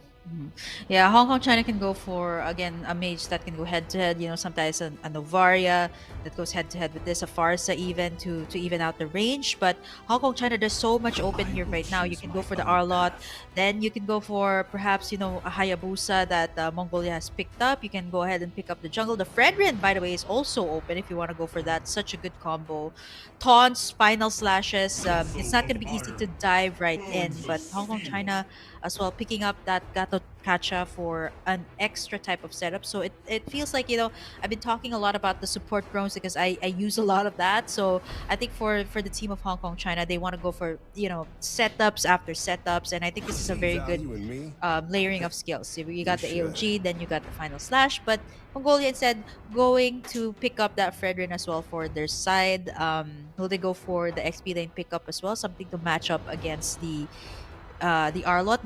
The Uranus is still open if they want to go for that sustain. The Lapu Lapu as well, that works so well for the Lapu Lapu in the last game, which was 604 by the way. My bullets be the nails. And we'll take a look at the pick. That is a Ranger with the Fredrin. Very, very strong pick in the jungle as well. And for the Fredrin, we saw what it was able to do in the hands of Mongolia, but this time without Farsa. So no burst damage compared to the previous draft they had. But Hong Kong China, they can snatch the Farsa for themselves here if they want. Again, a very, very strong pick. Team fight wise, Payback. it really is a laner that fares well against the Chusen, and yeah, they will pick up the Farsa that is going to enable them to have a stronger presence in the team fight. The AOG can jump into a few players, but yeah, Lapu Lapu ban warranted straight away. And now they can take out the Moskov here if they want. The Moskov, a Hereth ban does actually make sense for Mongolia because they can tone down the options for that marksman role for the gold laner down bottom later on. If they want to ban out that Moskov, the Hereth makes sense. Another ban that you can consider would be the Hylos. The Hylos is also actually a very, very good ban, especially when Moskov you also. pick up a juice in the Granger. Yeah, the Moskov is indeed That- the ban that I think Mongolia wants to go for. Yeah, the Moskov that was a back-to-back pick for Liuhua or the gold laner here of Hong Kong China. Maybe that's something, force him out on something else. Yeah, like what I said, the Moskov taken out here. I'm thinking something along the lines of Uranus can be used, and the Grok is still open, by the way, for Mongolia to pick up in this game since they do have the Fredrin. So I'm thinking they usually. I actually want to see Grok on a Grok in this game. He's used the Kalea and the Gatot in the previous game, but oh, there you go, the Uranus out. So which means seems like the XP lane matchup. There's the glue, there's the Phobius that's still up for the taking if you want to go for the sustain, and the Hayabusa finally, the final ban here for Mongolia, taking away more jungle options away from the side of Hong Kong China. I'm thinking if they're gonna go for utility here or still go for assassins. I feel like the Joy will be a difficult pickup, especially since there's still a Fredrin here on the side of Mongolia. Oh, Xborg. Wow. Okay, this is very surprising pick. this should be the jungle Uh, though. I yeah, feel this this should be is- the jungle. Yeah. Xborg jungle. It has to be Xborg jungle.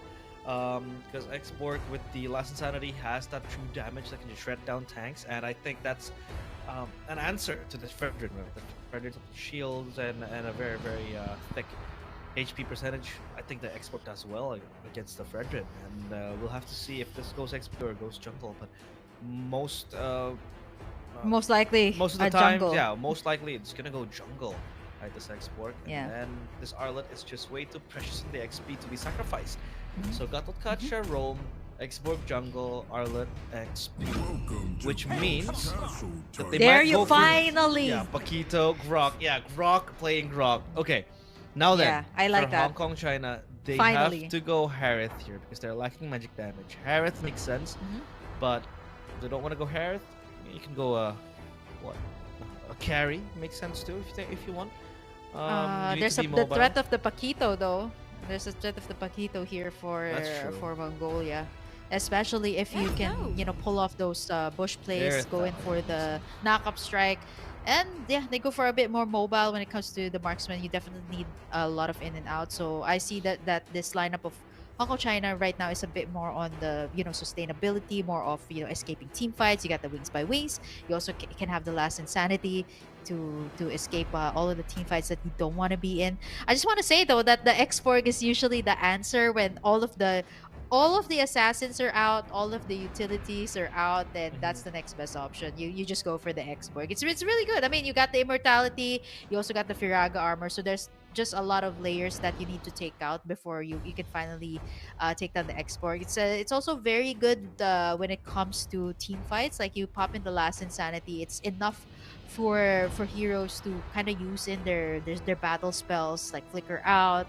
sprint out, even to escape that ultimate. So I want to see how this pans out. Actually, this is one of the heroes that has been buffed in the recent patch because of the Metro Zero skin. So I hope it plays out well here for the side of Hong Kong China. But then again, you got two tanky lineups here. You got the setup plays from the Grok. So it's a matter of who's going to be a bit more aggressive when it comes to the team fights. The final slash of the Arlot will also be a key here when it comes to these team fights. The Metro Zero skills. Now that you mention it, I haven't touched it, my gotcha button at all, so I might as well just log in later on and try to gotcha the skin. But yeah, so the skin, it has been buffed to a certain degree, but here goes the emblems.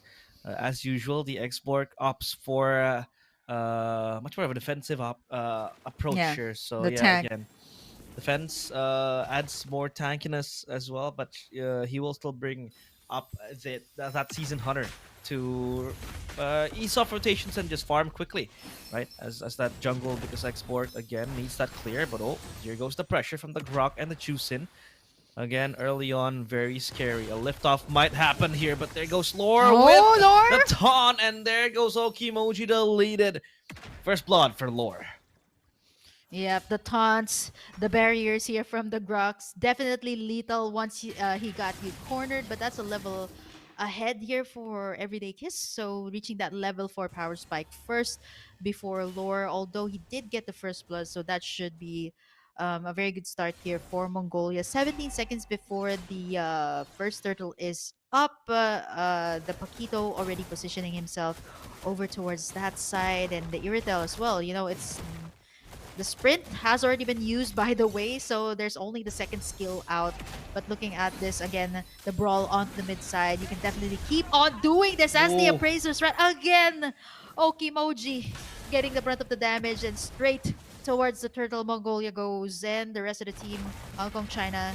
There's the Last Insanity still available there, but the knock-up strike, Last Insanity still up, and Everyday Kiss is gonna be picking up that turtle for the side of Hong Kong, China. The Firaga armor is down, so Lore gonna go in for the taunt. Grok here gonna be able to get punished by the side here of Hong Kong, China. 2 pickoffs right after the turtle take. Rug a little bit too late to the party, but for Hong Kong, China, that is the best that they can take right after that, fighting back up against Mongolia. Finally, finally, Hong Kong, China are looking very much alive after two grueling games that they have to go through. But the Airtel is under pressure. Up top, he's gonna get deleted and Yep. gone in the hands of Sky. That is a problematic situation now because the Airtel really needs to snowball. And the Granger will have even much more freedom to just farm up a storm. Let's take a look at the items. Still, with the warrior boots for the Earthal, needs that physical defense, but hey, this is Yep. not so good. KM KM. might just be deleted that's here. me. The Arlet will be very much no. pressured. There goes the Crimson Beacon onto the Lantern Flare. So KM, not Kimberly Mass, will die. Yeah, definitely not me. Not Yeah, you. that's a super tough XP lane. They're gonna have to get in all of the gold plating there. It's gonna be mirrored here up top as well for the side of Mongolia. Everyday Kiss, 4 members here of Hong Kong, China, trying to corner this space of the map, but they should be able to take down the bottom lane. So that's gonna be a turret towards the side here of Mongolia. Again, map control is super important for both sides, especially, you know, if you want to get in all of these neutral objectives. Turret takedowns is definitely the way to go. Here comes the Aerithal up top again.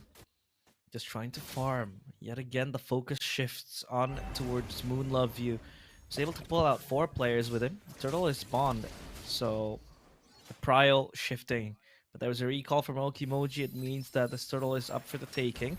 Dashing in towards Lore. Lore is not interested to take that skirmish. All he has in his mind is that turtle is this neutral objective. The Paquito still yet to make waves.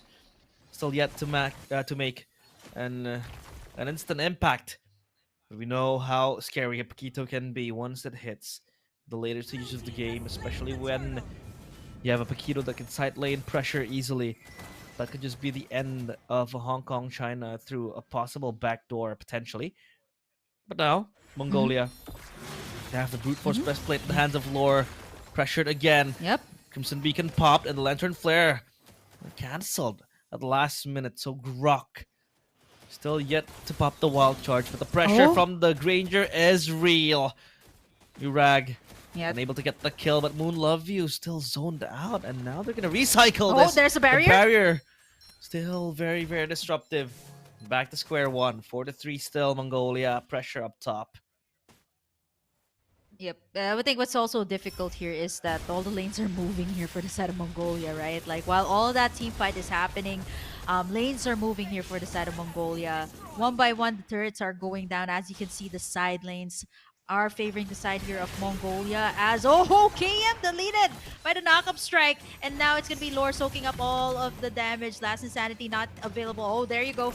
Oh, Sneaking up right on Kyusuke, still able to survive with a sliver of health, but not for long as Everyday Kiss denies him of that. Level 8 has been reached here as well. So that's actually a level ahead here for Everyday Kiss onto this export, right? Like one level ahead up against Lore.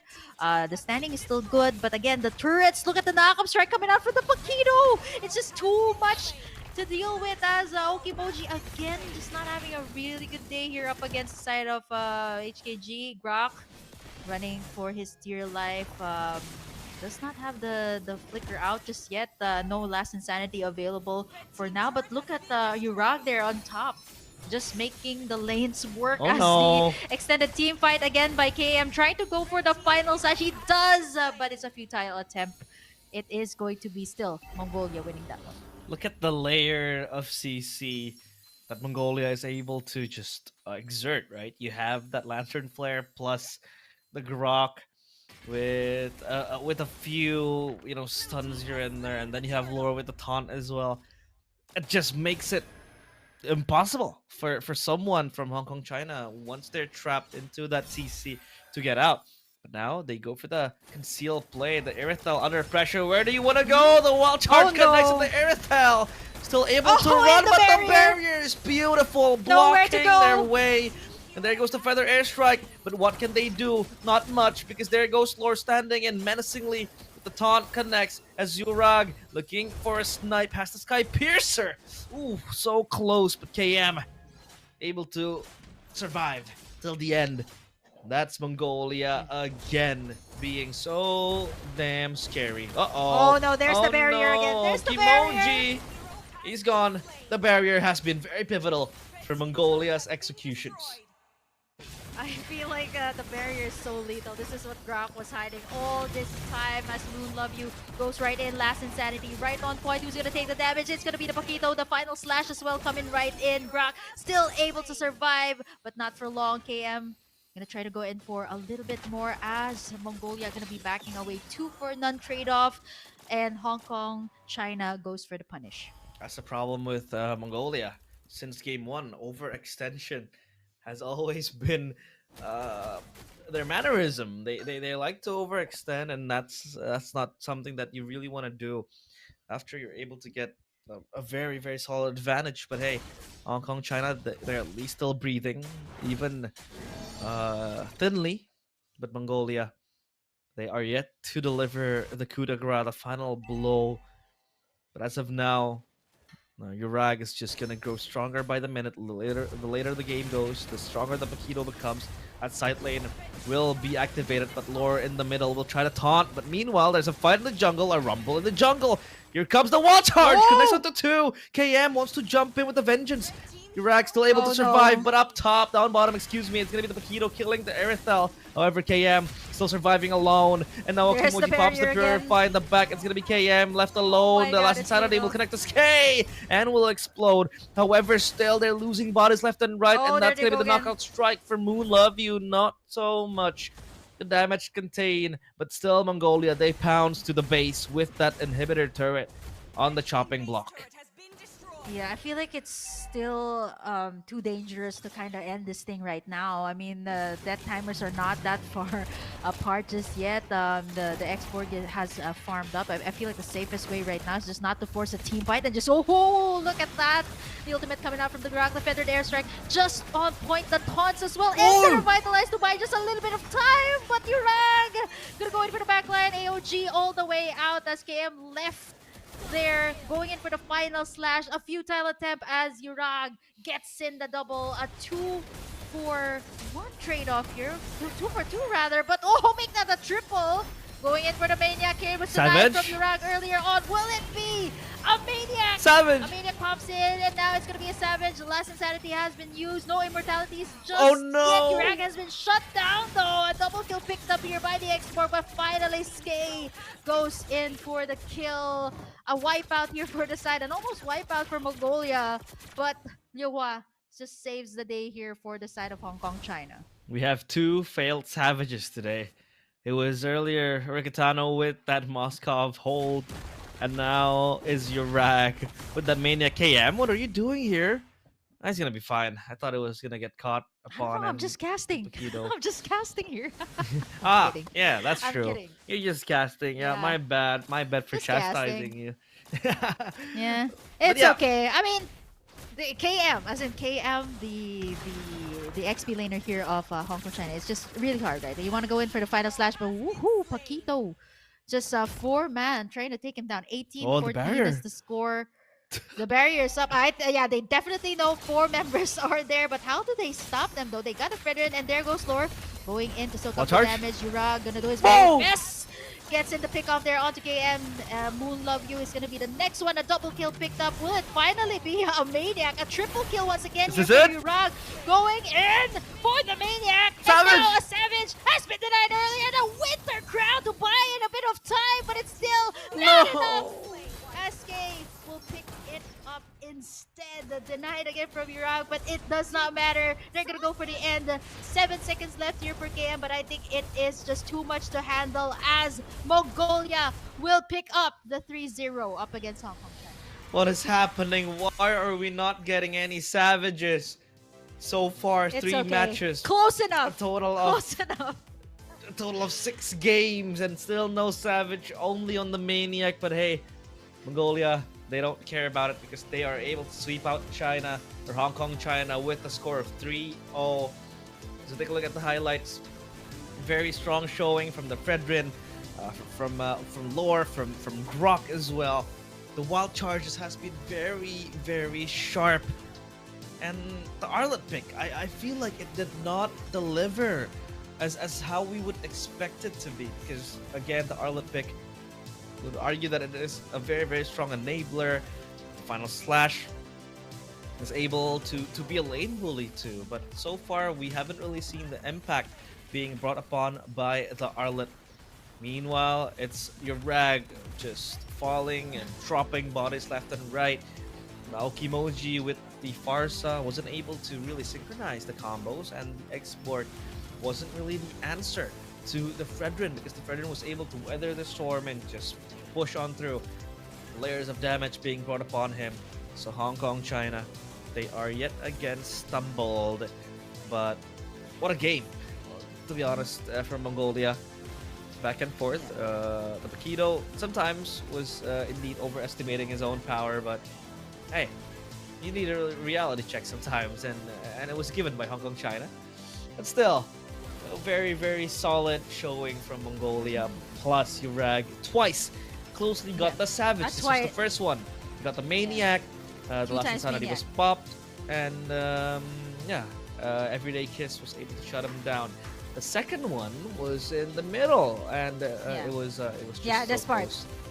Yeah, this one. Yeah, this was the one. Yeah, very, very good positioning from That Urag, wild like charge, what I though. said. Yeah, got props to Grok here. I feel like this is what he was hiding all throughout. Like that's why he hasn't picked up the Grok yet. The barriers were so lethal at this point. This was so beautiful. The Winter Crowd, I actually thought he would have gotten it. He dashed out there.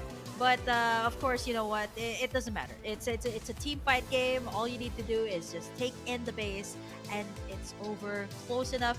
2 Maniacs that we've seen today, and this is just the first day of the IESF Asia qualifier. So take a look at this. It's I would say a standard game. 12 minutes into the game. Still Urag with the most pickoffs here. I have to give it to Grok here in this game. 14 assists. I would have to say he's the underrated MVP for this matchup. The barriers, the wild charges were just on point here for the side of Mongolia, which really made it hard for Hong Kong, China to kind of bite back after the wild charge was committed, right? Like even though they do have a solid front line, there's just no answer to the wild charge. And like what I said, positioning from Skay and Urag was going to be really crucial here for the side of Mongolia, and they did it so well. Like there was only one death here for Urag, four for the Zushin here of Skay, which is kind of understandable because most of the time you would need to kind of go near the opponent to be able to pop in your ultimate. But overall, I think it was a very good showing of what Hong Kong China could actually um, have accomplished. But then again, they fell short up against Mongolia. They can only be one victor in every matchup, and in this BO5, it's going to be Mongolia taking it with a clean sweep. And looking at this, I think it's again ATM, carry, tank. It's all Urag for this game. 2 times Maniac, a Winter Crown play there just to save the day. And again, ultimately, it was all about the W here for Mongolia, and they did so well. But for Hong Kong China, they did put up a fight here up against Mongolia. So GG to them, nice try. So hopefully, we'll see them come back stronger. Yeah, hopefully they will come back stronger. But yeah, Mongolia just spreading terror left and right. I mean, how do you even go as a tank, as a ranger, with most of the damage absorbed to you? But yeah, Mongolia looking like one of the stronger teams here in World Esports ISF Asia and Oceania Qualifiers 2025.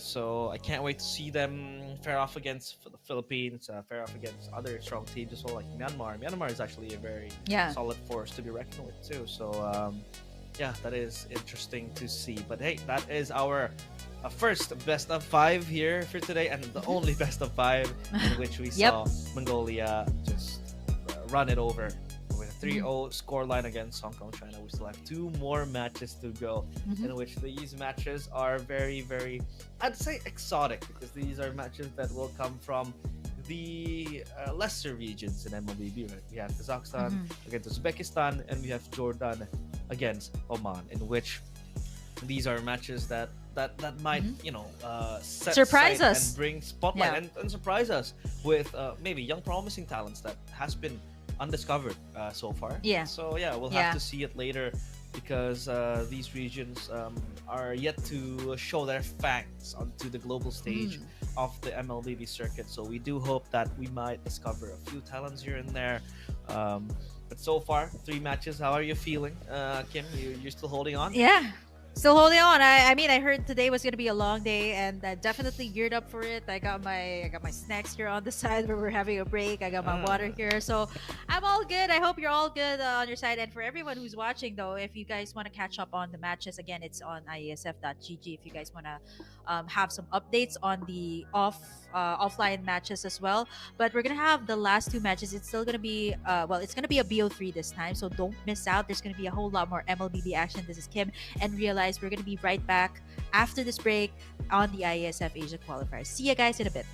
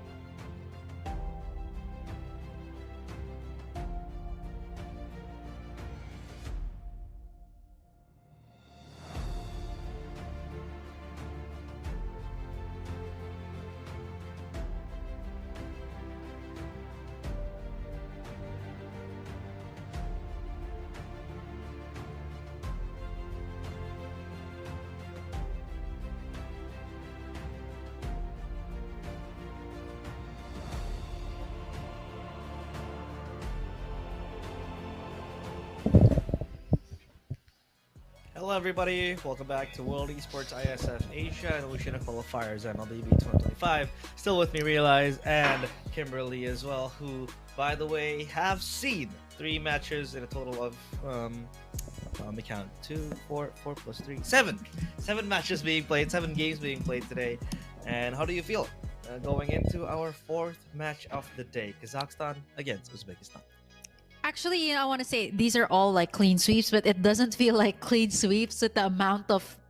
I feel like it was more of like the second series of the day where Philippines and Thailand actually gone up against each other. It was actually really long games. It doesn't feel like clean sweeps, but at the same time, we're already at the penultimate match of the day. That's Kazakhstan and Uzbekistan here for today. So I'm looking forward, and like what you said, I really love these newer teams that are coming into Mlbb because there's not a lot of FUDs. You haven't seen them play, so it's almost like a refreshing take every single time. I'm actually so curious to see who they will be filling out. I'm not so sure. I think for this IESF, it is going to be a best out of 3 for both of these teams, Kazakhstan and Uzbekistan. This is I believe Central Asia. Central Asian countries that will be going up against each other in this BO3. Central Asia clash. Kazakhstan, Uzbekistan, the derby of the stans, and for the players though, we don't really have any that much information for both players of both teams. I mean, again, like we said, who knows? You might discover promising talent right here, but this is a team roster for Kazakhstan. Kim. Yeah. Yeah. Kim. I don't know. Yeah. Kim. Let's just. I think it's more of like a chat. Can you please help us decipher this? Like, yeah, please do. Is that Riz? Riz 40 for the last player. I feel like we're gonna. I feel like at this point, like what I did with Miracle last time, like we also casted an IESF qualifiers, and what we just did when we couldn't read the IGS properly, we just called them by the hero name. I think that's really the best way to go. But here's the team roster. I hope for everyone who's supporting the Kazakhstan team, do let us know in the chat on how to properly pronounce these names. But this is your lineup for Kazakhstan. Let's see the Uzbekistan lineup in just a little bit. I'm not so sure if it's going to be the same, but yeah, again, 5v5 situation. This one, Kare, Wistik, and then is this YT Jahon 4IK? Let me check that out later on. That's YouTube. He should be on. Yeah, it's YouTube. Yeah, he's on YouTube. So maybe he has a lot of streams there. Let's check it out later on. But yeah, I mean that's usually where it starts, right? In the growing regions, you stream it, eventually you grind it, you become good, you reach the qualifiers for your country, and then get to possibly represent your country on the world stage. So there you have it, the roster here of Uzbekistan. Again, chat, do help us out here. So, Jahon 4IK just went live 5 hours ago. Oh wow! Hey, So I feel like he was watching the IESF Asia qualifiers earlier, and then he was streaming on the side, like getting a little bit of info, putting it out on the stream. Wow, that's fairly recent. It's 5 hours before our broadcast. So yeah, in between that, he was already practicing, gearing up for this matchup that we're going to be having today. So for everybody who just tuned in, it's a best out of 3. We just finished our only BO5, which was Mongolia versus Hong Kong, China, which ended in a sweep, by the way. And again, if you want to get updates on the matches, iesf.gg is the way to go, the way to check the recent updates on who won which match. There's going to be a whole lot more matches in the next few days, so stay tuned for that. But for now, Kazakhstan versus Uzbekistan for a BO3 in an El Clasico once again here for the ISF Asia qualifiers. Yeah, again, these are teams without any VODs. We can't really track their competitions and their prowesses, right? What heroes they like to use, what they like to utilize. Again, still have no information on this, so I think it's all about the surprise factor for both of them. I mean, we could talk about the Philippines maybe, like being a team that is heavily a team with VODs. You know how these players play, you know how they play as a unit. But for teams like Uzbekistan, for Kazakhstan, this is just them playing from the dark, and we don't know what they're gonna pick. Maybe they would refer to um, push on to the old meta. We would never know, and we'll just have to see what they would pick. But I do argue that they might be acquainted to the new meta right now. Yeah. We're talking about the Arlet pick. We're talking about the Lancelot picks. You know, which we haven't seen, by the way. The Lancelot was completely banned out and respected. But what about the Fanny though? When the Lancelot and the UISS was banned out, the Fanny was left unattended to, but nobody really picked it up. I think it is about the skill ceiling, um, in my opinion, because not anybody can play a Fanny in like a pro level type of ceiling. So that might be the big question as to why the Fanny was left out, or rather the big answer. But yeah, like the Kazakhstan and Uzbekistan, we don't really have much VODs for them. Mhm. We don't really have a portrayal of how they really want to play the game, so it's just gonna be down to the draft later on, right? But yeah, it'll be very, very interesting to see these players that usually come with high mechanics, right? Players like these, teams like this, that sometimes are not well equipped. They come flying in with high mechanics. So I hope to discover some talents here, right? Kazakhstan, Uzbekistan, again, players with that are known to come from a country that don't really have Mobile Legends as their main esports. This is their time to shine now, and that's why ISF is here, and this is their time to kind of showcase what skills they got, right? Yeah, I think for this matchup, you would actually be surprised that teams who are in growing regions of MLBB are more updated with the meta than we are, right? Like they really consume a lot of these VODs. They really watch a lot of these professional plays, whether it be MPL Philippines, MPL Indo, where the powerhouses are. They take a lot in from there. So you'd be surprised that they actually really take in the meta right now. So I wouldn't be surprised if there were meta picks coming out, but I also wouldn't be surprised if they pick up a hero or two that we haven't seen in ages, right? Like I've seen that happen in other teams. Like it's just their comfort, they want to bring it out, and I think there's nothing wrong with that, right? Like coming into the qualifiers, you got to bring out the best that you can, the best hero that you can play. I feel like comfort pick is really a big thing. I would rather like field out a comfort pick than something that's in the meta. Yeah, I think offered picks would be very, very good. I remember, for example, in the wildcards of M6 and MSC as well, the FYG, for example, Denfang Yoguai, the Chinese team, when Nolan was really, really not picked, and everybody opted for other picks, they kept on spamming Nolan because they felt like that was a comfort pick as well. So we'll have to see if they have any comfort picks. If I'm taking a look at that Jahon for IK. If I'm taking a look at his live streams, right, this is where we kind of do our case study. On his live streams, he kind of spams Kadita. So he's the mid lane. Mid laner. He is the mid laner. Yeah, he is the mid laner. But he also plays the Beatrix, so he's practically all role. We might never know in which role he'll end up. He's versatile. He's versatile. Versatile, I actually was how I got like super into MLBB. Like one of the reasons was also because of he used to play for, I'm not so sure if he's active right now, but like there was a time that his team got into the grand finals of MPL ID. His IG was Renbo. Oh my gosh, yeah. I was such a huge fan of Renbo because he was picking up the Sicilian, which was my main hero, and I was like, wow, where on earth would you see a Sicilian out of meta being picked up, right? And then that's where I kind of follow. I was like, oh, it actually works out for their team, and they were able to make it to the grand finals. So stories like that just really amaze me. I love like new picks coming out, especially since our regions are usually drowning in the current meta. They will always adapt to whatever the meta is. You will rarely see something out of the ordinary, not unless it's something that they prepared for in scrims. You'll never know.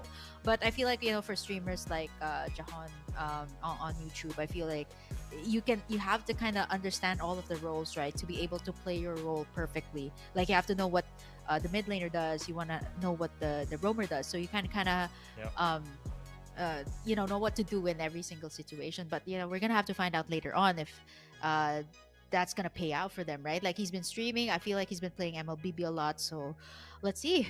This is the qualifiers that we're talking about. So this is another tempo. You're kind of putting it in another level here right now for your team. Yeah, but I think when it comes to comfort picks being brought out, it means that number one, the player is very very comfortable with the hero being picked. And number two, the ceiling is very very high, which unlocks number three, which is confidence, right? You would really be confident in said hero to the extent that you won't really fear what your opponent's gonna do, because whatever you do seems right. So that is also something that just might affect your opponents, and we'll just have to see. Will they resort to comfort picks? Will they choose to play with a different approach, right? The meta approach, I feel like, will still be the name of the game. Sometimes people really underestimate these small regions, these regions like this. We would argue that they don't really have the awareness of the meta, but it turns out, like you said, they are much more informed about the meta compared to us sometimes, because they consume a lot of Mlbb just to make it up top, just to be one of the best, right? So I do believe it'll end up being the YSS again, the Lancelot again. That's like the story of the day, right? The YSS, story of the day, like, exactly. YSS. if not picked up, it's banned. It's insane. Like I've never seen this. Whenever you're on the blue side, it's almost all the time it gets picked up first, if not banned. So I think that's the name of the game. I'm not so sure if there's something going on there. Maybe in between scrims, there's actually a lot of YSS that does well, like especially for the teams that have coaches, right? Like you have all of these information. But I think for YSS, it's just I think the power spike, really, the power spike, the burst damage when it comes to scaling, it's just really good. That's why a lot of these junglers, apart from burst assassins, they go for the YSS, which actually is dubbed as a marksman / assassin when it comes to his category. Indeed. Well. We'll just have to see. We'll wait for the lobby to roll out. We're still waiting for the draft to ensue, because we are very excited to see what the picks are going to be for both players. Again, not much of a portrayal on what will be brought upon by the players, but we'll just have to wait. So far, we have conquered.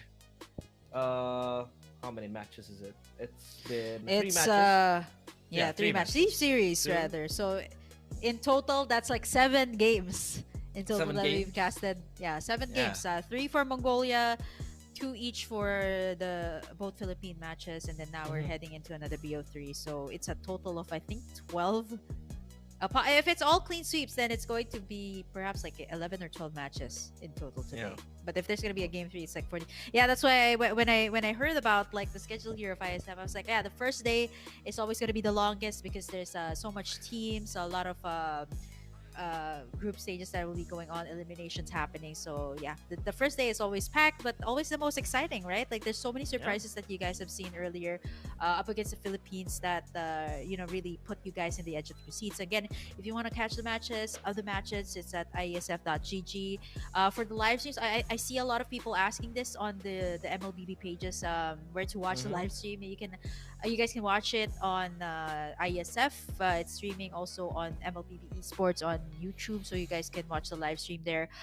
It's also going to be the same case for tomorrow. There's going to be 2 matches for tomorrow also, just getting a little ahead of you, giving you guys a little bit of excitement. So there's going to be 2 matches, 2 series tomorrow, so watch out for that as well, apart from today. But for me, I'm just looking to close out this day hopefully with something uncontemporary, something new. Please bring out anything apart from the meta, because for us, we've seen that for so long. Still the assassin bans coming through here for Kazakhstan, immediately banning out the Lancelot. I wouldn't be surprised if the Yisun would be banned away here by Uzbekistan, which is a highly contested hero, especially if you're on the blue side. Butterflies born by thy wish, guided by Bans, lanterns' light. So generic bans following the meta, in accordance to the meta as well. And the Lancelot respected to choose it as well, a very very heavy controlled mage that you don't really want to mess with. So it is respected by Uzbekistan. But now then, the second ban. The 1-1 has been unbanned, right? I am not the only one bound most matches, the 1-1 has been Mhm. first banned. And so far, there is no sign of the 1-1 being banned. If the 1-1 does escape trenches of the bans, oh, it's gonna be hell let loose. But we'll see. The Phovius, the bans it out. A CC respected too. Very strong XP laners. Will this be a 1-1 game for either team? Because it is still not yet closed down. I mean, the Lapu Lapu still there as well. The Arlet, the Clea. A lot of options to play with, to be honest, for both teams. But we just have to see their priorities. Which or where does it lie? Those priorities when it comes to the bans, they really want to roll out here. Mhm. Yeah, you see the Lancelot, the Phobius, and then you got the Zushin and the this is the CC ban from the side of Uzbekistan. So it's a really a mix and match of um, different lanes.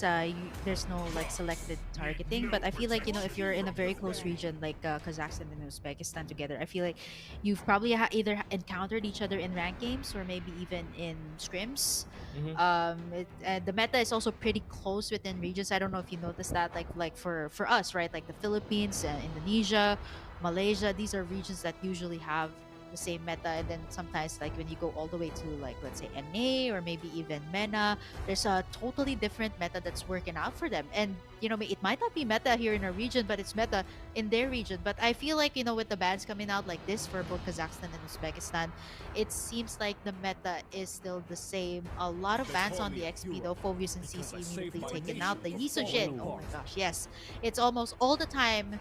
If not, blue side picks it up immediately. So which leaves us open with Kalea first pick. You got the 1-1. Yeah, by the way, which has been unleashed finally here in this first match of the day. Usually the answer to that before was like a focus, right? But now you still kind of need to answer out to this 1-1 here. If you're Uzbekistan, somebody that can go head to head with it, and yeah, somebody that can pick off. The Hayabusa immediately picked up, as well as the Farsa for the range. The 1-1 being first picked is not in my bingo book at the Big 2025, but hey, it has been the state of the meta right now. It means that the 1-1 is highly respected, but it has escaped the trenches for this game, for this match. So yeah, we have the option. He's gonna pick it up, and the Kimmy. Okay, so you Wow. have two Double hungry marksman. resource laners that will be deployed, and yeah, it's all about just funneling gold into two of them. Kacha is a very good pick to be the front line of both of these two hyper carries. Now the question is, how do you compensate on the hunger of the 1-1 and the Kimmy, right? You gotta really funnel the gold towards them and be sure to snowball as well. When it reaches late game, you are unstoppable, but can you survive the early game? That is the question. To be honest, this match I think is the match where we don't really have an understanding of who's gonna really win, right, Kim? I mean, if we talk about the Philippines against Myanmar match, we knew that the Philippines has the upper hand. Against Thailand, same thing. Mongolia against Hong Kong, China, same thing. We thought that Mongolia was gonna rule and dominate, but for this match, I feel like it has an open ending. It's still 50-50. We still don't have It's evergreen. a concrete answer on who's gonna really, dominate. Yeah, it's so evergreen because again, we haven't seen these two teams that much. Maybe if you guys have seen the streams, you've seen how some players have played. Maybe if they played together, or if there's some local tournaments in the region, you might have seen some of them. But then again, for the bigger regions, it's a little bit different. Like it's evergreen, it's new, it's fresh. Looking at Uzbekistan here, I like the Hayabusa answer, especially this can definitely, if it's farmed up, it can really give the 1-1 and the Kimi a hard time. Two resource laners, right? Like, I mean, it's for me, it's a double-edged sword. Like, yes, it can. If it does work out, then you can definitely take in the game, especially in the late game. Two marksmen, glass cannon type of composition, you can definitely win. But if it does not work out, if it ends out in a very fast snowball type of game here for Uzbekistan, it's gonna turn out differently. Oh, I haven't seen this Suyo for so long. I know some teams still use it, but I think in the current meta it's mostly the assassins or the sustain like Fredrin. So the Jawhead is taken out. These are very selected bans coming out from both sides, so I feel like they might have some infos either on the stream here of from Uzbekistan. They might have seen just some stellar heroes that they have used in the stream. So yeah, that could be some info. But final bans, I think this should be at least like jungler bans coming out from Uzbekistan to just corner the jungler here of Kazakhstan to pick up something. Choose my own path. Yeah, the Arlet ban is good, but I don't know about Yeah. the Suyo ban. Why would you ban the Suyo? I mean, the Suyo #1 is right now at the weakest state he has ever been because of the nerf towards his magic resistance. Now he only has that physical resistance. And #2, he's just gonna get outclassed by the Hayabusa, so I don't really understand why they get a ban out the Suyo, but maybe they have something else in their sleeves. High loss is respected, the Jawhead as well. The Uranus is going to be picked up. They needed a frontline, and the Uranus will be present at that stage. And now, for Kazakhstan, the Uranus has been picked away, so what do they opt for as their and inherent frontline, right? I mean, the Fredrin? Phoveus taken out as well. The Fredrin is a good shout for the jungle. That could be picked up as well.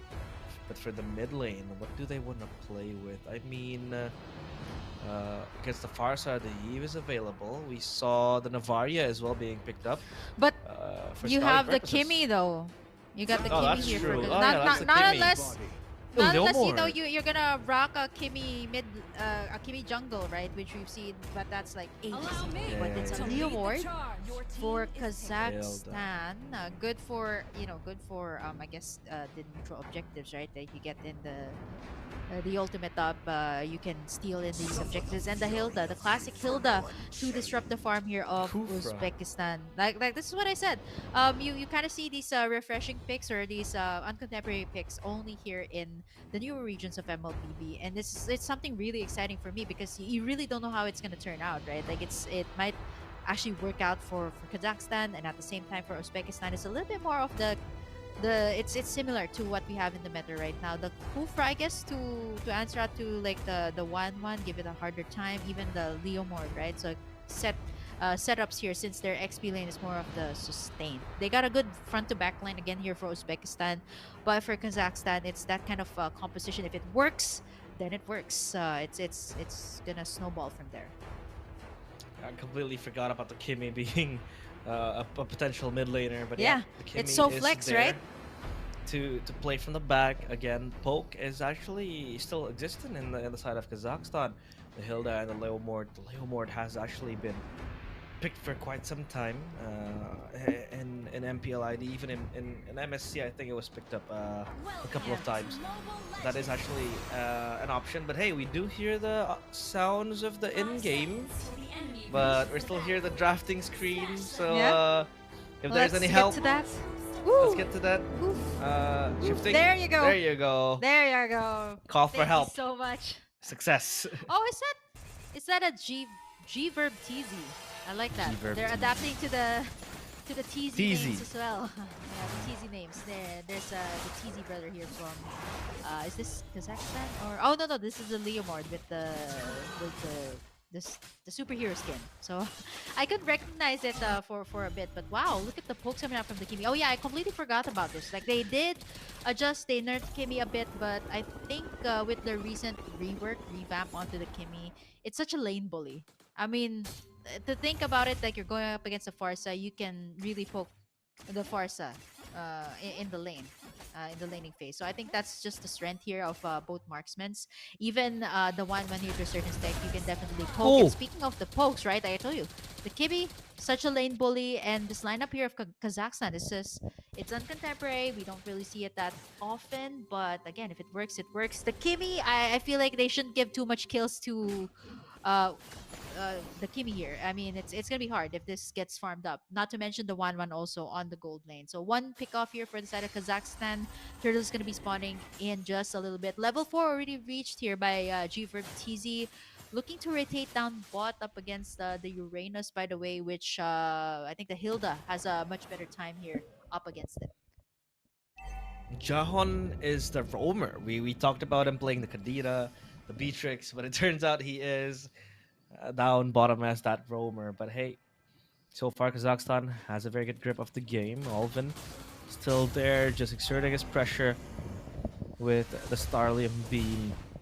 But now they want to gank on the top side. That's gonna be Riz4T taken down with the shadow kill off camera. Whoa, he still survives. That's the 1-1 for you. This time, it seems like the players of Kazakhstan might just turn around and look for something else, but no. Uzbekistan moving as a unit, moving together. The recalls are out. But it seems like Aron wants to Oh, flicker wow. forward. The traction pulse misses, Yeah. but it jumps. They took a ray. What is that damage? The AOG jumps forward to the squad shadow of Chunga Changa. That's a very funny name. But Riz4T might overstep. He's going to be fine. And wow, did you see the power of Vaultness from the Hilda?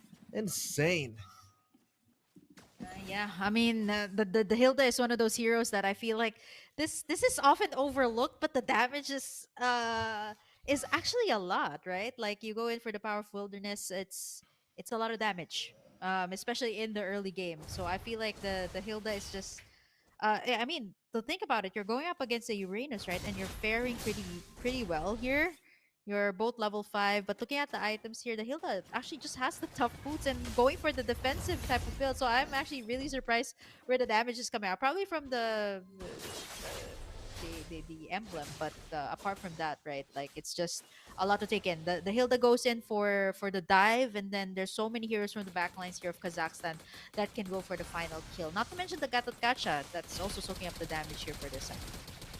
hmm And now then, Kazakhstan still holding on with this lead. Don't want to relinquish it.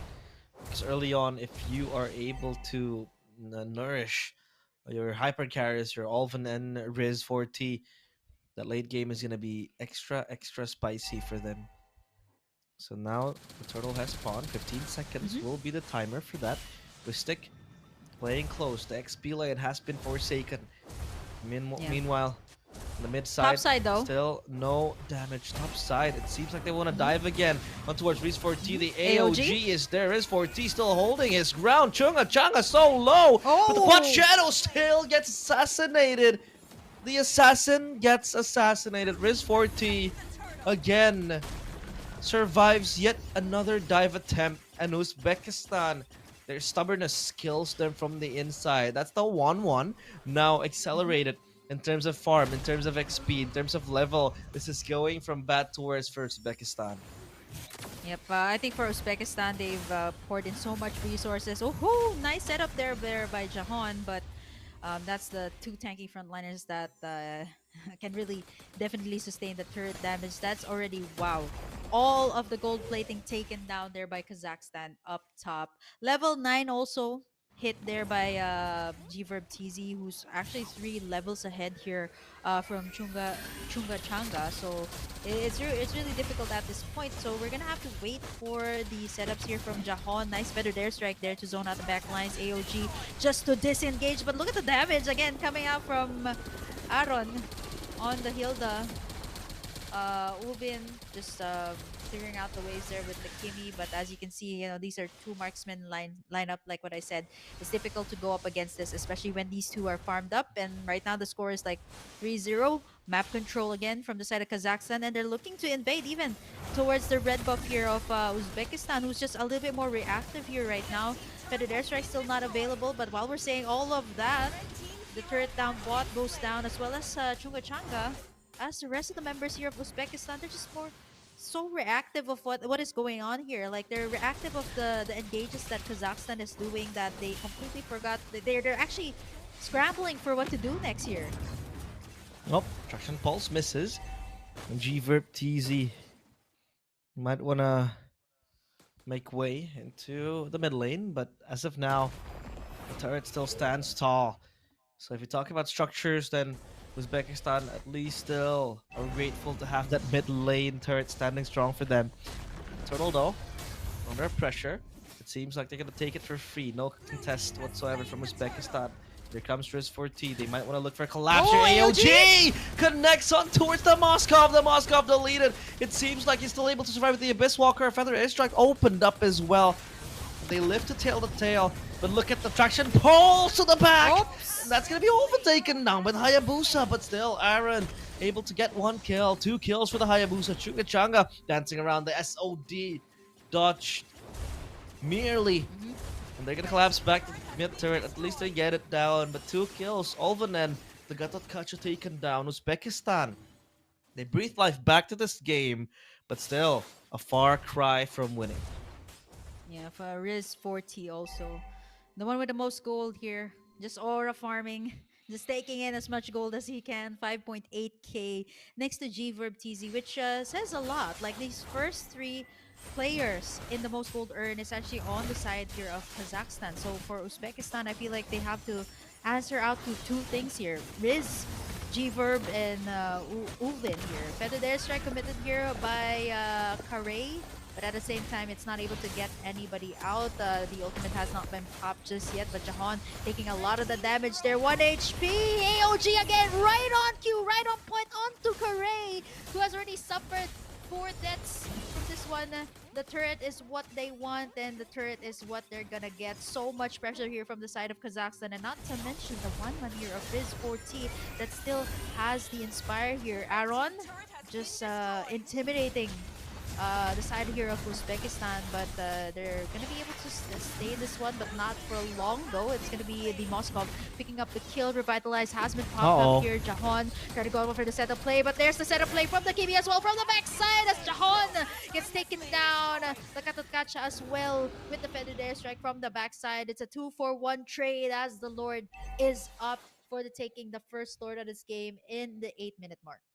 At least as of now, they're able to hold on in the back. The Lord now wide open for the taking. The Leomord has that prio to take it compared to the Hayabusa, who really needs to jump and wait for the last moment to pop that retribution. So the question is, will they be able to weather the storm and feather airstrike to clear the wave up mid, exerting the pressure up top? It's gonna be the Moskov just bouncing and tiptoeing his way to try to clear that wave that has been mounting so far. And now here comes the Lord so Phantom low. Seed. This is not gonna be contested. This is free. And the rhetoric connects. The traction pulse as well to the back. Wistic biting the bullet from Olven. The back shadow kill misses, and Riz 40 still survives for so long. They're gonna hunt down this Hayabusa. Where are you going? Chunga Chunga. There is nowhere Yep, for shadow you out. to hide. Waiting in the wings. The quad shadow Yep. popped back as well, but Chunga Chunga will Aaron? die in the hands of Riz 40 up top though. At least they're able to pop the holy defense. Yep, the Lord though still goes to the side here of Kazakhstan. Second tiers, maybe even the inhibitors should be down here. The only good thing here about what's happening for Uzbekistan is the punish that they're doing up against Kazakhstan, right? If they overextend, there's also the feathered airstrike to kind of shred the front lines here of Kazakhstan. But we can't deny this is a Lord that's marching into the base here of Uzbekistan. Second tiers are all gone. Phantom Steed all the way up here for G-Verb TZ. Oh no, Jahan taken down there, but is able to escape though. Uses the flicker out to safety. The turrets are still up and alive. I feel like for Kazakhstan, they just want to go for more here, but they have to watch out for Jahan. He's looking to set up the plays here, but there's super minions coming in here from the side of Kazakhstan. The Phantom Seed is available, and there they go. Avatar of the Guardian onto the backside just to escape. They got in the inhibitor turrets, and they try to go for more here. 10 kills for the side of Kazakhstan. This is a very good take-in, at least like second tier, and even the inhibitors are gone with just the first Lord take. So waiting for that pressure to subside, but here comes Chunga Changa again. The only active pressure that they can really hold on to towards Kazakhstan. But Kazakhstan, they're playing this in a methodical way, calculatively, and so far Uzbekistan, they want to push out the lanes, at least on bottom. They're able to push that fourth. And we talk about the Moskov being that side lane threat towards Kazakhstan. I mean, the Hayabusa is also there, so they have that option in their cards. Mid lane still going to be contained by Kazakhstan. Hiding in the wings. The bush still going to be filled with 2 players. Uh-oh, that's gonna be Aaron with all the pressure. The AOG forces Kare to flicker back. The Gatotkachi just exerts all the damage on towards himself. Here comes Riz 40. Where's the flight? He takes flight, not yet. Because both tanks still held on to dear life, and Wistic so low. Meanwhile, the back, they Yep, can't jump in minions. any further. The Crystal the hands and in their sights. The Lord 15 seconds, so Kazakhstan, they don't want to rush this one out. Hmm. I think it's the safer route here for the side of Kazakhstan, right? There's sustain, there's already damage coming out from Koray's Farsa, and not to mention the Moskov also. But Aaron here spots out Koray. Feathered Airstrike committed very early on before the Lord, so that is one ultimate out for the side of Uzbekistan. But let's take a look at what's happening here on the Lord pit. G-Verb TZ though, getting a bit of the damage. Where's Winter the crown? Crown though, the save! Today, he is still up, alive, and kicking as Chungachanga gonna get in the AOG. He's all alone here. He does not have the purple. Gets bursted down there by Kazakhstan, and this is the opening that they needed. He did not have the shadow, unfortunately, and that is going to be the Lord free, uncontested here by Kazakhstan. Mm-hmm. And at least for now, Kazakhstan, again, just playing in the back of the timers, the Lord as well, but yeah, nothing really is able to be achieved behind that behind that taking. G-Verb TZ, you would argue that the Leomord, once it hits the late game, it becomes such a monster. But so far, G-Verb TZ has been only focused on funneling that gold, just farming fast, and here comes the Lord, spawn in the mid lane, but a malefic gun secured by the Moskov, so adds that extra gap, adds that extra range for him to play and kite back. Here comes players of Yep, Kazakhstan Phantom into Steed. the base. Here goes the Gatot Kacha with the Conceal AOG AOG again. in the place, locks them down. Alvin deletes Karay, and the Lord running down. The crystal opened as well, but here comes the Kazakhstani squad rampaging on towards the crystal. No minions though, Oh no, all the shutdown defended. though. They have to wait. That's a shutdown for the Oh, no. Moskov. The Moskov dancing to death. Not yet agreed on who will die, but here comes Chugachanga still just with the quad shadow wanting to push forth, pursue. All the players of Kazakhstan, but as of now, they have to pause and think of what they're gonna do because the minions are gone and 3 players are deleted. Yep, that's a very, very good defense there by Uzbekistan, right? 2 marksmen left here for Kazakhstan. They got a Uranus, they got the Moscow. By the way, that has not suffered any casualties just yet, so he's just having a very good time farming. He's reached that level 15, even on the side here of Kazakhstan. So it's a matter, again, of positioning here. But again, Kazakhstan has that glass cannon type of composition, which is just favoring their side when it comes to most damage dealt, right? Like as you can see, both marksmen's have the most damage dealt here for the side of Kazakhstan. 50 seconds here before the Lord is up. For Kazakhstan, there's so many ways to end this game. They can go for the split push. They can go for the classic Lord take, but it seems like they're pressuring a lot on the top side, maybe forcing Riz 40 to hop in that ultimate, but the AOG always on point. They get the shutdown onto the Moskov. A double kill. Ovlin as well picks up another onto Jahon. It is 3 members left. They got Career there to clear out the way. Wisnik taking in a lot of the damage from the Kimi. Chukochanga trying to get in the pick off from the backlines. A double kill for the Kimi. 4 members left. They got a feathered airstrike here. They know this could be the game. The death timers are up. They're gonna lock in the base here for Riz 40. Chungachanga unable to make the plays, and that is gonna be it. Kazakhstan takes in the first game of the series. Wow, wow, wow, Kazakhstan. Since the early game, we saw their dominance and we saw what they were capable of achieving. And they were able to play behind their win conditions. That was a very, very dominant game. However, Uzbekistan still showed signs of fight back, signs of grit. Let's take a look at the highlight here, in which it was mostly Riz 40, right? Becoming the target of operation. He was constantly ganged up top. They were preparing for a collapse, for a dive, but multiple times he escaped death. So it was insanely close for him to die, but he became a late game threat, like we said. The Kimi, the 1-1 as well. The later the game goes, it becomes scarier for Uzbekistan. So they had to end the game early. However, in Kazakhstan, they were able to push on through. And I think an honorable mention I want to shout out is the Gacha. This guy, I was gonna say that. the engages, the AOG was so on point. And this is why Gacha is so good against the Farsa. The Farsa really wants to function as a standing statue that can shoot out the missiles and get the airstrike. However, when you have to put the Gacha, it passively becomes a passive threat. So you're always gonna guess when will he pop the AOG, and when he pops the AOG, the Farsa proactively can ult. So if you wanna survive that AOG, you gotta flicker away. And when you don't have a flicker, you gotta pray that you have the wings by wings. And if you don't have any of those, then wallahi, you're finished, right? So yeah, Kazakhstan, very very good layering of the CC. The Gatotkacha with the Kimi as well, the Hilda to zone out the players of Uzbekistan. So yeah, it's been a very solid performance from Kazakhstan. Yep. The double marksman lineup proved to work out well here for Kazakhstan. This is one of the places where, yep, the Moscow saved the day. But yeah, honorable mention definitely to the Gatotkacha here from the side of Kazakhstan. All of the Avatar on Guardian, it's so, you know, it's oddly satisfying to watch the AOG actually get the targets right here. And I think this is the game with the most AOGs that got the targets right, which actually really enabled both the marksmen to shine in this game for Kazakhstan. It's a double marksman lineup. Sometimes, you know, you feel like, oh, this is a bit hard to pull off because you have two lanes that are scaling up. You have two lanes that need items that need time to farm. But for Kazakhstan, they're able to pad it out for this game. I have to mention Gverb TC as well.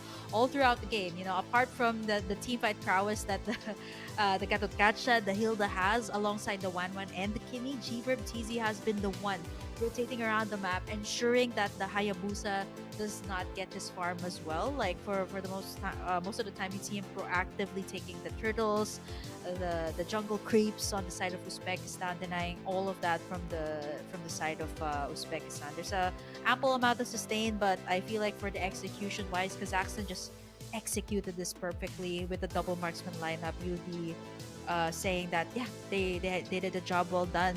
No deaths actually for Riz4T, so he's definitely the MVP here for this particular matchup. 1-1 has been adjusted, but I think for this particular matchup, Riz4T just shows that the power of a 1-1, which is also the reason why it has been banned away almost in all of the series that we've casted today.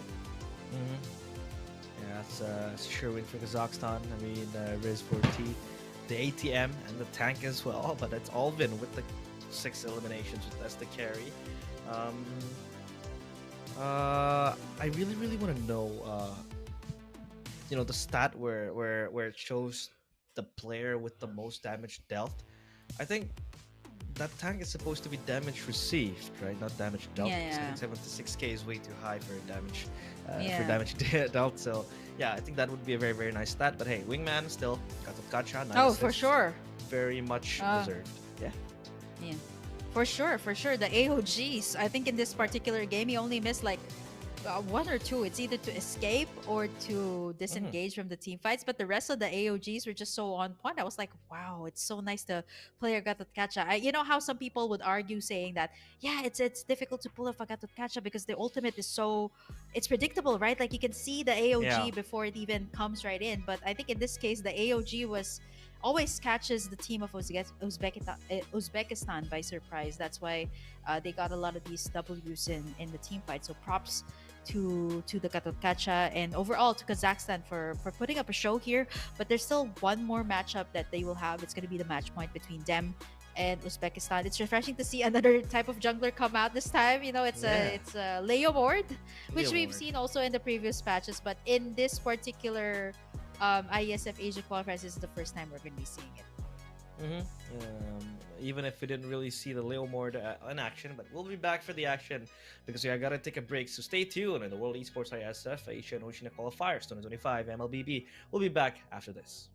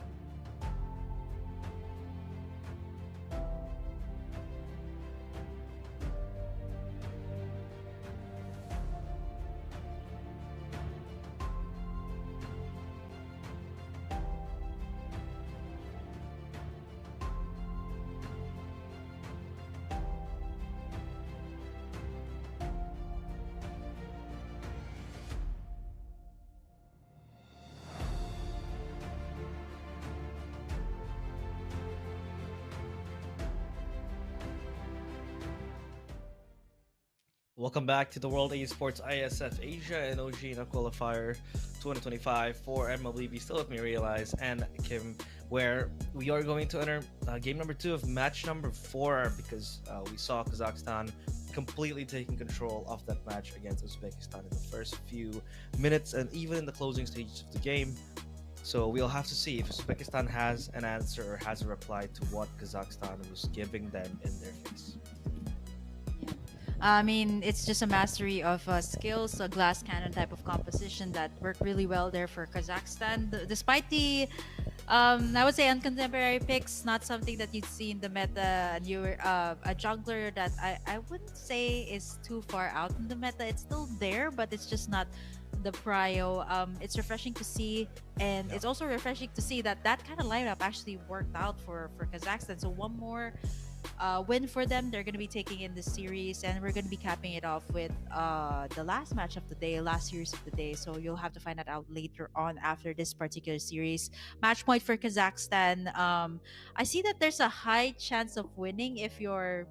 Actually, I can't say that though, because Philippines has almost all the time remained on the red side, and they won all of their matches. And then for Mongolia, I think for the most part they stayed on the red side as well. So there's really not that much of a good stats. Like there was a time that, you know, if you stayed on the blue side, there's a higher chance of winning. But I think this time it's just really 50-50 in a matter of really what you choose to prioritize in the game, right? Like I think for this particular round, Kazakhstan prioritized on 2 marksmen, like, which is something that you don't really do, right? Like you would prio the XP, you'd prio a jungler, but the 1-1 and the Kimi instantly here. So I feel like the 1-1 ban should come through here, not unless, you know, for the side of Uzbekistan, this is something that they've used, something that they're comfortable with. They can actually steal it away if they are on the blue side.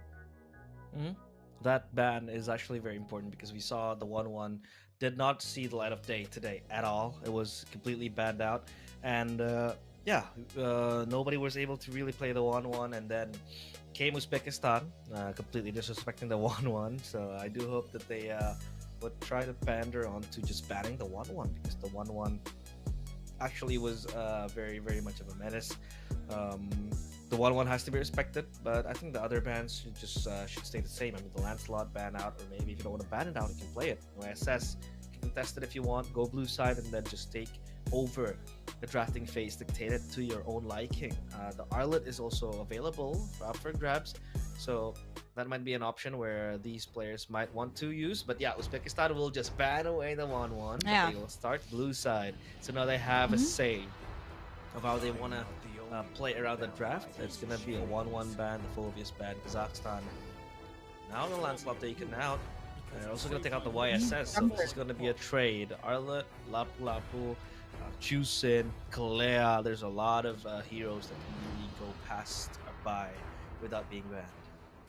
Yeah, I'm thinking this is Kazakhstan just taking away all the jungler options. I wouldn't be surprised if that's also a Hayabusa last ban, but there's just so much to give away here to Uzbekistan. So the respect onto the 1-1. Honestly, it's really hard to go up against it, especially when it farmed up in the lane. The Moskov did pretty well. Like it did head over to the late game, did get the items, but then again, you know, 2 marksmen set up from the side of Kazakhstan early was just way too heavy. The Kazakhstan is also another one. It seems like Kazakhstan is so comfortable with that hero. The AOGs just kept on hitting time after time, but the Baksha ban still comes through. It seems like this is a popular ban, either picked up, either banned. Same case as the YSS. So for Kazakhstan again, do they want to leave open the things like the Arlot, the CC here for Uzbekistan to pick up first, right? Like, but not unless, you know, Uzbekistan wants to go a completely different route, other than the XP lane prio, since it seems like Kazakhstan prios like the mid and the gold lane here. Oh, the Juicin also taken out and banned, so this might be Uzbekistan just picking up the Kalea. Kalea makes most sense.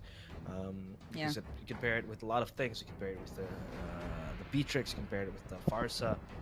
Unless they want something ultra carry, they can go for the Arlet. But if they go for the Arlet, they can go Kalea, Lapu Lapus, 1 and 2 for Kazakhstan. So yeah, you're in the wrong here for a lot of options, but CC is also available. Um, that is also a very strong pick for Uzbekistan, so that's very, very nice to see them get that pick. Now for Kazakhstan, a lot of options. Arlet, Lapu Lapu, Kalea, but they Oh, go for still the the same. Kimi Gatot. So they are much more confident with the Kimi pick and the Gatot pick compared to the Kalea. So yeah, we'll have to see Hey. how they fare off against the CC without the Kalea. Yeah, I mean the Kalea could still be picked up here by Uzbekistan if that's something that Jahan is comfortable with. But for Kazakhstan, this is a combo that works so well. You pair up the Kimi with the Gatot Kacha, and the AOGs were so on point. I just have to say that once again here. It's so on point in game number 1.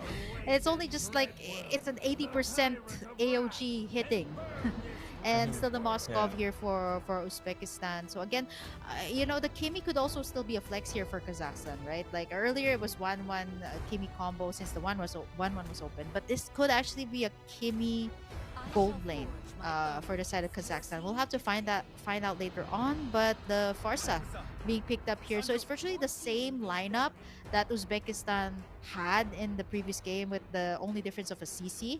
And then Kazakhstan goes away and steals away the Hayabusa here for their side. I was actually thinking that they might ban it out, but instead they pick it up for themselves. Last 2 bans here should be centered again towards the jungle picks here of Uzbekistan. Yeah. This Hayabusa again picked up means that at least they have access to the back line. The Farsa will always be susceptible, especially when you have to got Hotkacha ready to jump in with the AOG. The high loss taken out by Kazakhstan, leaving Uzbekistan no worries because they have picked themselves up in XP. They can just go Arlet or Lapu Lapu ban here, but they will prefer to ban out the Hilda. So I don't think Kazakhstan really wants to play the Arlet or Lapu Lapu because it feels like that Hilda was also their strength, their forte in the hands of Aaron. So we'll have to see. The 1 ban now coming in from Kazakhstan. They can just try to ban out the Fredrin here or the Baxia. Yeah, The Bax, yeah, let's just ban yeah, away. they'll just ban the Fredrin Brethren. because they need to stop a strong jungler Akai? to rack and just go crazy on Kazakhstan. But Akai, Yeah, you said it. Akai. I'm thinking about like sustain, Mhm. sustain or utility. Like you're talking about Akai. I think in the recent patch, the X-Borg, which we've seen that was used earlier by Hong Kong China in their last game for today. It's also a very good option. And the Badang, okay, setups after setups is what you would want to go for. But the Arlot's still open here for Kazakhstan to pick up. So that's a good layering of skills here for their side. The Uranus also, if you want to Yeah. go for extra sustain here for Kazakhstan. So it's really a matter of the tempo that they kind of want to go for here. But the Arlot, like what I said, Oh, there you it's go. open. Actually, it's kind of weird that I don't see the Arlot being picked up in the first place. It's not a prize. It's kind of like the teaser, like, oh, it's just a side thought, like, oh yeah, the Arlot is open up. Or maybe it's because they're kind of waiting for what picks will come out. But Uzbekistan's here, utility type of jungler, X-Borg, but I guess they don't really have a hard front just yet, so they might want to go for a hard tank here. The Hylos is already out of the picture, so maybe another trad. Oh, Kalea, which wasn't picked up. Yeah, these are heroes that are usually picked up in the first phase, and now these teams decide, oh yeah, you know what, these are actually open, and might as well pick them up here in the second phase of the draft. Well, the Kalea taken up. It's a missed opportunity. Oh, the Oh! Fanny finally Wait. makes its appearance. Yeah, that's how it should be, right? neglected. It was completely neglected. It was completely just gone. But the Harriet as a response. Okay, this is brewing up to be a very interesting match. What are your thoughts on this game? Yeah, I just wanted to say, you know, I did not. Usually, if the Fanny is left open, it's been left open even in the previous game, right? So Yeah. it's a matter of, it's time to bring out the big guns here for Uzbekistan. Let's bring out the Fanny. Let's force out the game number 3 here for the side of Kazakhstan. But the Harriet also here, up against the Moskov, this will definitely have a better laning phase. But I think for both junglers, it's straightforward, right? They're both assassins, blue buff dependent also. So I feel like whoever has the upper hand here in this match will get to control really the game. Like if you don't have the blue buffs for both of these assassins, it's like their life. If you don't have it, it's really difficult to pop in those ganks. It's difficult to go in for those team fights and neutral objectives. So yeah, the early phase of the game will be vital. I'm not so sure if there's going to be any invades that will be made here, since I feel like the side lanes are pretty much equal. But in terms of the range, I would have to give it a little bit towards the Farsa here, that has a little bit more AOE compared to the Kimi. But like what they said, the Kimi really bullied the Farsa in the laning phase earlier. So let's see if that's going to pan out. It's going to be the match point here for Kazakhstan and Uzbekistan. Finally, the Fanny making its way here to the ISF Asia qualifiers. Let's see if it'll work out for Chungachanga here for Uzbekistan. The Fanny and the Hayabusa pick up here for both teams. It's match number 2, match point for the side of Kazakhstan. Yep. And here we go. Where the Fanny makes its appearance finally. After completely neglected for the whole day. Either neglected or just banned. But most of the times it was negligence coming in for the players. Uh-oh, Olvin so low. That is pressure so high. But oh, Jahon was so damn close to getting the kill. But there goes the Farsa. That's going to be Karay with the first blood. On towards Olvin. The Kimi deleted and gone. This time, Uzbekistan having control and seizing any possible loots of war that can get in the early game. And so far, Kazakhstan is still left without an answer. The Harith against Moscow lane, though, at least for Riz4T, it's all about surviving and bullying and harassing this Moscow, because the Harith late game can be much of a disaster for Uzbekistan, but the Fanny gets spotted out, retrieves it away. Oh, that Starlium Beam catches her, but no follow-up. So she can still steal cable her way away from the players of Uzbekistan. Yeah, Gverb TC here is already at level 4. That's a little bit of clapback there from Uzbekistan.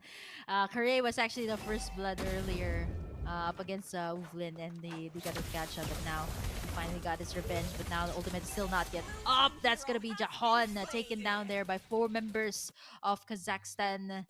The turtle's going to be up, so this should give Kazakhstan again the prime position. We talked about how, you know, the early stages of the game will be vital. Chungachanga still has to get in that purple buff, while Gverb TZ already immediately goes straight. And positioning wise, I feel like this should favor the side of Kazakhstan, not unless, you know, somebody's going to go in for the opening. Nagata Dungeon will be taken in. Gverb TZ Retribution taking in the turtle here and takes down Chungachanga as well. Care of the assist from the back line as well. You see a lot of the purifies also being used here. Respect to the Kalea here of Jahon, but that's going to be the turtle and the pick off onto the Fanny here from the side of Kazakhstan. Here goes Swistic up top. That lane against the Arlet is very scary to play. As the CC, you would expect it would win, but the Arlet is just way too self-sustaining. And that's going to be a solo kill for Aaron towards Wistic. The CC gets deleted. Take a look at the item build so far. No major items acquired just yet for any of the players, but it seems like the Fanny will go for a Hunter Strike soon. And there goes the Feather Airstrike just to clear out the waves, just to clear out the lane. But look at Kazakhstan. They know this Fanny cannot be left alone, just play and farm. So they have to move as a unit to try to shut it down, try to invade it, and just disturb it, disrupt it, cause upheaval. And up top, it's Aaron with the final slash again. Looking to end Wistic's comfort up top. But so far, Kazakhstan, they're still holding on a thin thread early on. Yeah, I think it's difficult to farm at this point, right? It also disrupts the rotation that Uzbekistan is doing here, since Chungachanga still needs to farm up, right? As compared to Gverb TZ, who's rocking in that war cry. By the way, level 7, just a level ahead up against Chungachanga, but that's not to be discredited.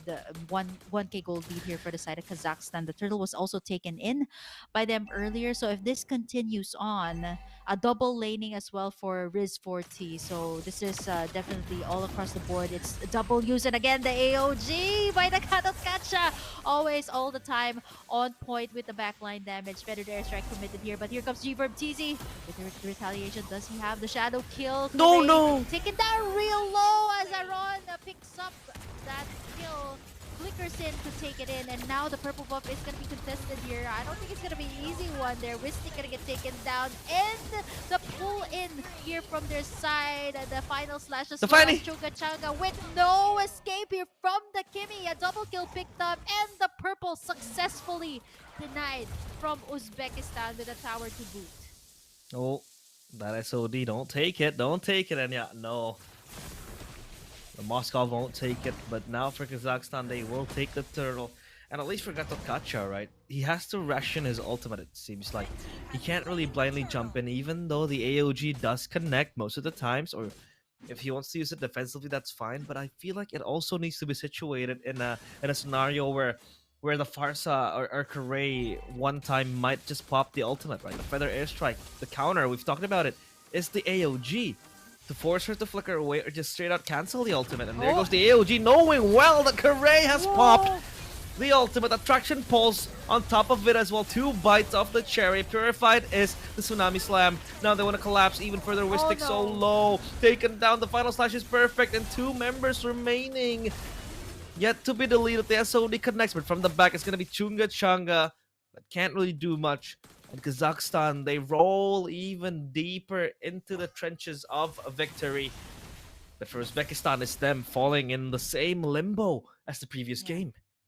Yeah, how does Riz40 manage to do this? I mean, we haven't seen much of him, right? Like, he was just able to keep on farming up. And speaking of farming up, he's the one with the most gold right now. Earlier, I believe it was G-Verb-TZ, and now it just swung to Riz40 after that team fight. And I think for this, like, Chunga Changa is really going to get denied that purple buff. And like what I said, you know, the Fanny without a purple buff, yeah, it's really difficult. The retribution comes right in before all of the turtle. But how can you manage that when you know, Kazakhstan has been wreaking havoc there? There's the takedown onto the Arlot, but now G-Verb-TV onto the backside. Chunga Changa gonna be the target here. Jahon taking in a lot of the damage, the bullets from the Kimmy as Riz40 gonna dance all the way in, getting a double kill there. 3 members now with a price of 1. I would say that is definitely a W Spear of Destruction there.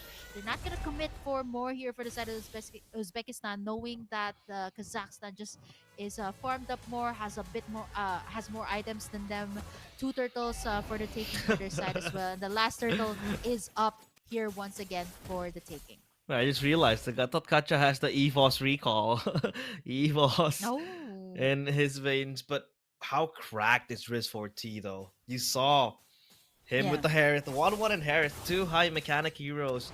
He's able to pull it off with little to no sweat. And delivering as well. 4 kills for the Harith. Only 7 minutes. This is disastrous for Uzbekistan. And the Fanny just left in the trenches, not escaping the clutches of Kazakhstan. Now they will try to fish for more. This maybe final slash play. But held on. Yeah. For Aaron. So no follow-up whatsoever. There goes the final slash, connects with the Fanny, but no follow-up. No further action taken. They will try to just hold on. Up there goes the Zaman Force. That's Riz4T with the damage. Oh my god! Insanely hurting Uzbekistan. That's the Harith with a 5-kill lead. This is what it does to you. And Uzbekistan, all they can do is just watch in a gape. Meanwhile, up top, they will try to push forward. That's going to be G-Verb-TZ with a turret to his name as well. But for Uzbekistan, this is looking very bleak. Every second that passes slowly for them. Yeah, I feel like what's really hard here is once the Zaman Force is up, I'm not even sure who's the one dishing out the damage. Is it the Kimmy or is it Riz4T? But look at that, deleted in an instant. The Moskov here of Uzbekistan down. The most that they can do here for Chunga Changa is he's just making the lanes move, but that's the most he can do, right? Because Kazakhstan just wrecking havoc there. There's the Tsunami Slam, the AOG coming right in. There's just too much damage here coming from the side of Kazakhstan. They got the minion waves. They're looking to end this one. There's some tanky lineups here, but I don't think it's enough just yet. At least the inhibitor should be down here for their side. They got the Blood Wings also here for Ublin, so this is gonna be a whole lot more damage towards their side. 5 members standing up and tall, looking to end this game. The feathered airstrike, the AOG is up. Final slash not committed just yet as they clear out the minion waves here. 16 kills for Kazakhstan. Almost a, yeah, no, it's actually a 10k lead here for Kazakhstan. So this is really difficult, not unless you get like at least 2 shutdowns here. Riz 40 still standing up top with 35,000 gold. Ooh, that SOD. It lands, but no follow-up. Can't really take that when 4 players are primed up and ready to catch you in that pit. So now, reset for Kazakhstan because they know they can't end it just yet. They play the long and disciplined game. Oh. Two! Final What? slash connects the Moskov, has the Spear of Misery. However, they'll follow up. The Tsunami Slam is their Avatar AOG! Legend, And what? Attraction Pulse is beautiful. Say goodbye to your hopes and dreams of winning this game because Kazakhstan is just there to shatter the mirror. And so far, it seems like Chugachanga can't do much but just watch from afar. Shadow Oh my kill! gosh. And G What was that? What is Mikasa in the eye of Kakashi? And that's gonna be Kazakhstan with 20 kills, ending the game in a 2-0 fashion, a dominant one compared to game 1. Wow, I would have expected like, yeah, it's explosive, right? Like you pick up the fanny, that's the kind of reaction that makes you go like, whoa. That's the last pick, right? For the side of Uzbekistan, but for Kazakhstan, they just know how to play it well. I think for the most part here, Kazakhstan just took in a lot of the turtles, a lot of the neutral objectives, and I think by the time it reached the 5-minute mark, they just denied the purple buff here for Chungachanga. The most that he could actually do for this entire game was just to make the lanes move, and by the time that the lanes were moving, Riz 40, I don't even know what he was doing. Like we were so focused on the Fanny here, we were so focused on G-Verb TZ that we just completely forgot that there's also still Riz 40. Look at that! Half damage on even the tankiest heroes. Even under their own turret, they weren't safe. There were attempts here of the setups. Yep, they were successful. But then again, you know, the damage. Again, Kazakhstan just has so much more of that. Not to mention the slows coming out from the Kimi. So it's just really difficult to move in this situation. Not to mention Riz 40. Just like 2 Zaman forces, he just dances around you. You get deleted in an instant. So it was really difficult to stop it. There was no way to take him down. Probably the only way to take him down was the Jahon, but there's still the Purify available, right? So there's just so much to consider here for the side of Uzbekistan. And this was one of the final team fights that they had. The Avatar of the Guardian, once Karay was down, it was just way more easier for Kazakhstan to penetrate the base here of Uzbekistan. And the setups after setups, and Riz 40, they weren't able to shut him down. It was just snowball for the side of Kazakhstan again, proving to us that, yeah, they made it work mid to late game. It didn't even reach, the 15-minute mark, a very fast game, 10 minutes and 30 seconds, and they were able to close this series out with a clean sweep once again. A clean sweep. So it's been a clean sweep galore so far. 4 matches being played, even insert a best of 3 right there and still get a best of 5 right there, and we still get a 3-0. But in Uzbekistan, we thought the Fanny might be a catalyst pick where, might create Game a changer different pick, impact. perhaps. Yeah, game-changing approach, right? But still, Kazakhstan was very methodical in their approach. Again, there is a reason why they let go of the Kalea and went for the Gatot Kacha, because you have so much backline access. You make the Farsa basically immobile. You can't move as a Farsa when you have an AOG. The ultimate as well rendered useless, because the Farsa has to be on her toes every time the Gatot Kacha is close by. But I think Riz 40 is just a cracked beast. This guy is so good on the 1-1, on the Harriet. He showed high mechanical prowess, and I can't wait to see more of him. But let's take a look at the stats here. ATM is Riz 40, carry is Riz 40, tank is Riz 40. Everything you can think of is just him, and him. The wingman's still the same. It's gonna be the Gatot Kacha. Sorry, I can't spell her name, but yeah, if you take a look, even 0 neutral objectives for Uzbekistan, and they are completely shackled. And look at the damage to the tower, 50k for Kazakhstan. Uzbekistan has only 7.3k, and it's just hard. It's super Hmm. hard when you can't really go past the front line, when you can't really transcend the carries of Kazakhstan, because um, you have an Arlet that's actively moving, you have a Harith that's so elusive, the Fanny can't do much. So yeah, that's just a dominating um, end to that game coming in from team Kazakhstan. Kazakhstan. Yeah, wow. I mean, the Fanny was unleashed. Different picks were unleashed. Kalea was given, but I think ultimately, for this game, it's just a matter of the mastery of heroes as well. The macro gaming was also very strong here for both sides, and if I'm not mistaken, I think I saw Riz Vorti on a Holy Crystal as the Yeah. one of the first items, right? Like you get the cooldown boots, and then you get the Holy Crystal. So it really, really just shreds everybody apart, and it made it so difficult for Uzbekistan.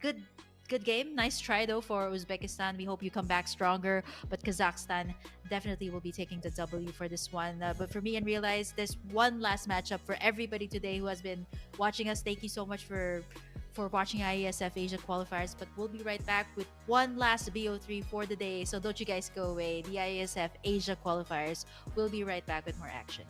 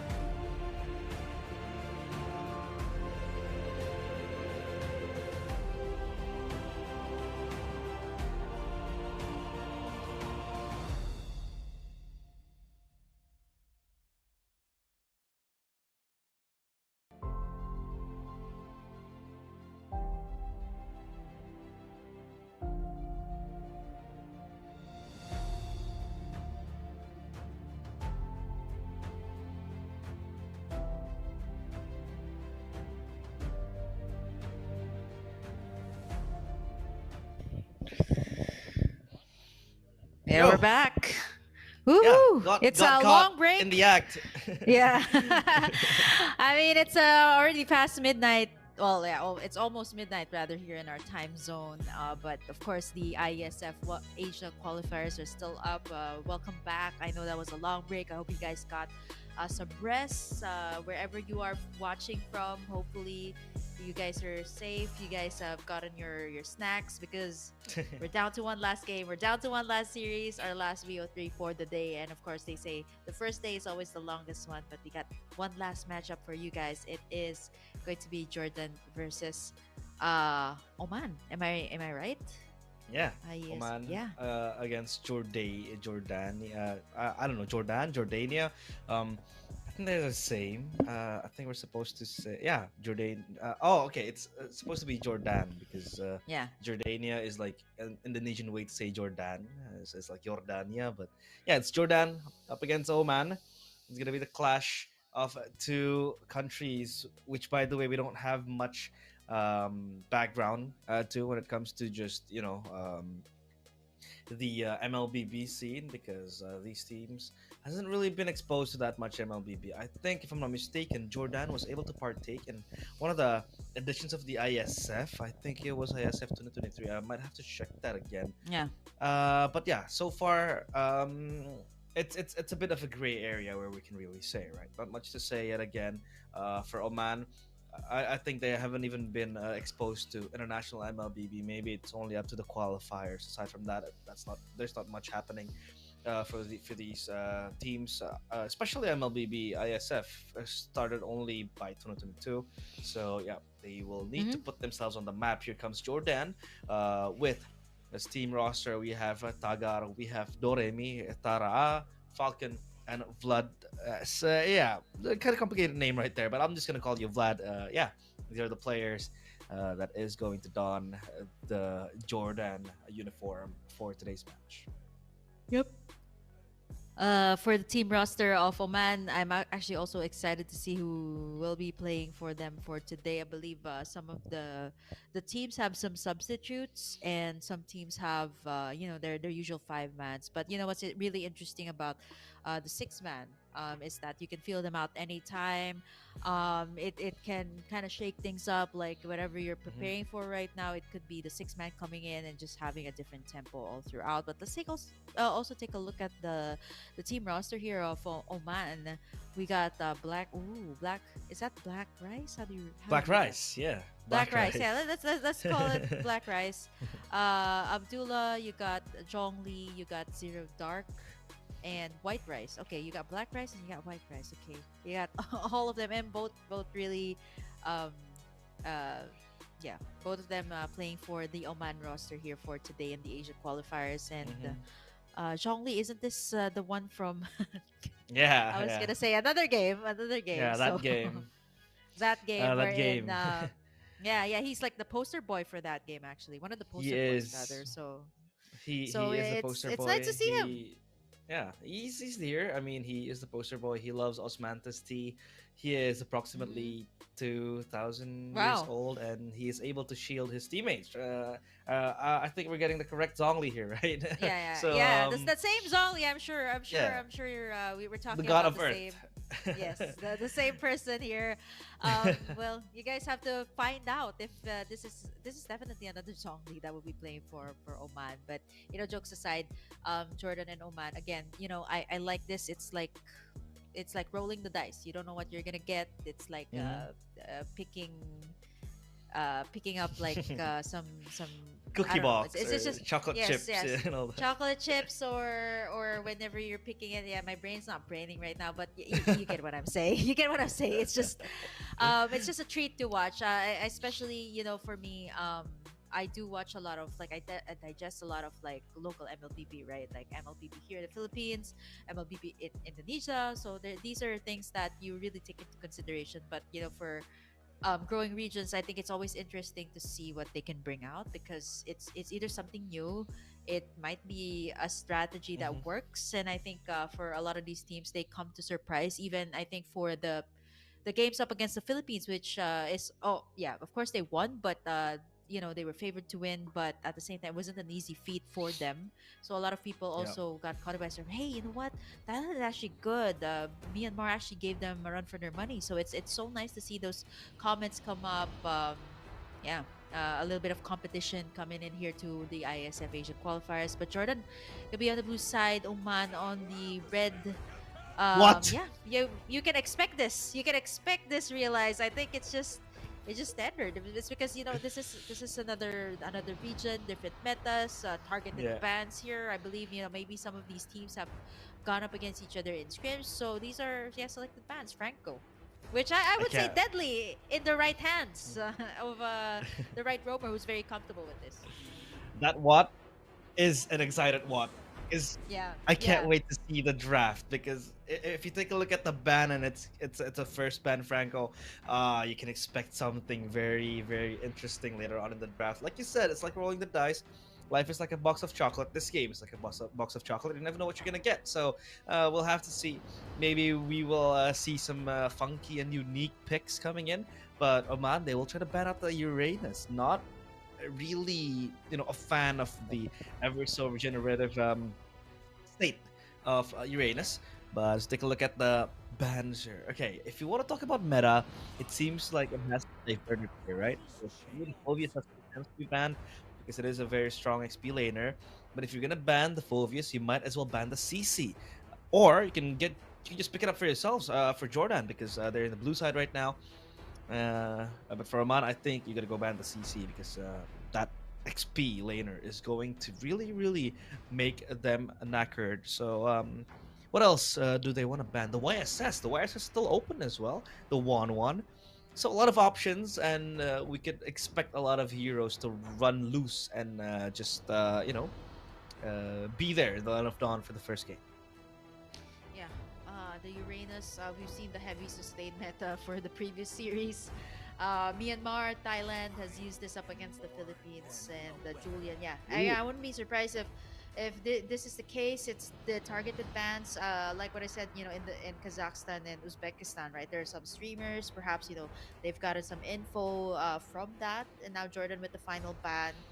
Which means that if this is gonna be the ban route, there's so much OP heroes, there's so many S tier heroes. I'm just not sure if these two teams will just let that slide or they're just gonna completely forget about it. Arlot, the Wan Wan, CC, these are heroes that are open, and all the assassins are open, by the way, like the Lancelot, the Yisun Shin, which seems to be always a prio pick when you're on the blue side.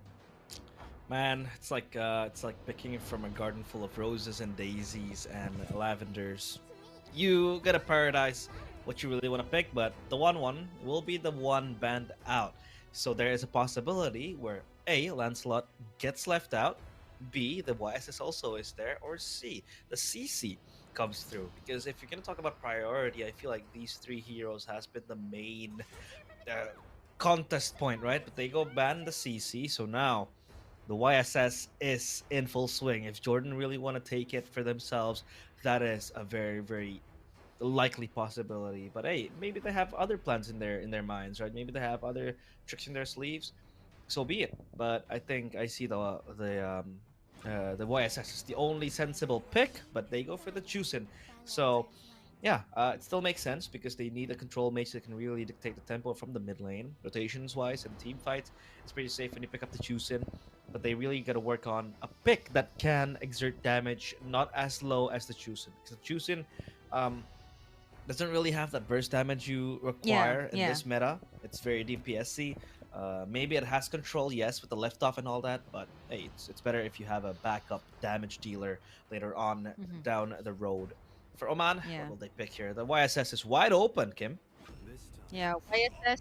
Oh, yeah, I told you this is Whoa! this is really where it all comes out. Realize I love this. I love this. Something Yes. new, something off the tempo, something non-meta. But yeah, this is savior in the mid lane, and there you go. That's the pick Jordan are a little bit more of the contemporary side. Very meta. The Lancelot, the I was thinking of an XP laner here because it seems to be the prio bans, but they've already secured their gold laner here, which means does Oman want to go head to head with that, or maybe even pick up a very good XP laner here right now since the Phobius and Uranus is out. They could go for the Arlot if they want to go for contemporary, but yeah, the Tigreal and the Savior is not something you would usually see, so maybe they'd go for something totally off the charts again here for their last pick before the second phase. That's very early, to be honest, to take real pickup. I mean, the Savior, yeah, haven't seen much screen time, to be honest. So does the Tigreal, but the Hayabusa, finally, quite a Okay. meta pick, but not like the top of the pack, but still, it works against the Lancelot. You know, you get clear lanes, you get fast clear, you get uh, a chance to go toe to toe with the Lancelot, even if the Lancelot is just way much favored in this patch. But hey, the bans now, what will they take out, right? I think for Jordan, they can just start banning the gold laners. Maybe ban out the Yeah. Harith, the Moskov as well, because they have secured themselves that Granger, which by the Yeah, I way think can poke from away. So yeah, just ban out the gold laners, no? yeah, gold Ooh, lane or maybe even oh wow, okay. Roamers here Florin man. for Jordan. Which is a highly contested pick also in ranked games. Professional play perhaps, they're thinking Hmm. of yeah. I feel like at this point like Oman should secure their XP laner first. A very good XP laner to go head to head. The Arlot is still open by the way. Not unless they don't want to go Lapu, up against that. Lapu Lapu also like they can ban that away. But I feel like at this point Oman is just banning away all of these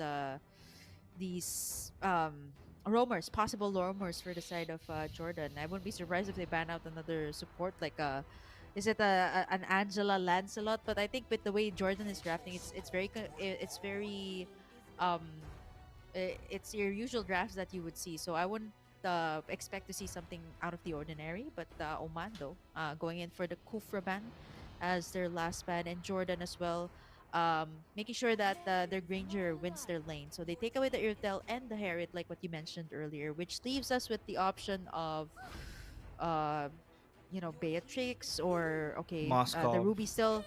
Yeah, Moskov is still open by the way. So Ruby again could be flexed into the jungle, the gold position. So we still don't know from the side of Oman. But again, looking at the way that they draft, it's very straightforward, which is I guess it's totally fine. And now Jordan goes ahead and picks up the Gatotkacha.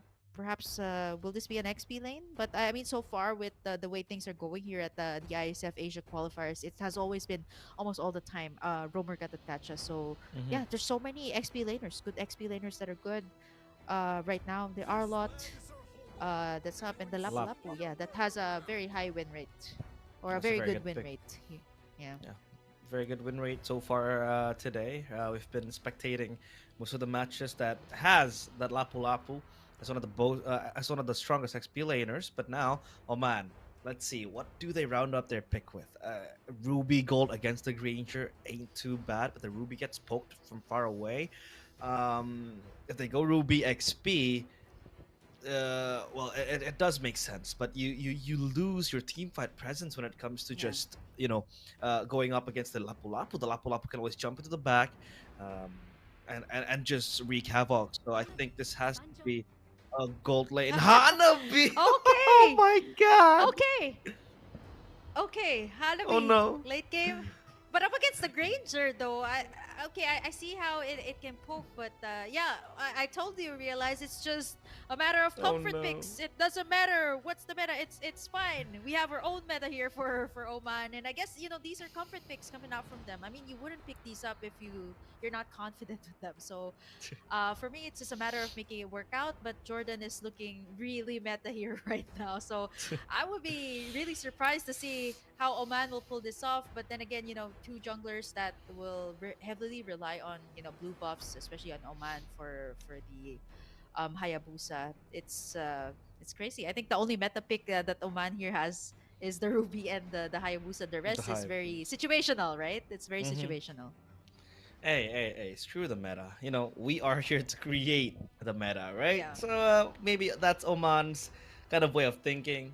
they're there as pioneers to maybe conceive something new. But the Hanabi, don't forget the Hanabi was meta for quite some time, for a brief The moment, to be honest. Hanabi Hanabi Hanabi Lolita, Lolita. yeah, Yeah, that was Hanabi such a thing. Even Lolita, even here in the even here in MPL Philippines, I think that was a thing for quite some yeah. times. I think I've seen it also in ranked games, and it could be deadly if used well. But ladies and gentlemen, welcome here to the final of today, Jordan versus Oman here in the best out of three.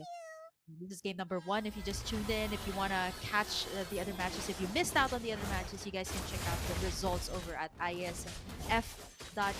But for now, we're going to take a look at the composition here. Hanabi versus Ranger. Let's see how that will pan out, right? Like, let's see how that will pan out. The Tigreal seems to be leashing the Hayabusa first before he heads over into the gold lane. But I think when it comes to the pokes, the Ranger definitely still has it, right? It's still king of pokes when it comes to the lane. Hmm. That poke from afar with the passive. Let's take a look at the emblems before that. There's action happening up top. Let's take a look at the emblems from the Hanabi. The Hanabi goes for the standard marksman emblem. There's a bargain hunter for herself, the swift as well for extra attack speed. But Black Rice under pressure, he has to reposition. Lantern flare all above his head.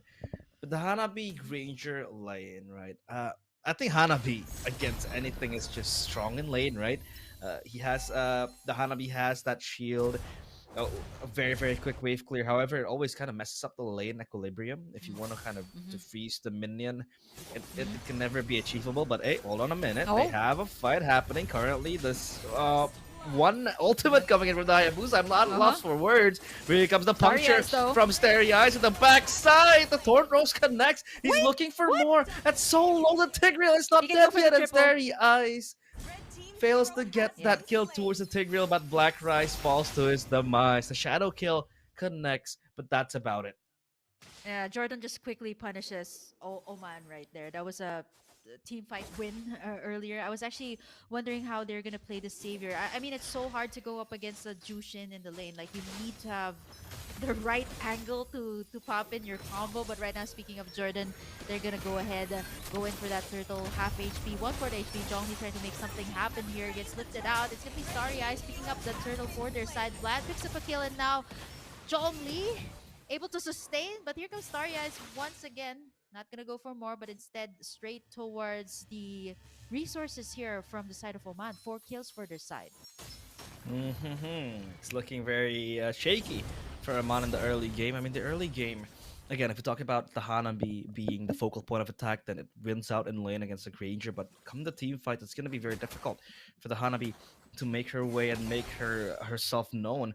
As now Abdullah making the rotations on towards the mid side. White Rice, though, needs assistance. Because so far, it's been Starry Eyes just dictating the game, dictating the tempo. If you take a look at Jordan, they are unfazed. Rotations being made, but Foul down bottom wants to win that gold crab. He is under pressure. The Tigreal needs to create a moment. Oh. Still yet to hit level 4, and that's going to be acquired freely. That gold crab. Now, though, they're playing that 4-man rotation. But Fallen Supra can always just tank this damage out. He can always scout out Specialist Kacha to just absorb and soak in all the damage. But White Rice, so far, not the best start for a Hayabusa because he is behind 2 levels compared to Starry Eyes with 7 in his own name. Oh, But that it feels like they want to dive down bottom. yeah. It doesn't help too that Vlad is just intimidating White Rice here on his lane. He can't even farm up. But down bottom, we see that 2-man rotation from both sides. Both roamers are here. It's at least this is a 2.5k lead for the side of Jordan. Turtle, Starry Eyes. It's just, the map awareness here of Starry Eyes is just on point. Like, every time there's a single team fight, all he does is come in, do the cleanup work, and the rest of the team can just poke. Turtle is up here, second turtle for the taking, and now, White Rice getting in a brunt of the damage, and here Fall as well. AOG comes right in. Black Rice is not safe from that. Zhongli as well, able to sustain for a bit with the I am offended as Fallen Supra able to sustain all of the damage and the revitalize to save the day. But wait, Starry Eyes! Oh no! More. Not safe under their own turret as Jordan 8 kills and Starry Eyes straight to the turtle once again. I love how they come in and out of these team fights. Like Starry Eyes is just so clean every time he comes in. Like he's just so aware of what's going on in the map, and not to mention he's farmed up at least like 2 levels. Yeah, still 2 levels up against White Rice. Very clean. I mean, going in and out, and then just playing the fiddlesticks with the players of Oman. It feels like Oman is kind of clueless at this stage of the game. What do they want to do? How are they able to withstand the map pressure coming in from Jordan? Because Jordan so far, look at how invasive they are. Right, they're everywhere around the map, and this is going to be one hell of a game for them. Oh, Oh, AOG? AOG! Black Rice, where do you Oh, want to no. go? Nowhere. Black Rice is left behind. White Rice can't help his counterpart. Down bottom, it's Starry Eyes! My god! He stares them the with lads death up. in his eyes. Starry Eyes is scary. Yeah, with the killing spree too, that kind of amps up his dashes here from their side. I just want to say that, the AOG here of Fallen Supra is just as good as Triple G's AOG. That's always almost all the time on point, 80% on point. But the AOGs here of Fallen Supra, gotta commend him for setting up the plays here. 11 kills for the side of Jordan, just 1 for the side of Oman. They did pick up the first blood though, but again, pressure on all of the sides, and Starry Eyes just does not even care. He's just gonna join the team fight later on.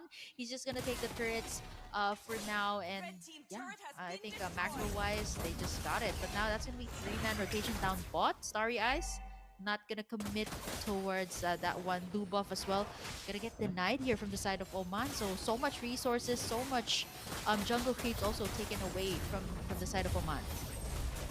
Resetting slowly but surely. Coming to the mid side. Oh, this is the big moment they're looking for, but the AOG just stacks them in the back. That is beautiful. The Bravest Fighter as well will just stack them up together like falling dominoes. And in one brief moment, what looked like a very brave initiation all turns to hell. Because Oman burned to a cinder. That was insane. Jordan just jumped in their faces. 4 players down. And Jordan will advance up top and down bottom. Yeah, wow, this has got to be in my compilation of the most satisfying things to watch, right? Like when you get the combos, right? Apart from those like oddly satisfying videos where you see like people slicing the soaps or like doing something ASMR, this is probably one of them, right? Like the AOG is so on point next to GGG in the previous game. This is GG. just beautiful, absolutely beautiful to watch from the side of Jordan. It's only the inhibitors left here for the side of Oman. I am actually thinking of what they can do here next. I mean, it's usually just the Hanabi and the Savior here for the damage, but how can you bounce back from that when Jordan keeps on setting up the plays? I wouldn't be surprised if the AOG is available once again. And speaking of the AOG, there again onto the backside! Registry, no 4 members as Starry Eyes goes for the cleanup, a double kill for Fall, make that triple! As it's gonna be Black Rice once again, the last man standing. But as he clears that out, there's no minion waves out. But wait, there is. They're gonna try to end this one. I don't think there's anywhere to go but up as Jordan. They're gonna start it off strong, 20 kills, and starting it off with game number 1 W for their side. Well, that is the fastest game we have ever seen so far, at least today How in fast the was that? World Esports ISF Asia and Oceania Qualifiers 2025. Yeah, that is the fastest game we have seen, Kim. Because Jordan was just running, rampant, unstoppable.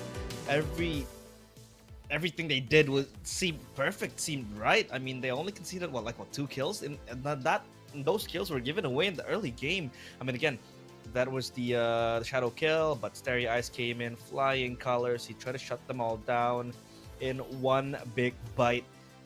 Man wasn't given anything. No turret, no neutral objective, only 1 kill. Yeah, it's all just done and dusted. I mean, it's very hard when the Tigreal really wants to engage. The top gacha stands tall to stop any further advancements, right? The follow-ups are just cancelled and hindered, alleviated because of a singular ability, and that is the AOG. you take a look at the replay later on, where it was the Tigreal who made the move, but down bottom again, this was Starry Eyes just racking up reels. Here we go. So he goes for the implosion, but the AOG stacks them together, and then comes in Vlad flying with the bravest fighter. So it just stacks them up together, CC'd in a singular position, Yeah. and the rest is just history. I mean, they only gave away 2 kills, and that's it. How do you go home with 2 kills while Jordan is just steamrolling them with 20? 20-2.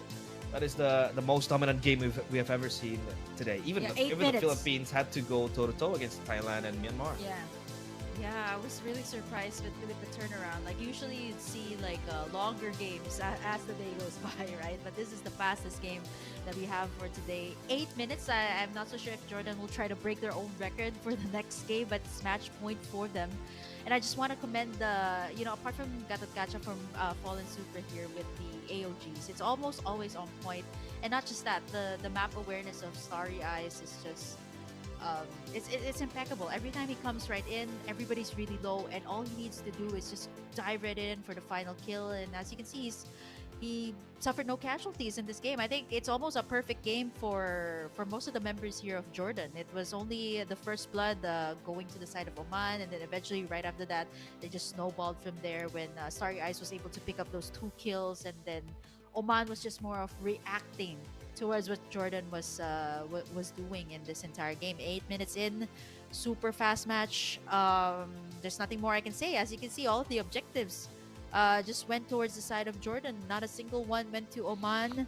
I think this time it's a bit more even out when it comes to like the ATM carry and the tank, so it's a little bit more different this time. ATM of course goes to Paul with the Granger, who was able to reap in the rewards. You've seen a triple kill by the end of the game, and of course the carry is Starry Eyes with the most kills in this game. And tank damage, 35,000 again goes to Paul for this matchup. And the wingman, of course, take a none look other than at- Fallen Supra with those on point AOGs, just really satisfying. I mean, this can all be compiled in the nice highlights and just put it up on your social media and just like let everybody praise you. That was really good AOGs come in from Fallen Supra next to GGG for this day in particular. It's just so many Gatot Kachas, so many YSS, but I think the Gatot Kachas had a much better game for today.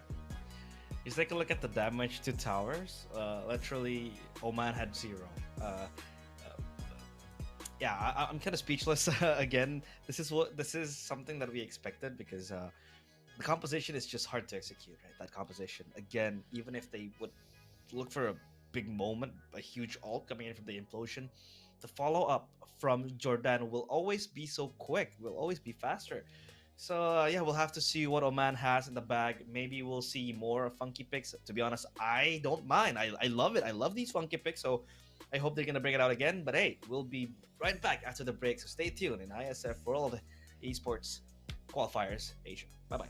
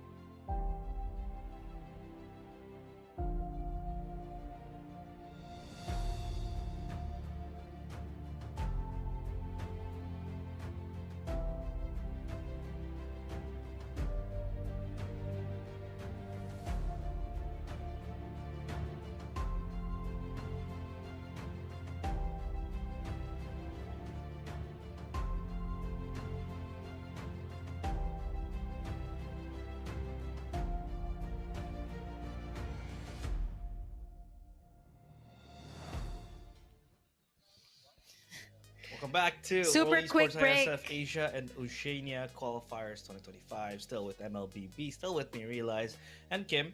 To what could possibly be the last match of today. We have been accompanying you guys for almost, I think, 8 Wow. hours now. Half the day. 8 Yeah. hours, yeah. Like Almost, full-time almost job. the whole day.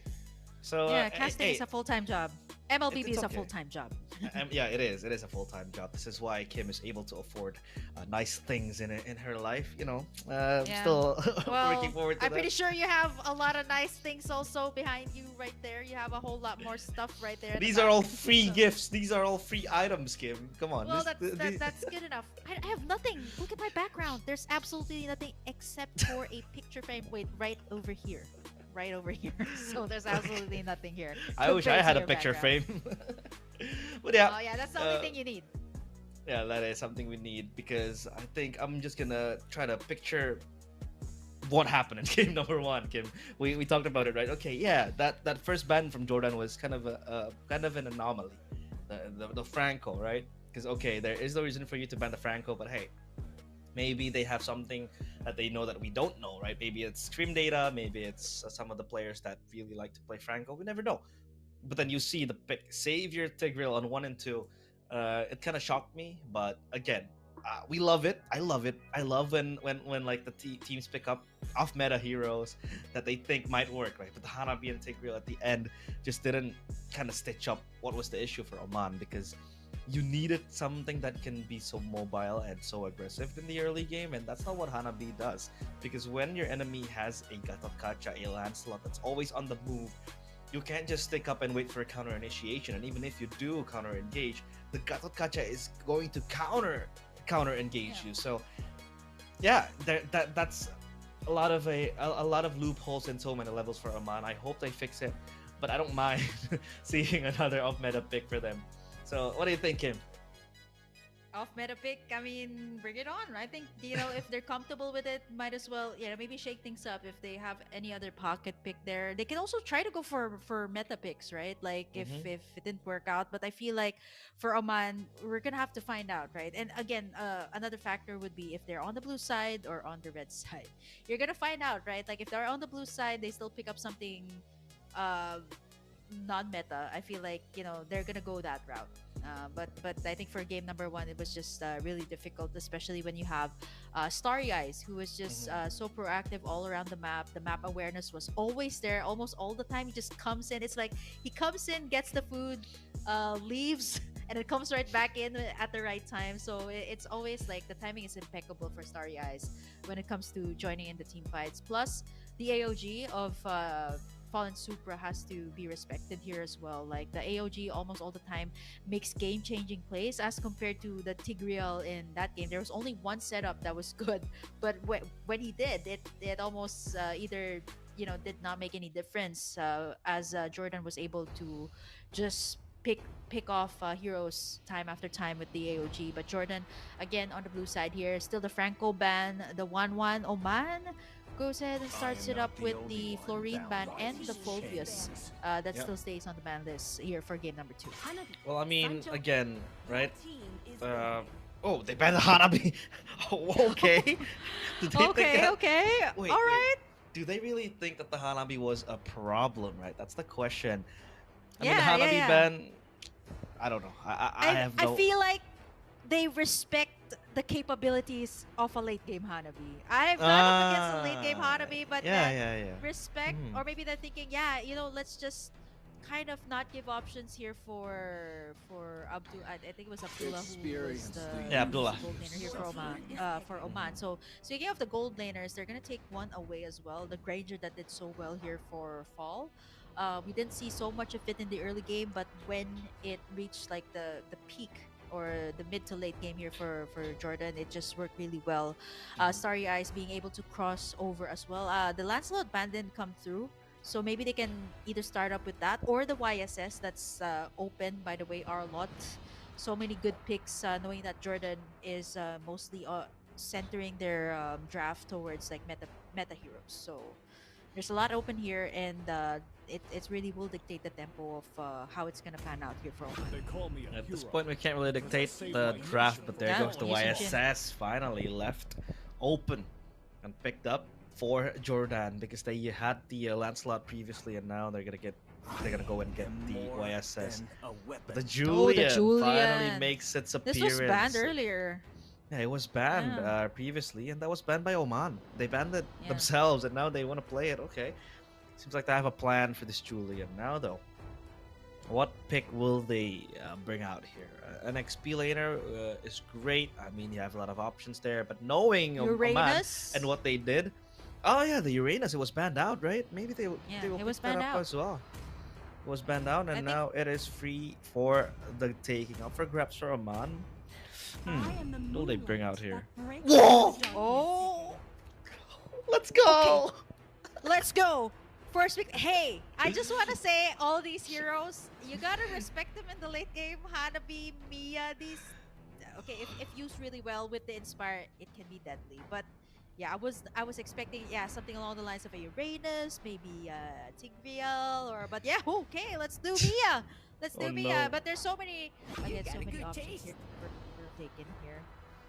When it comes to the gold lane, since it seems like Cyclops! yeah, Cyclops makes its appearance here, but okay, it could be a jungle Cyclops if they possibly want to put the YSS in the gold lane, but the Jawhead as well makes its appearance here, and this was banned in the first game, so now it makes its appearance here for Jordan. So yeah, Jordan's like, yeah, let's go with the contemporary picks, let's go with the off-meta picks, and yeah, the Jawhead though is built to like it's not a setter type of tank, but it's more of like pick off, single target pick off. So yeah, Mia, Julian, these aren't exactly easy targets to pick off. Also, they have so many ways in and out of the clash, but they lock in the Ruby for the final pick here of Oman. So now with the final two bans, it should center around the gold lane here for Jordan. The Granger's already out, so maybe they can take away some more um meta picks here for their last two bans.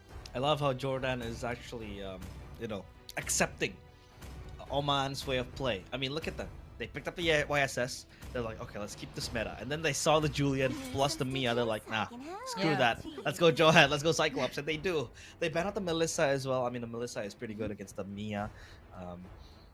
But I think you gotta ban out the Moskov, no? Because the Moskov is the only left viable option for Jordan. But still, there's an Irithel, there's a carry. But you don't want to pick up a carry against Mia. You are going to be skinned alive in lane because of how far a Eudora ban. Okay, that's interesting. Yeah. Yeah. It gets really annoying as well. You know, sometimes the Eudora, I see it in, well, not in professional play. It's a pocket pick, I know, by a Malaysian team, by Todak. I know that's a pocket Todak, pick yeah. for them. Yeah, they pick up the Eudora. And, you know, if used really well, it can be deadly for the team composition. Especially the Eudora can, you know, just have a genius wand, can have a single target burst on, you know, squishy heroes here of Jordan, knowing that they have a Cyclops and a YSS here. Still doesn't answer my question though. I still don't know if this YSS where it's gonna go, and knowing how this is the route of our drafting phase, it might actually be maybe perhaps a gold lane, but I've never seen that though. I've never seen that.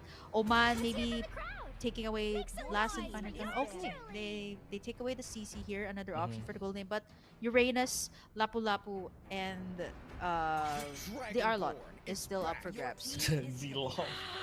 Yeah, I love how these are heroes that are often overlooked, but Yeah. actually good if you get to farm up. So okay, respect Jordan, just respecting all of that. And, Imagine, yeah, though. Oman going for. Yeah. Imagine Zilong. Imagine Zhong Li playing Zilong. Wouldn't that be very, very, very nice? Zhong Li Yeah, with the Zhong Li. Zilong. So, The Zilong.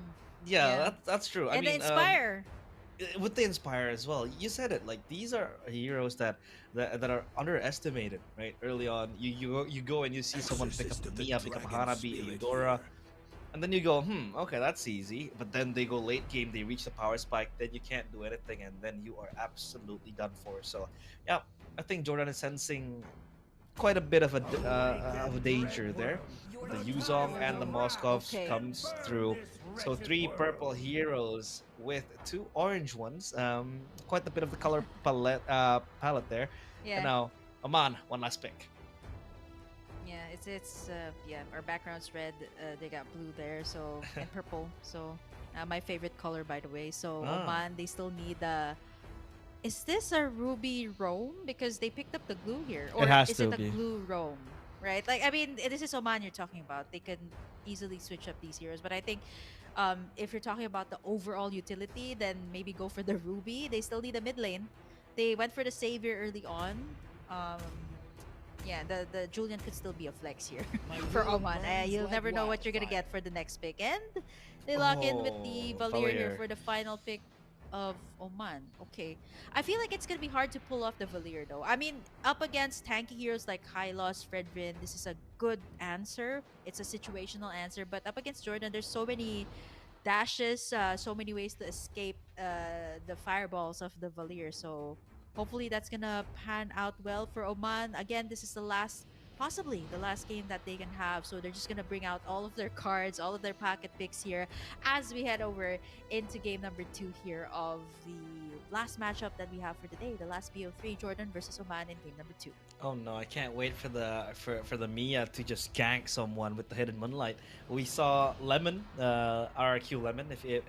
Yeah, If you knew he yeah. played Mia, he was hiding in the bush, right? He went on with the hidden moonlight to go for a 1v4 play, 1v3 Wow. play, and he fumbled up miserably, costing RQ the game.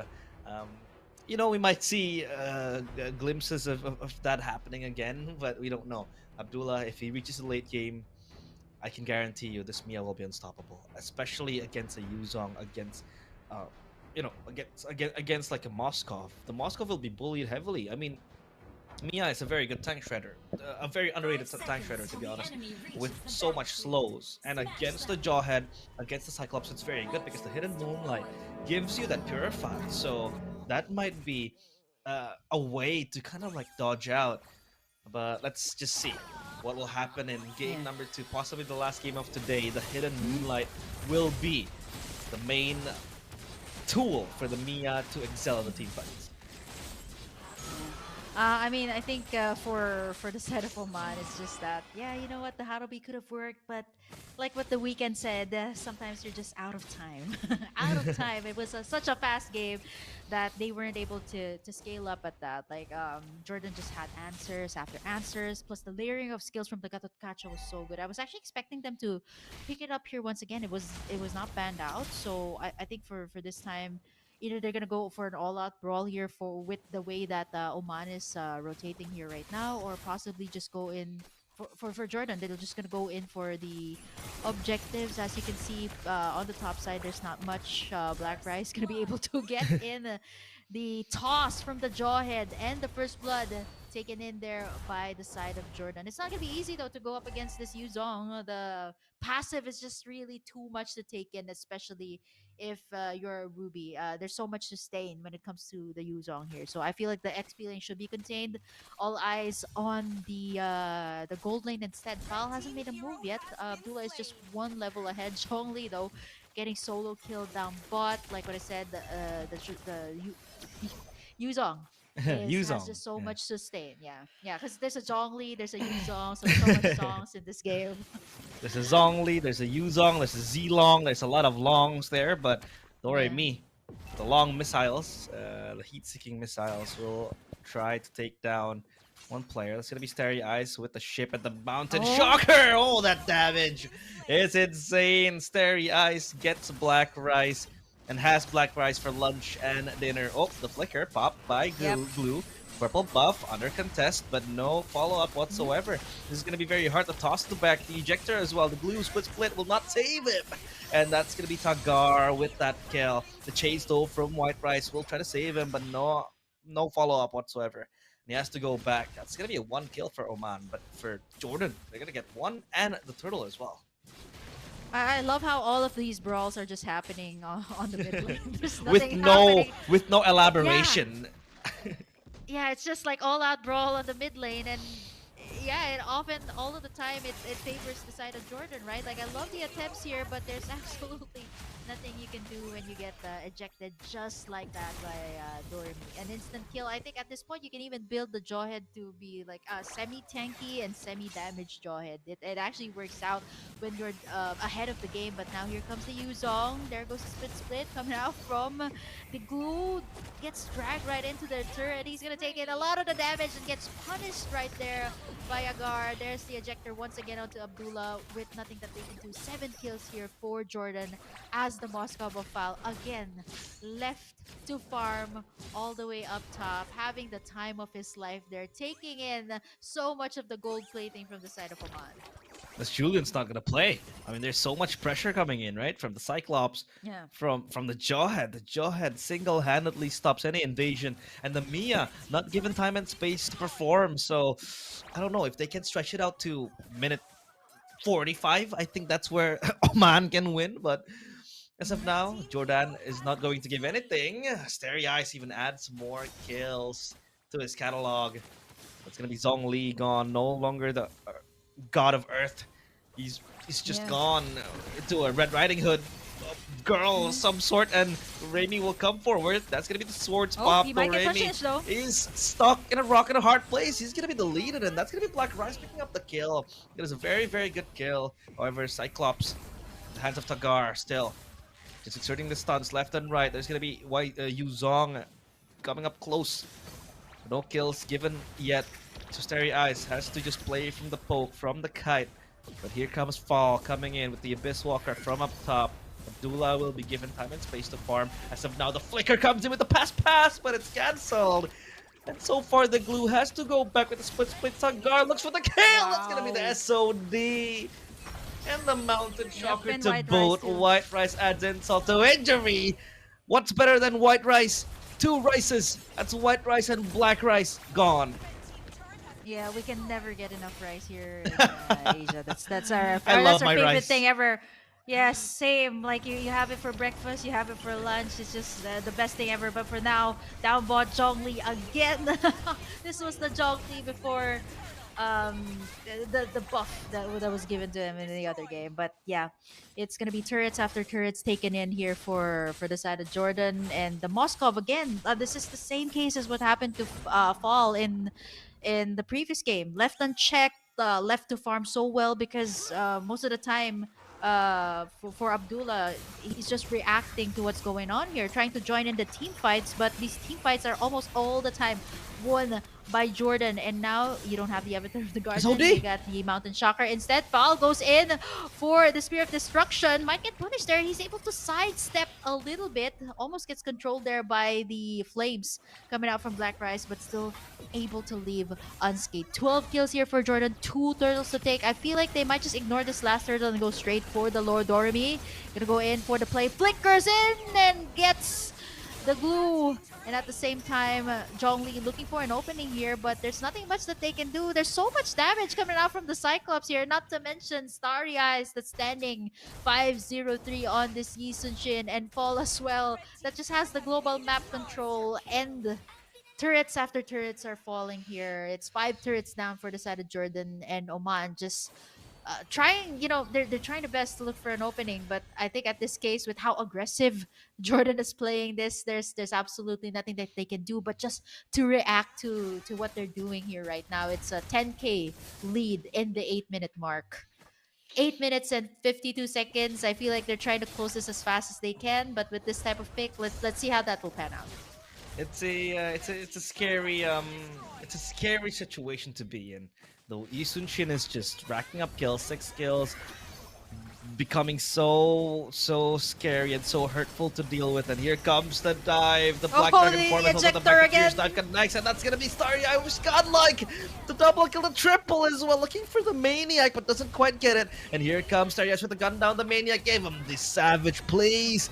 Just go and get your Savage. Yup, Looking for the he gets Savage, it's so stunned. close. The Savage is not there just yet, and Starry Eyes has to be content with not getting the Savage, but at least Tagar is there to clean up house, wipe out.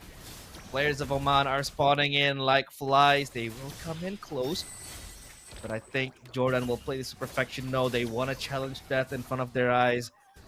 Moving back though. Slowly but surely, Jordan will try to subside their pressure. Speaking of Tagar, he actually has a YouTube channel and he just went live a couple of hours ago. So yeah, interesting to see the players of Jordan here.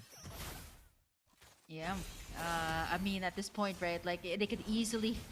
The turrets here are still pretty much good to go for the next game. Vlad onto a killing spree right now. This is not a Yuzong you would want to mess with. Abdullah, I know he's trying to look for an angle here to go in for the ultimate, but now Mountain Shocker here by Starry Eye is gonna try to go in for the kill. Still legendary at this point. The members of Oman are super low as they're gonna try to take them down. Abdullah with a sliver of health. They're not even waiting for the minions to come in here as Starry Eyes just wreaks havoc after havoc. Fall finally takes in that inhibitor, that last inhibitor up top, and now they're looking to try and end this game or probably just go in for more of the kills. Doremi again with the objector onto Abdullah. The base is wide open here for the side of Oman. 24 make that 25 in just a bit. 1 4 HP for the turret.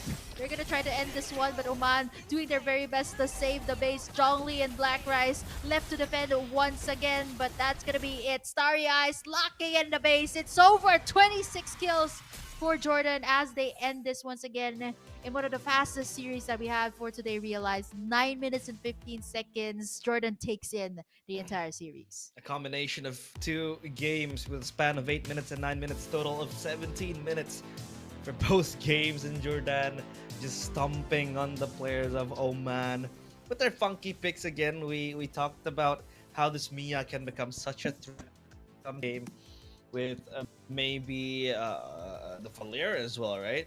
And then you have a Julian late game. It's very, very scary. But how would you want to operate onto the late game if you can't get past the early game? Because Jordan was just exerting their pressure deeply, heavily left and right. It's gonna be Jordan again, just being omnipresent all around the map. They have been dictating the game since the first second that rolls out in Land of Dawn. That was a very, very good combo. And yeah, nothing to really highlight because of how ridiculous Starry Eyes is with that Isun Shin and the damage that it was able to deal. Kind of a bummer because we weren't able to see the real potential of a Mia late game, right? Because they didn't even get past minute 10. But... And the Hanabi. Yeah, and the Hanabi as well. Kind of sad. I wasn't really able to see the late game heroes shine, but hey, it is what it is. This is, I think, the best expectation that you would want from a Yi Sun Shin, right? Like for the past few series, we've been seeing Yi Sun Shin prio pick several times, but never really actually taking in the game. So I think this is one of the W's. Yeah, no, this is the first win I think that the Yi Sun Shin had for today. Despite the fact that it's been picked up several times, and they actually closed it out real strong. I believe Starry Eyes closed with maybe, I think it was like 13 or 14 kills by the end of this match. It was just kills after kills. 11-0-8. Just kept stacking up, and eventually when they ended the game, 2-0-8 for their side. They closed it out with 26 kills. So it's just a matter of just total snowball here for Jordan, and it just went all the way from there. 9 minutes into the game, you can see how dominant. There's nothing much I can say, but it's such a dominant series here for Jordan. For Oman, I guess, what they can take away from here in matches like this is just really the experience. I personally love going up against stronger teams, especially when you're going into ranked games. There's a lot that you can learn, despite the fact that you got a loss. But, for Oman, hopefully you guys come back stronger. But for Jordan, they've, really showcased what it's like to be able to snowball with this kind of lineup. I mean, YSS, as you know it, if like this hero is fed, it can two-shot you, right? It can one-shot you even. With 2 auto attacks, you're gone. But Jordan, they were able to maximize the use of that Isun Shin. 12 kills, 0 deaths, immortal, basically not dead for a single time. That was Faust the Moskov really just farming his way on towards the end, becoming the rich guy supposed to be. But no, Starry Eyes is going to bag ATM and carry with 12 kills. But the tank is Tagar. So Tagar with the most damage that he had to absorb. Take a look at Oman's stat, though. At least an improvement, Kim. Because in Yeah. the previous game, they weren't able to hit the tower. Now they have 521 damage. Previously, it was 0. So at least that's a win in their books. Other than that, not much to really highlight. Again, they don't really have any objectives in their bags. Nile, Turtle, no lords, no turrets. So yeah, we hope that they can improve in that department. And yeah, it's back to the drawing board for Oman, for Jordan. It's them keeping up this momentum and going even further. Yeah, keep it up. Again, for everybody who has tuned in today to the IASF Asia qualifiers, we'd like to thank everybody who watched, who supported the teams. And again, if you want to see more of the results, you guys missed out. All of the results are actually up on the website of ISF. You guys can go check it out. It's isf.gg. But that's it for us today. Definitely GG, WP. So many things that we've seen today. I feel like it's just a repeat of like for me, it's like Yisun Shin, Lancelot, and Gatot Kacha. That's what I'm gonna remember about day number 1 here of the Asia qualifiers. Yeah, it feels like I've completed a very, very long road trip from from somewhere, because it has been 8 intense hours. It has been a long hour for us to cover all the matches. It's been very, very nice to cast and see and take a look at the talents, right? From all these players, we saw what the players of Jordan were able to do with their picks. Oman with their funky picks, even if they were unlucky to not get the win. But yeah, at least they tried. And then you also have Philippines, who, by the way, are Yeah. not as invincible as how we thought they would Oh be. yeah. So, yeah, a lot of things happening here. But that's it, I guess, for today. Yeah, I mean, it's a long day, especially for day number 1. For all of the fans who have supported your favorite teams, keep on doing so. There's more games happening here at ISF Asia qualifiers tomorrow, so don't miss out. But for now, me and Realize have to take we're gonna have to take a rest. It's been a long day for us. We've been casting nap. 8 hours straight, full of Mlbb action. But hope to see you guys again tomorrow. Don't miss out on the stream of ISF Asia qualifiers. But for now, we're gonna bid you guys goodbye. See you guys in the next stream, and see you guys in the next one. Bye bye. Bye bye.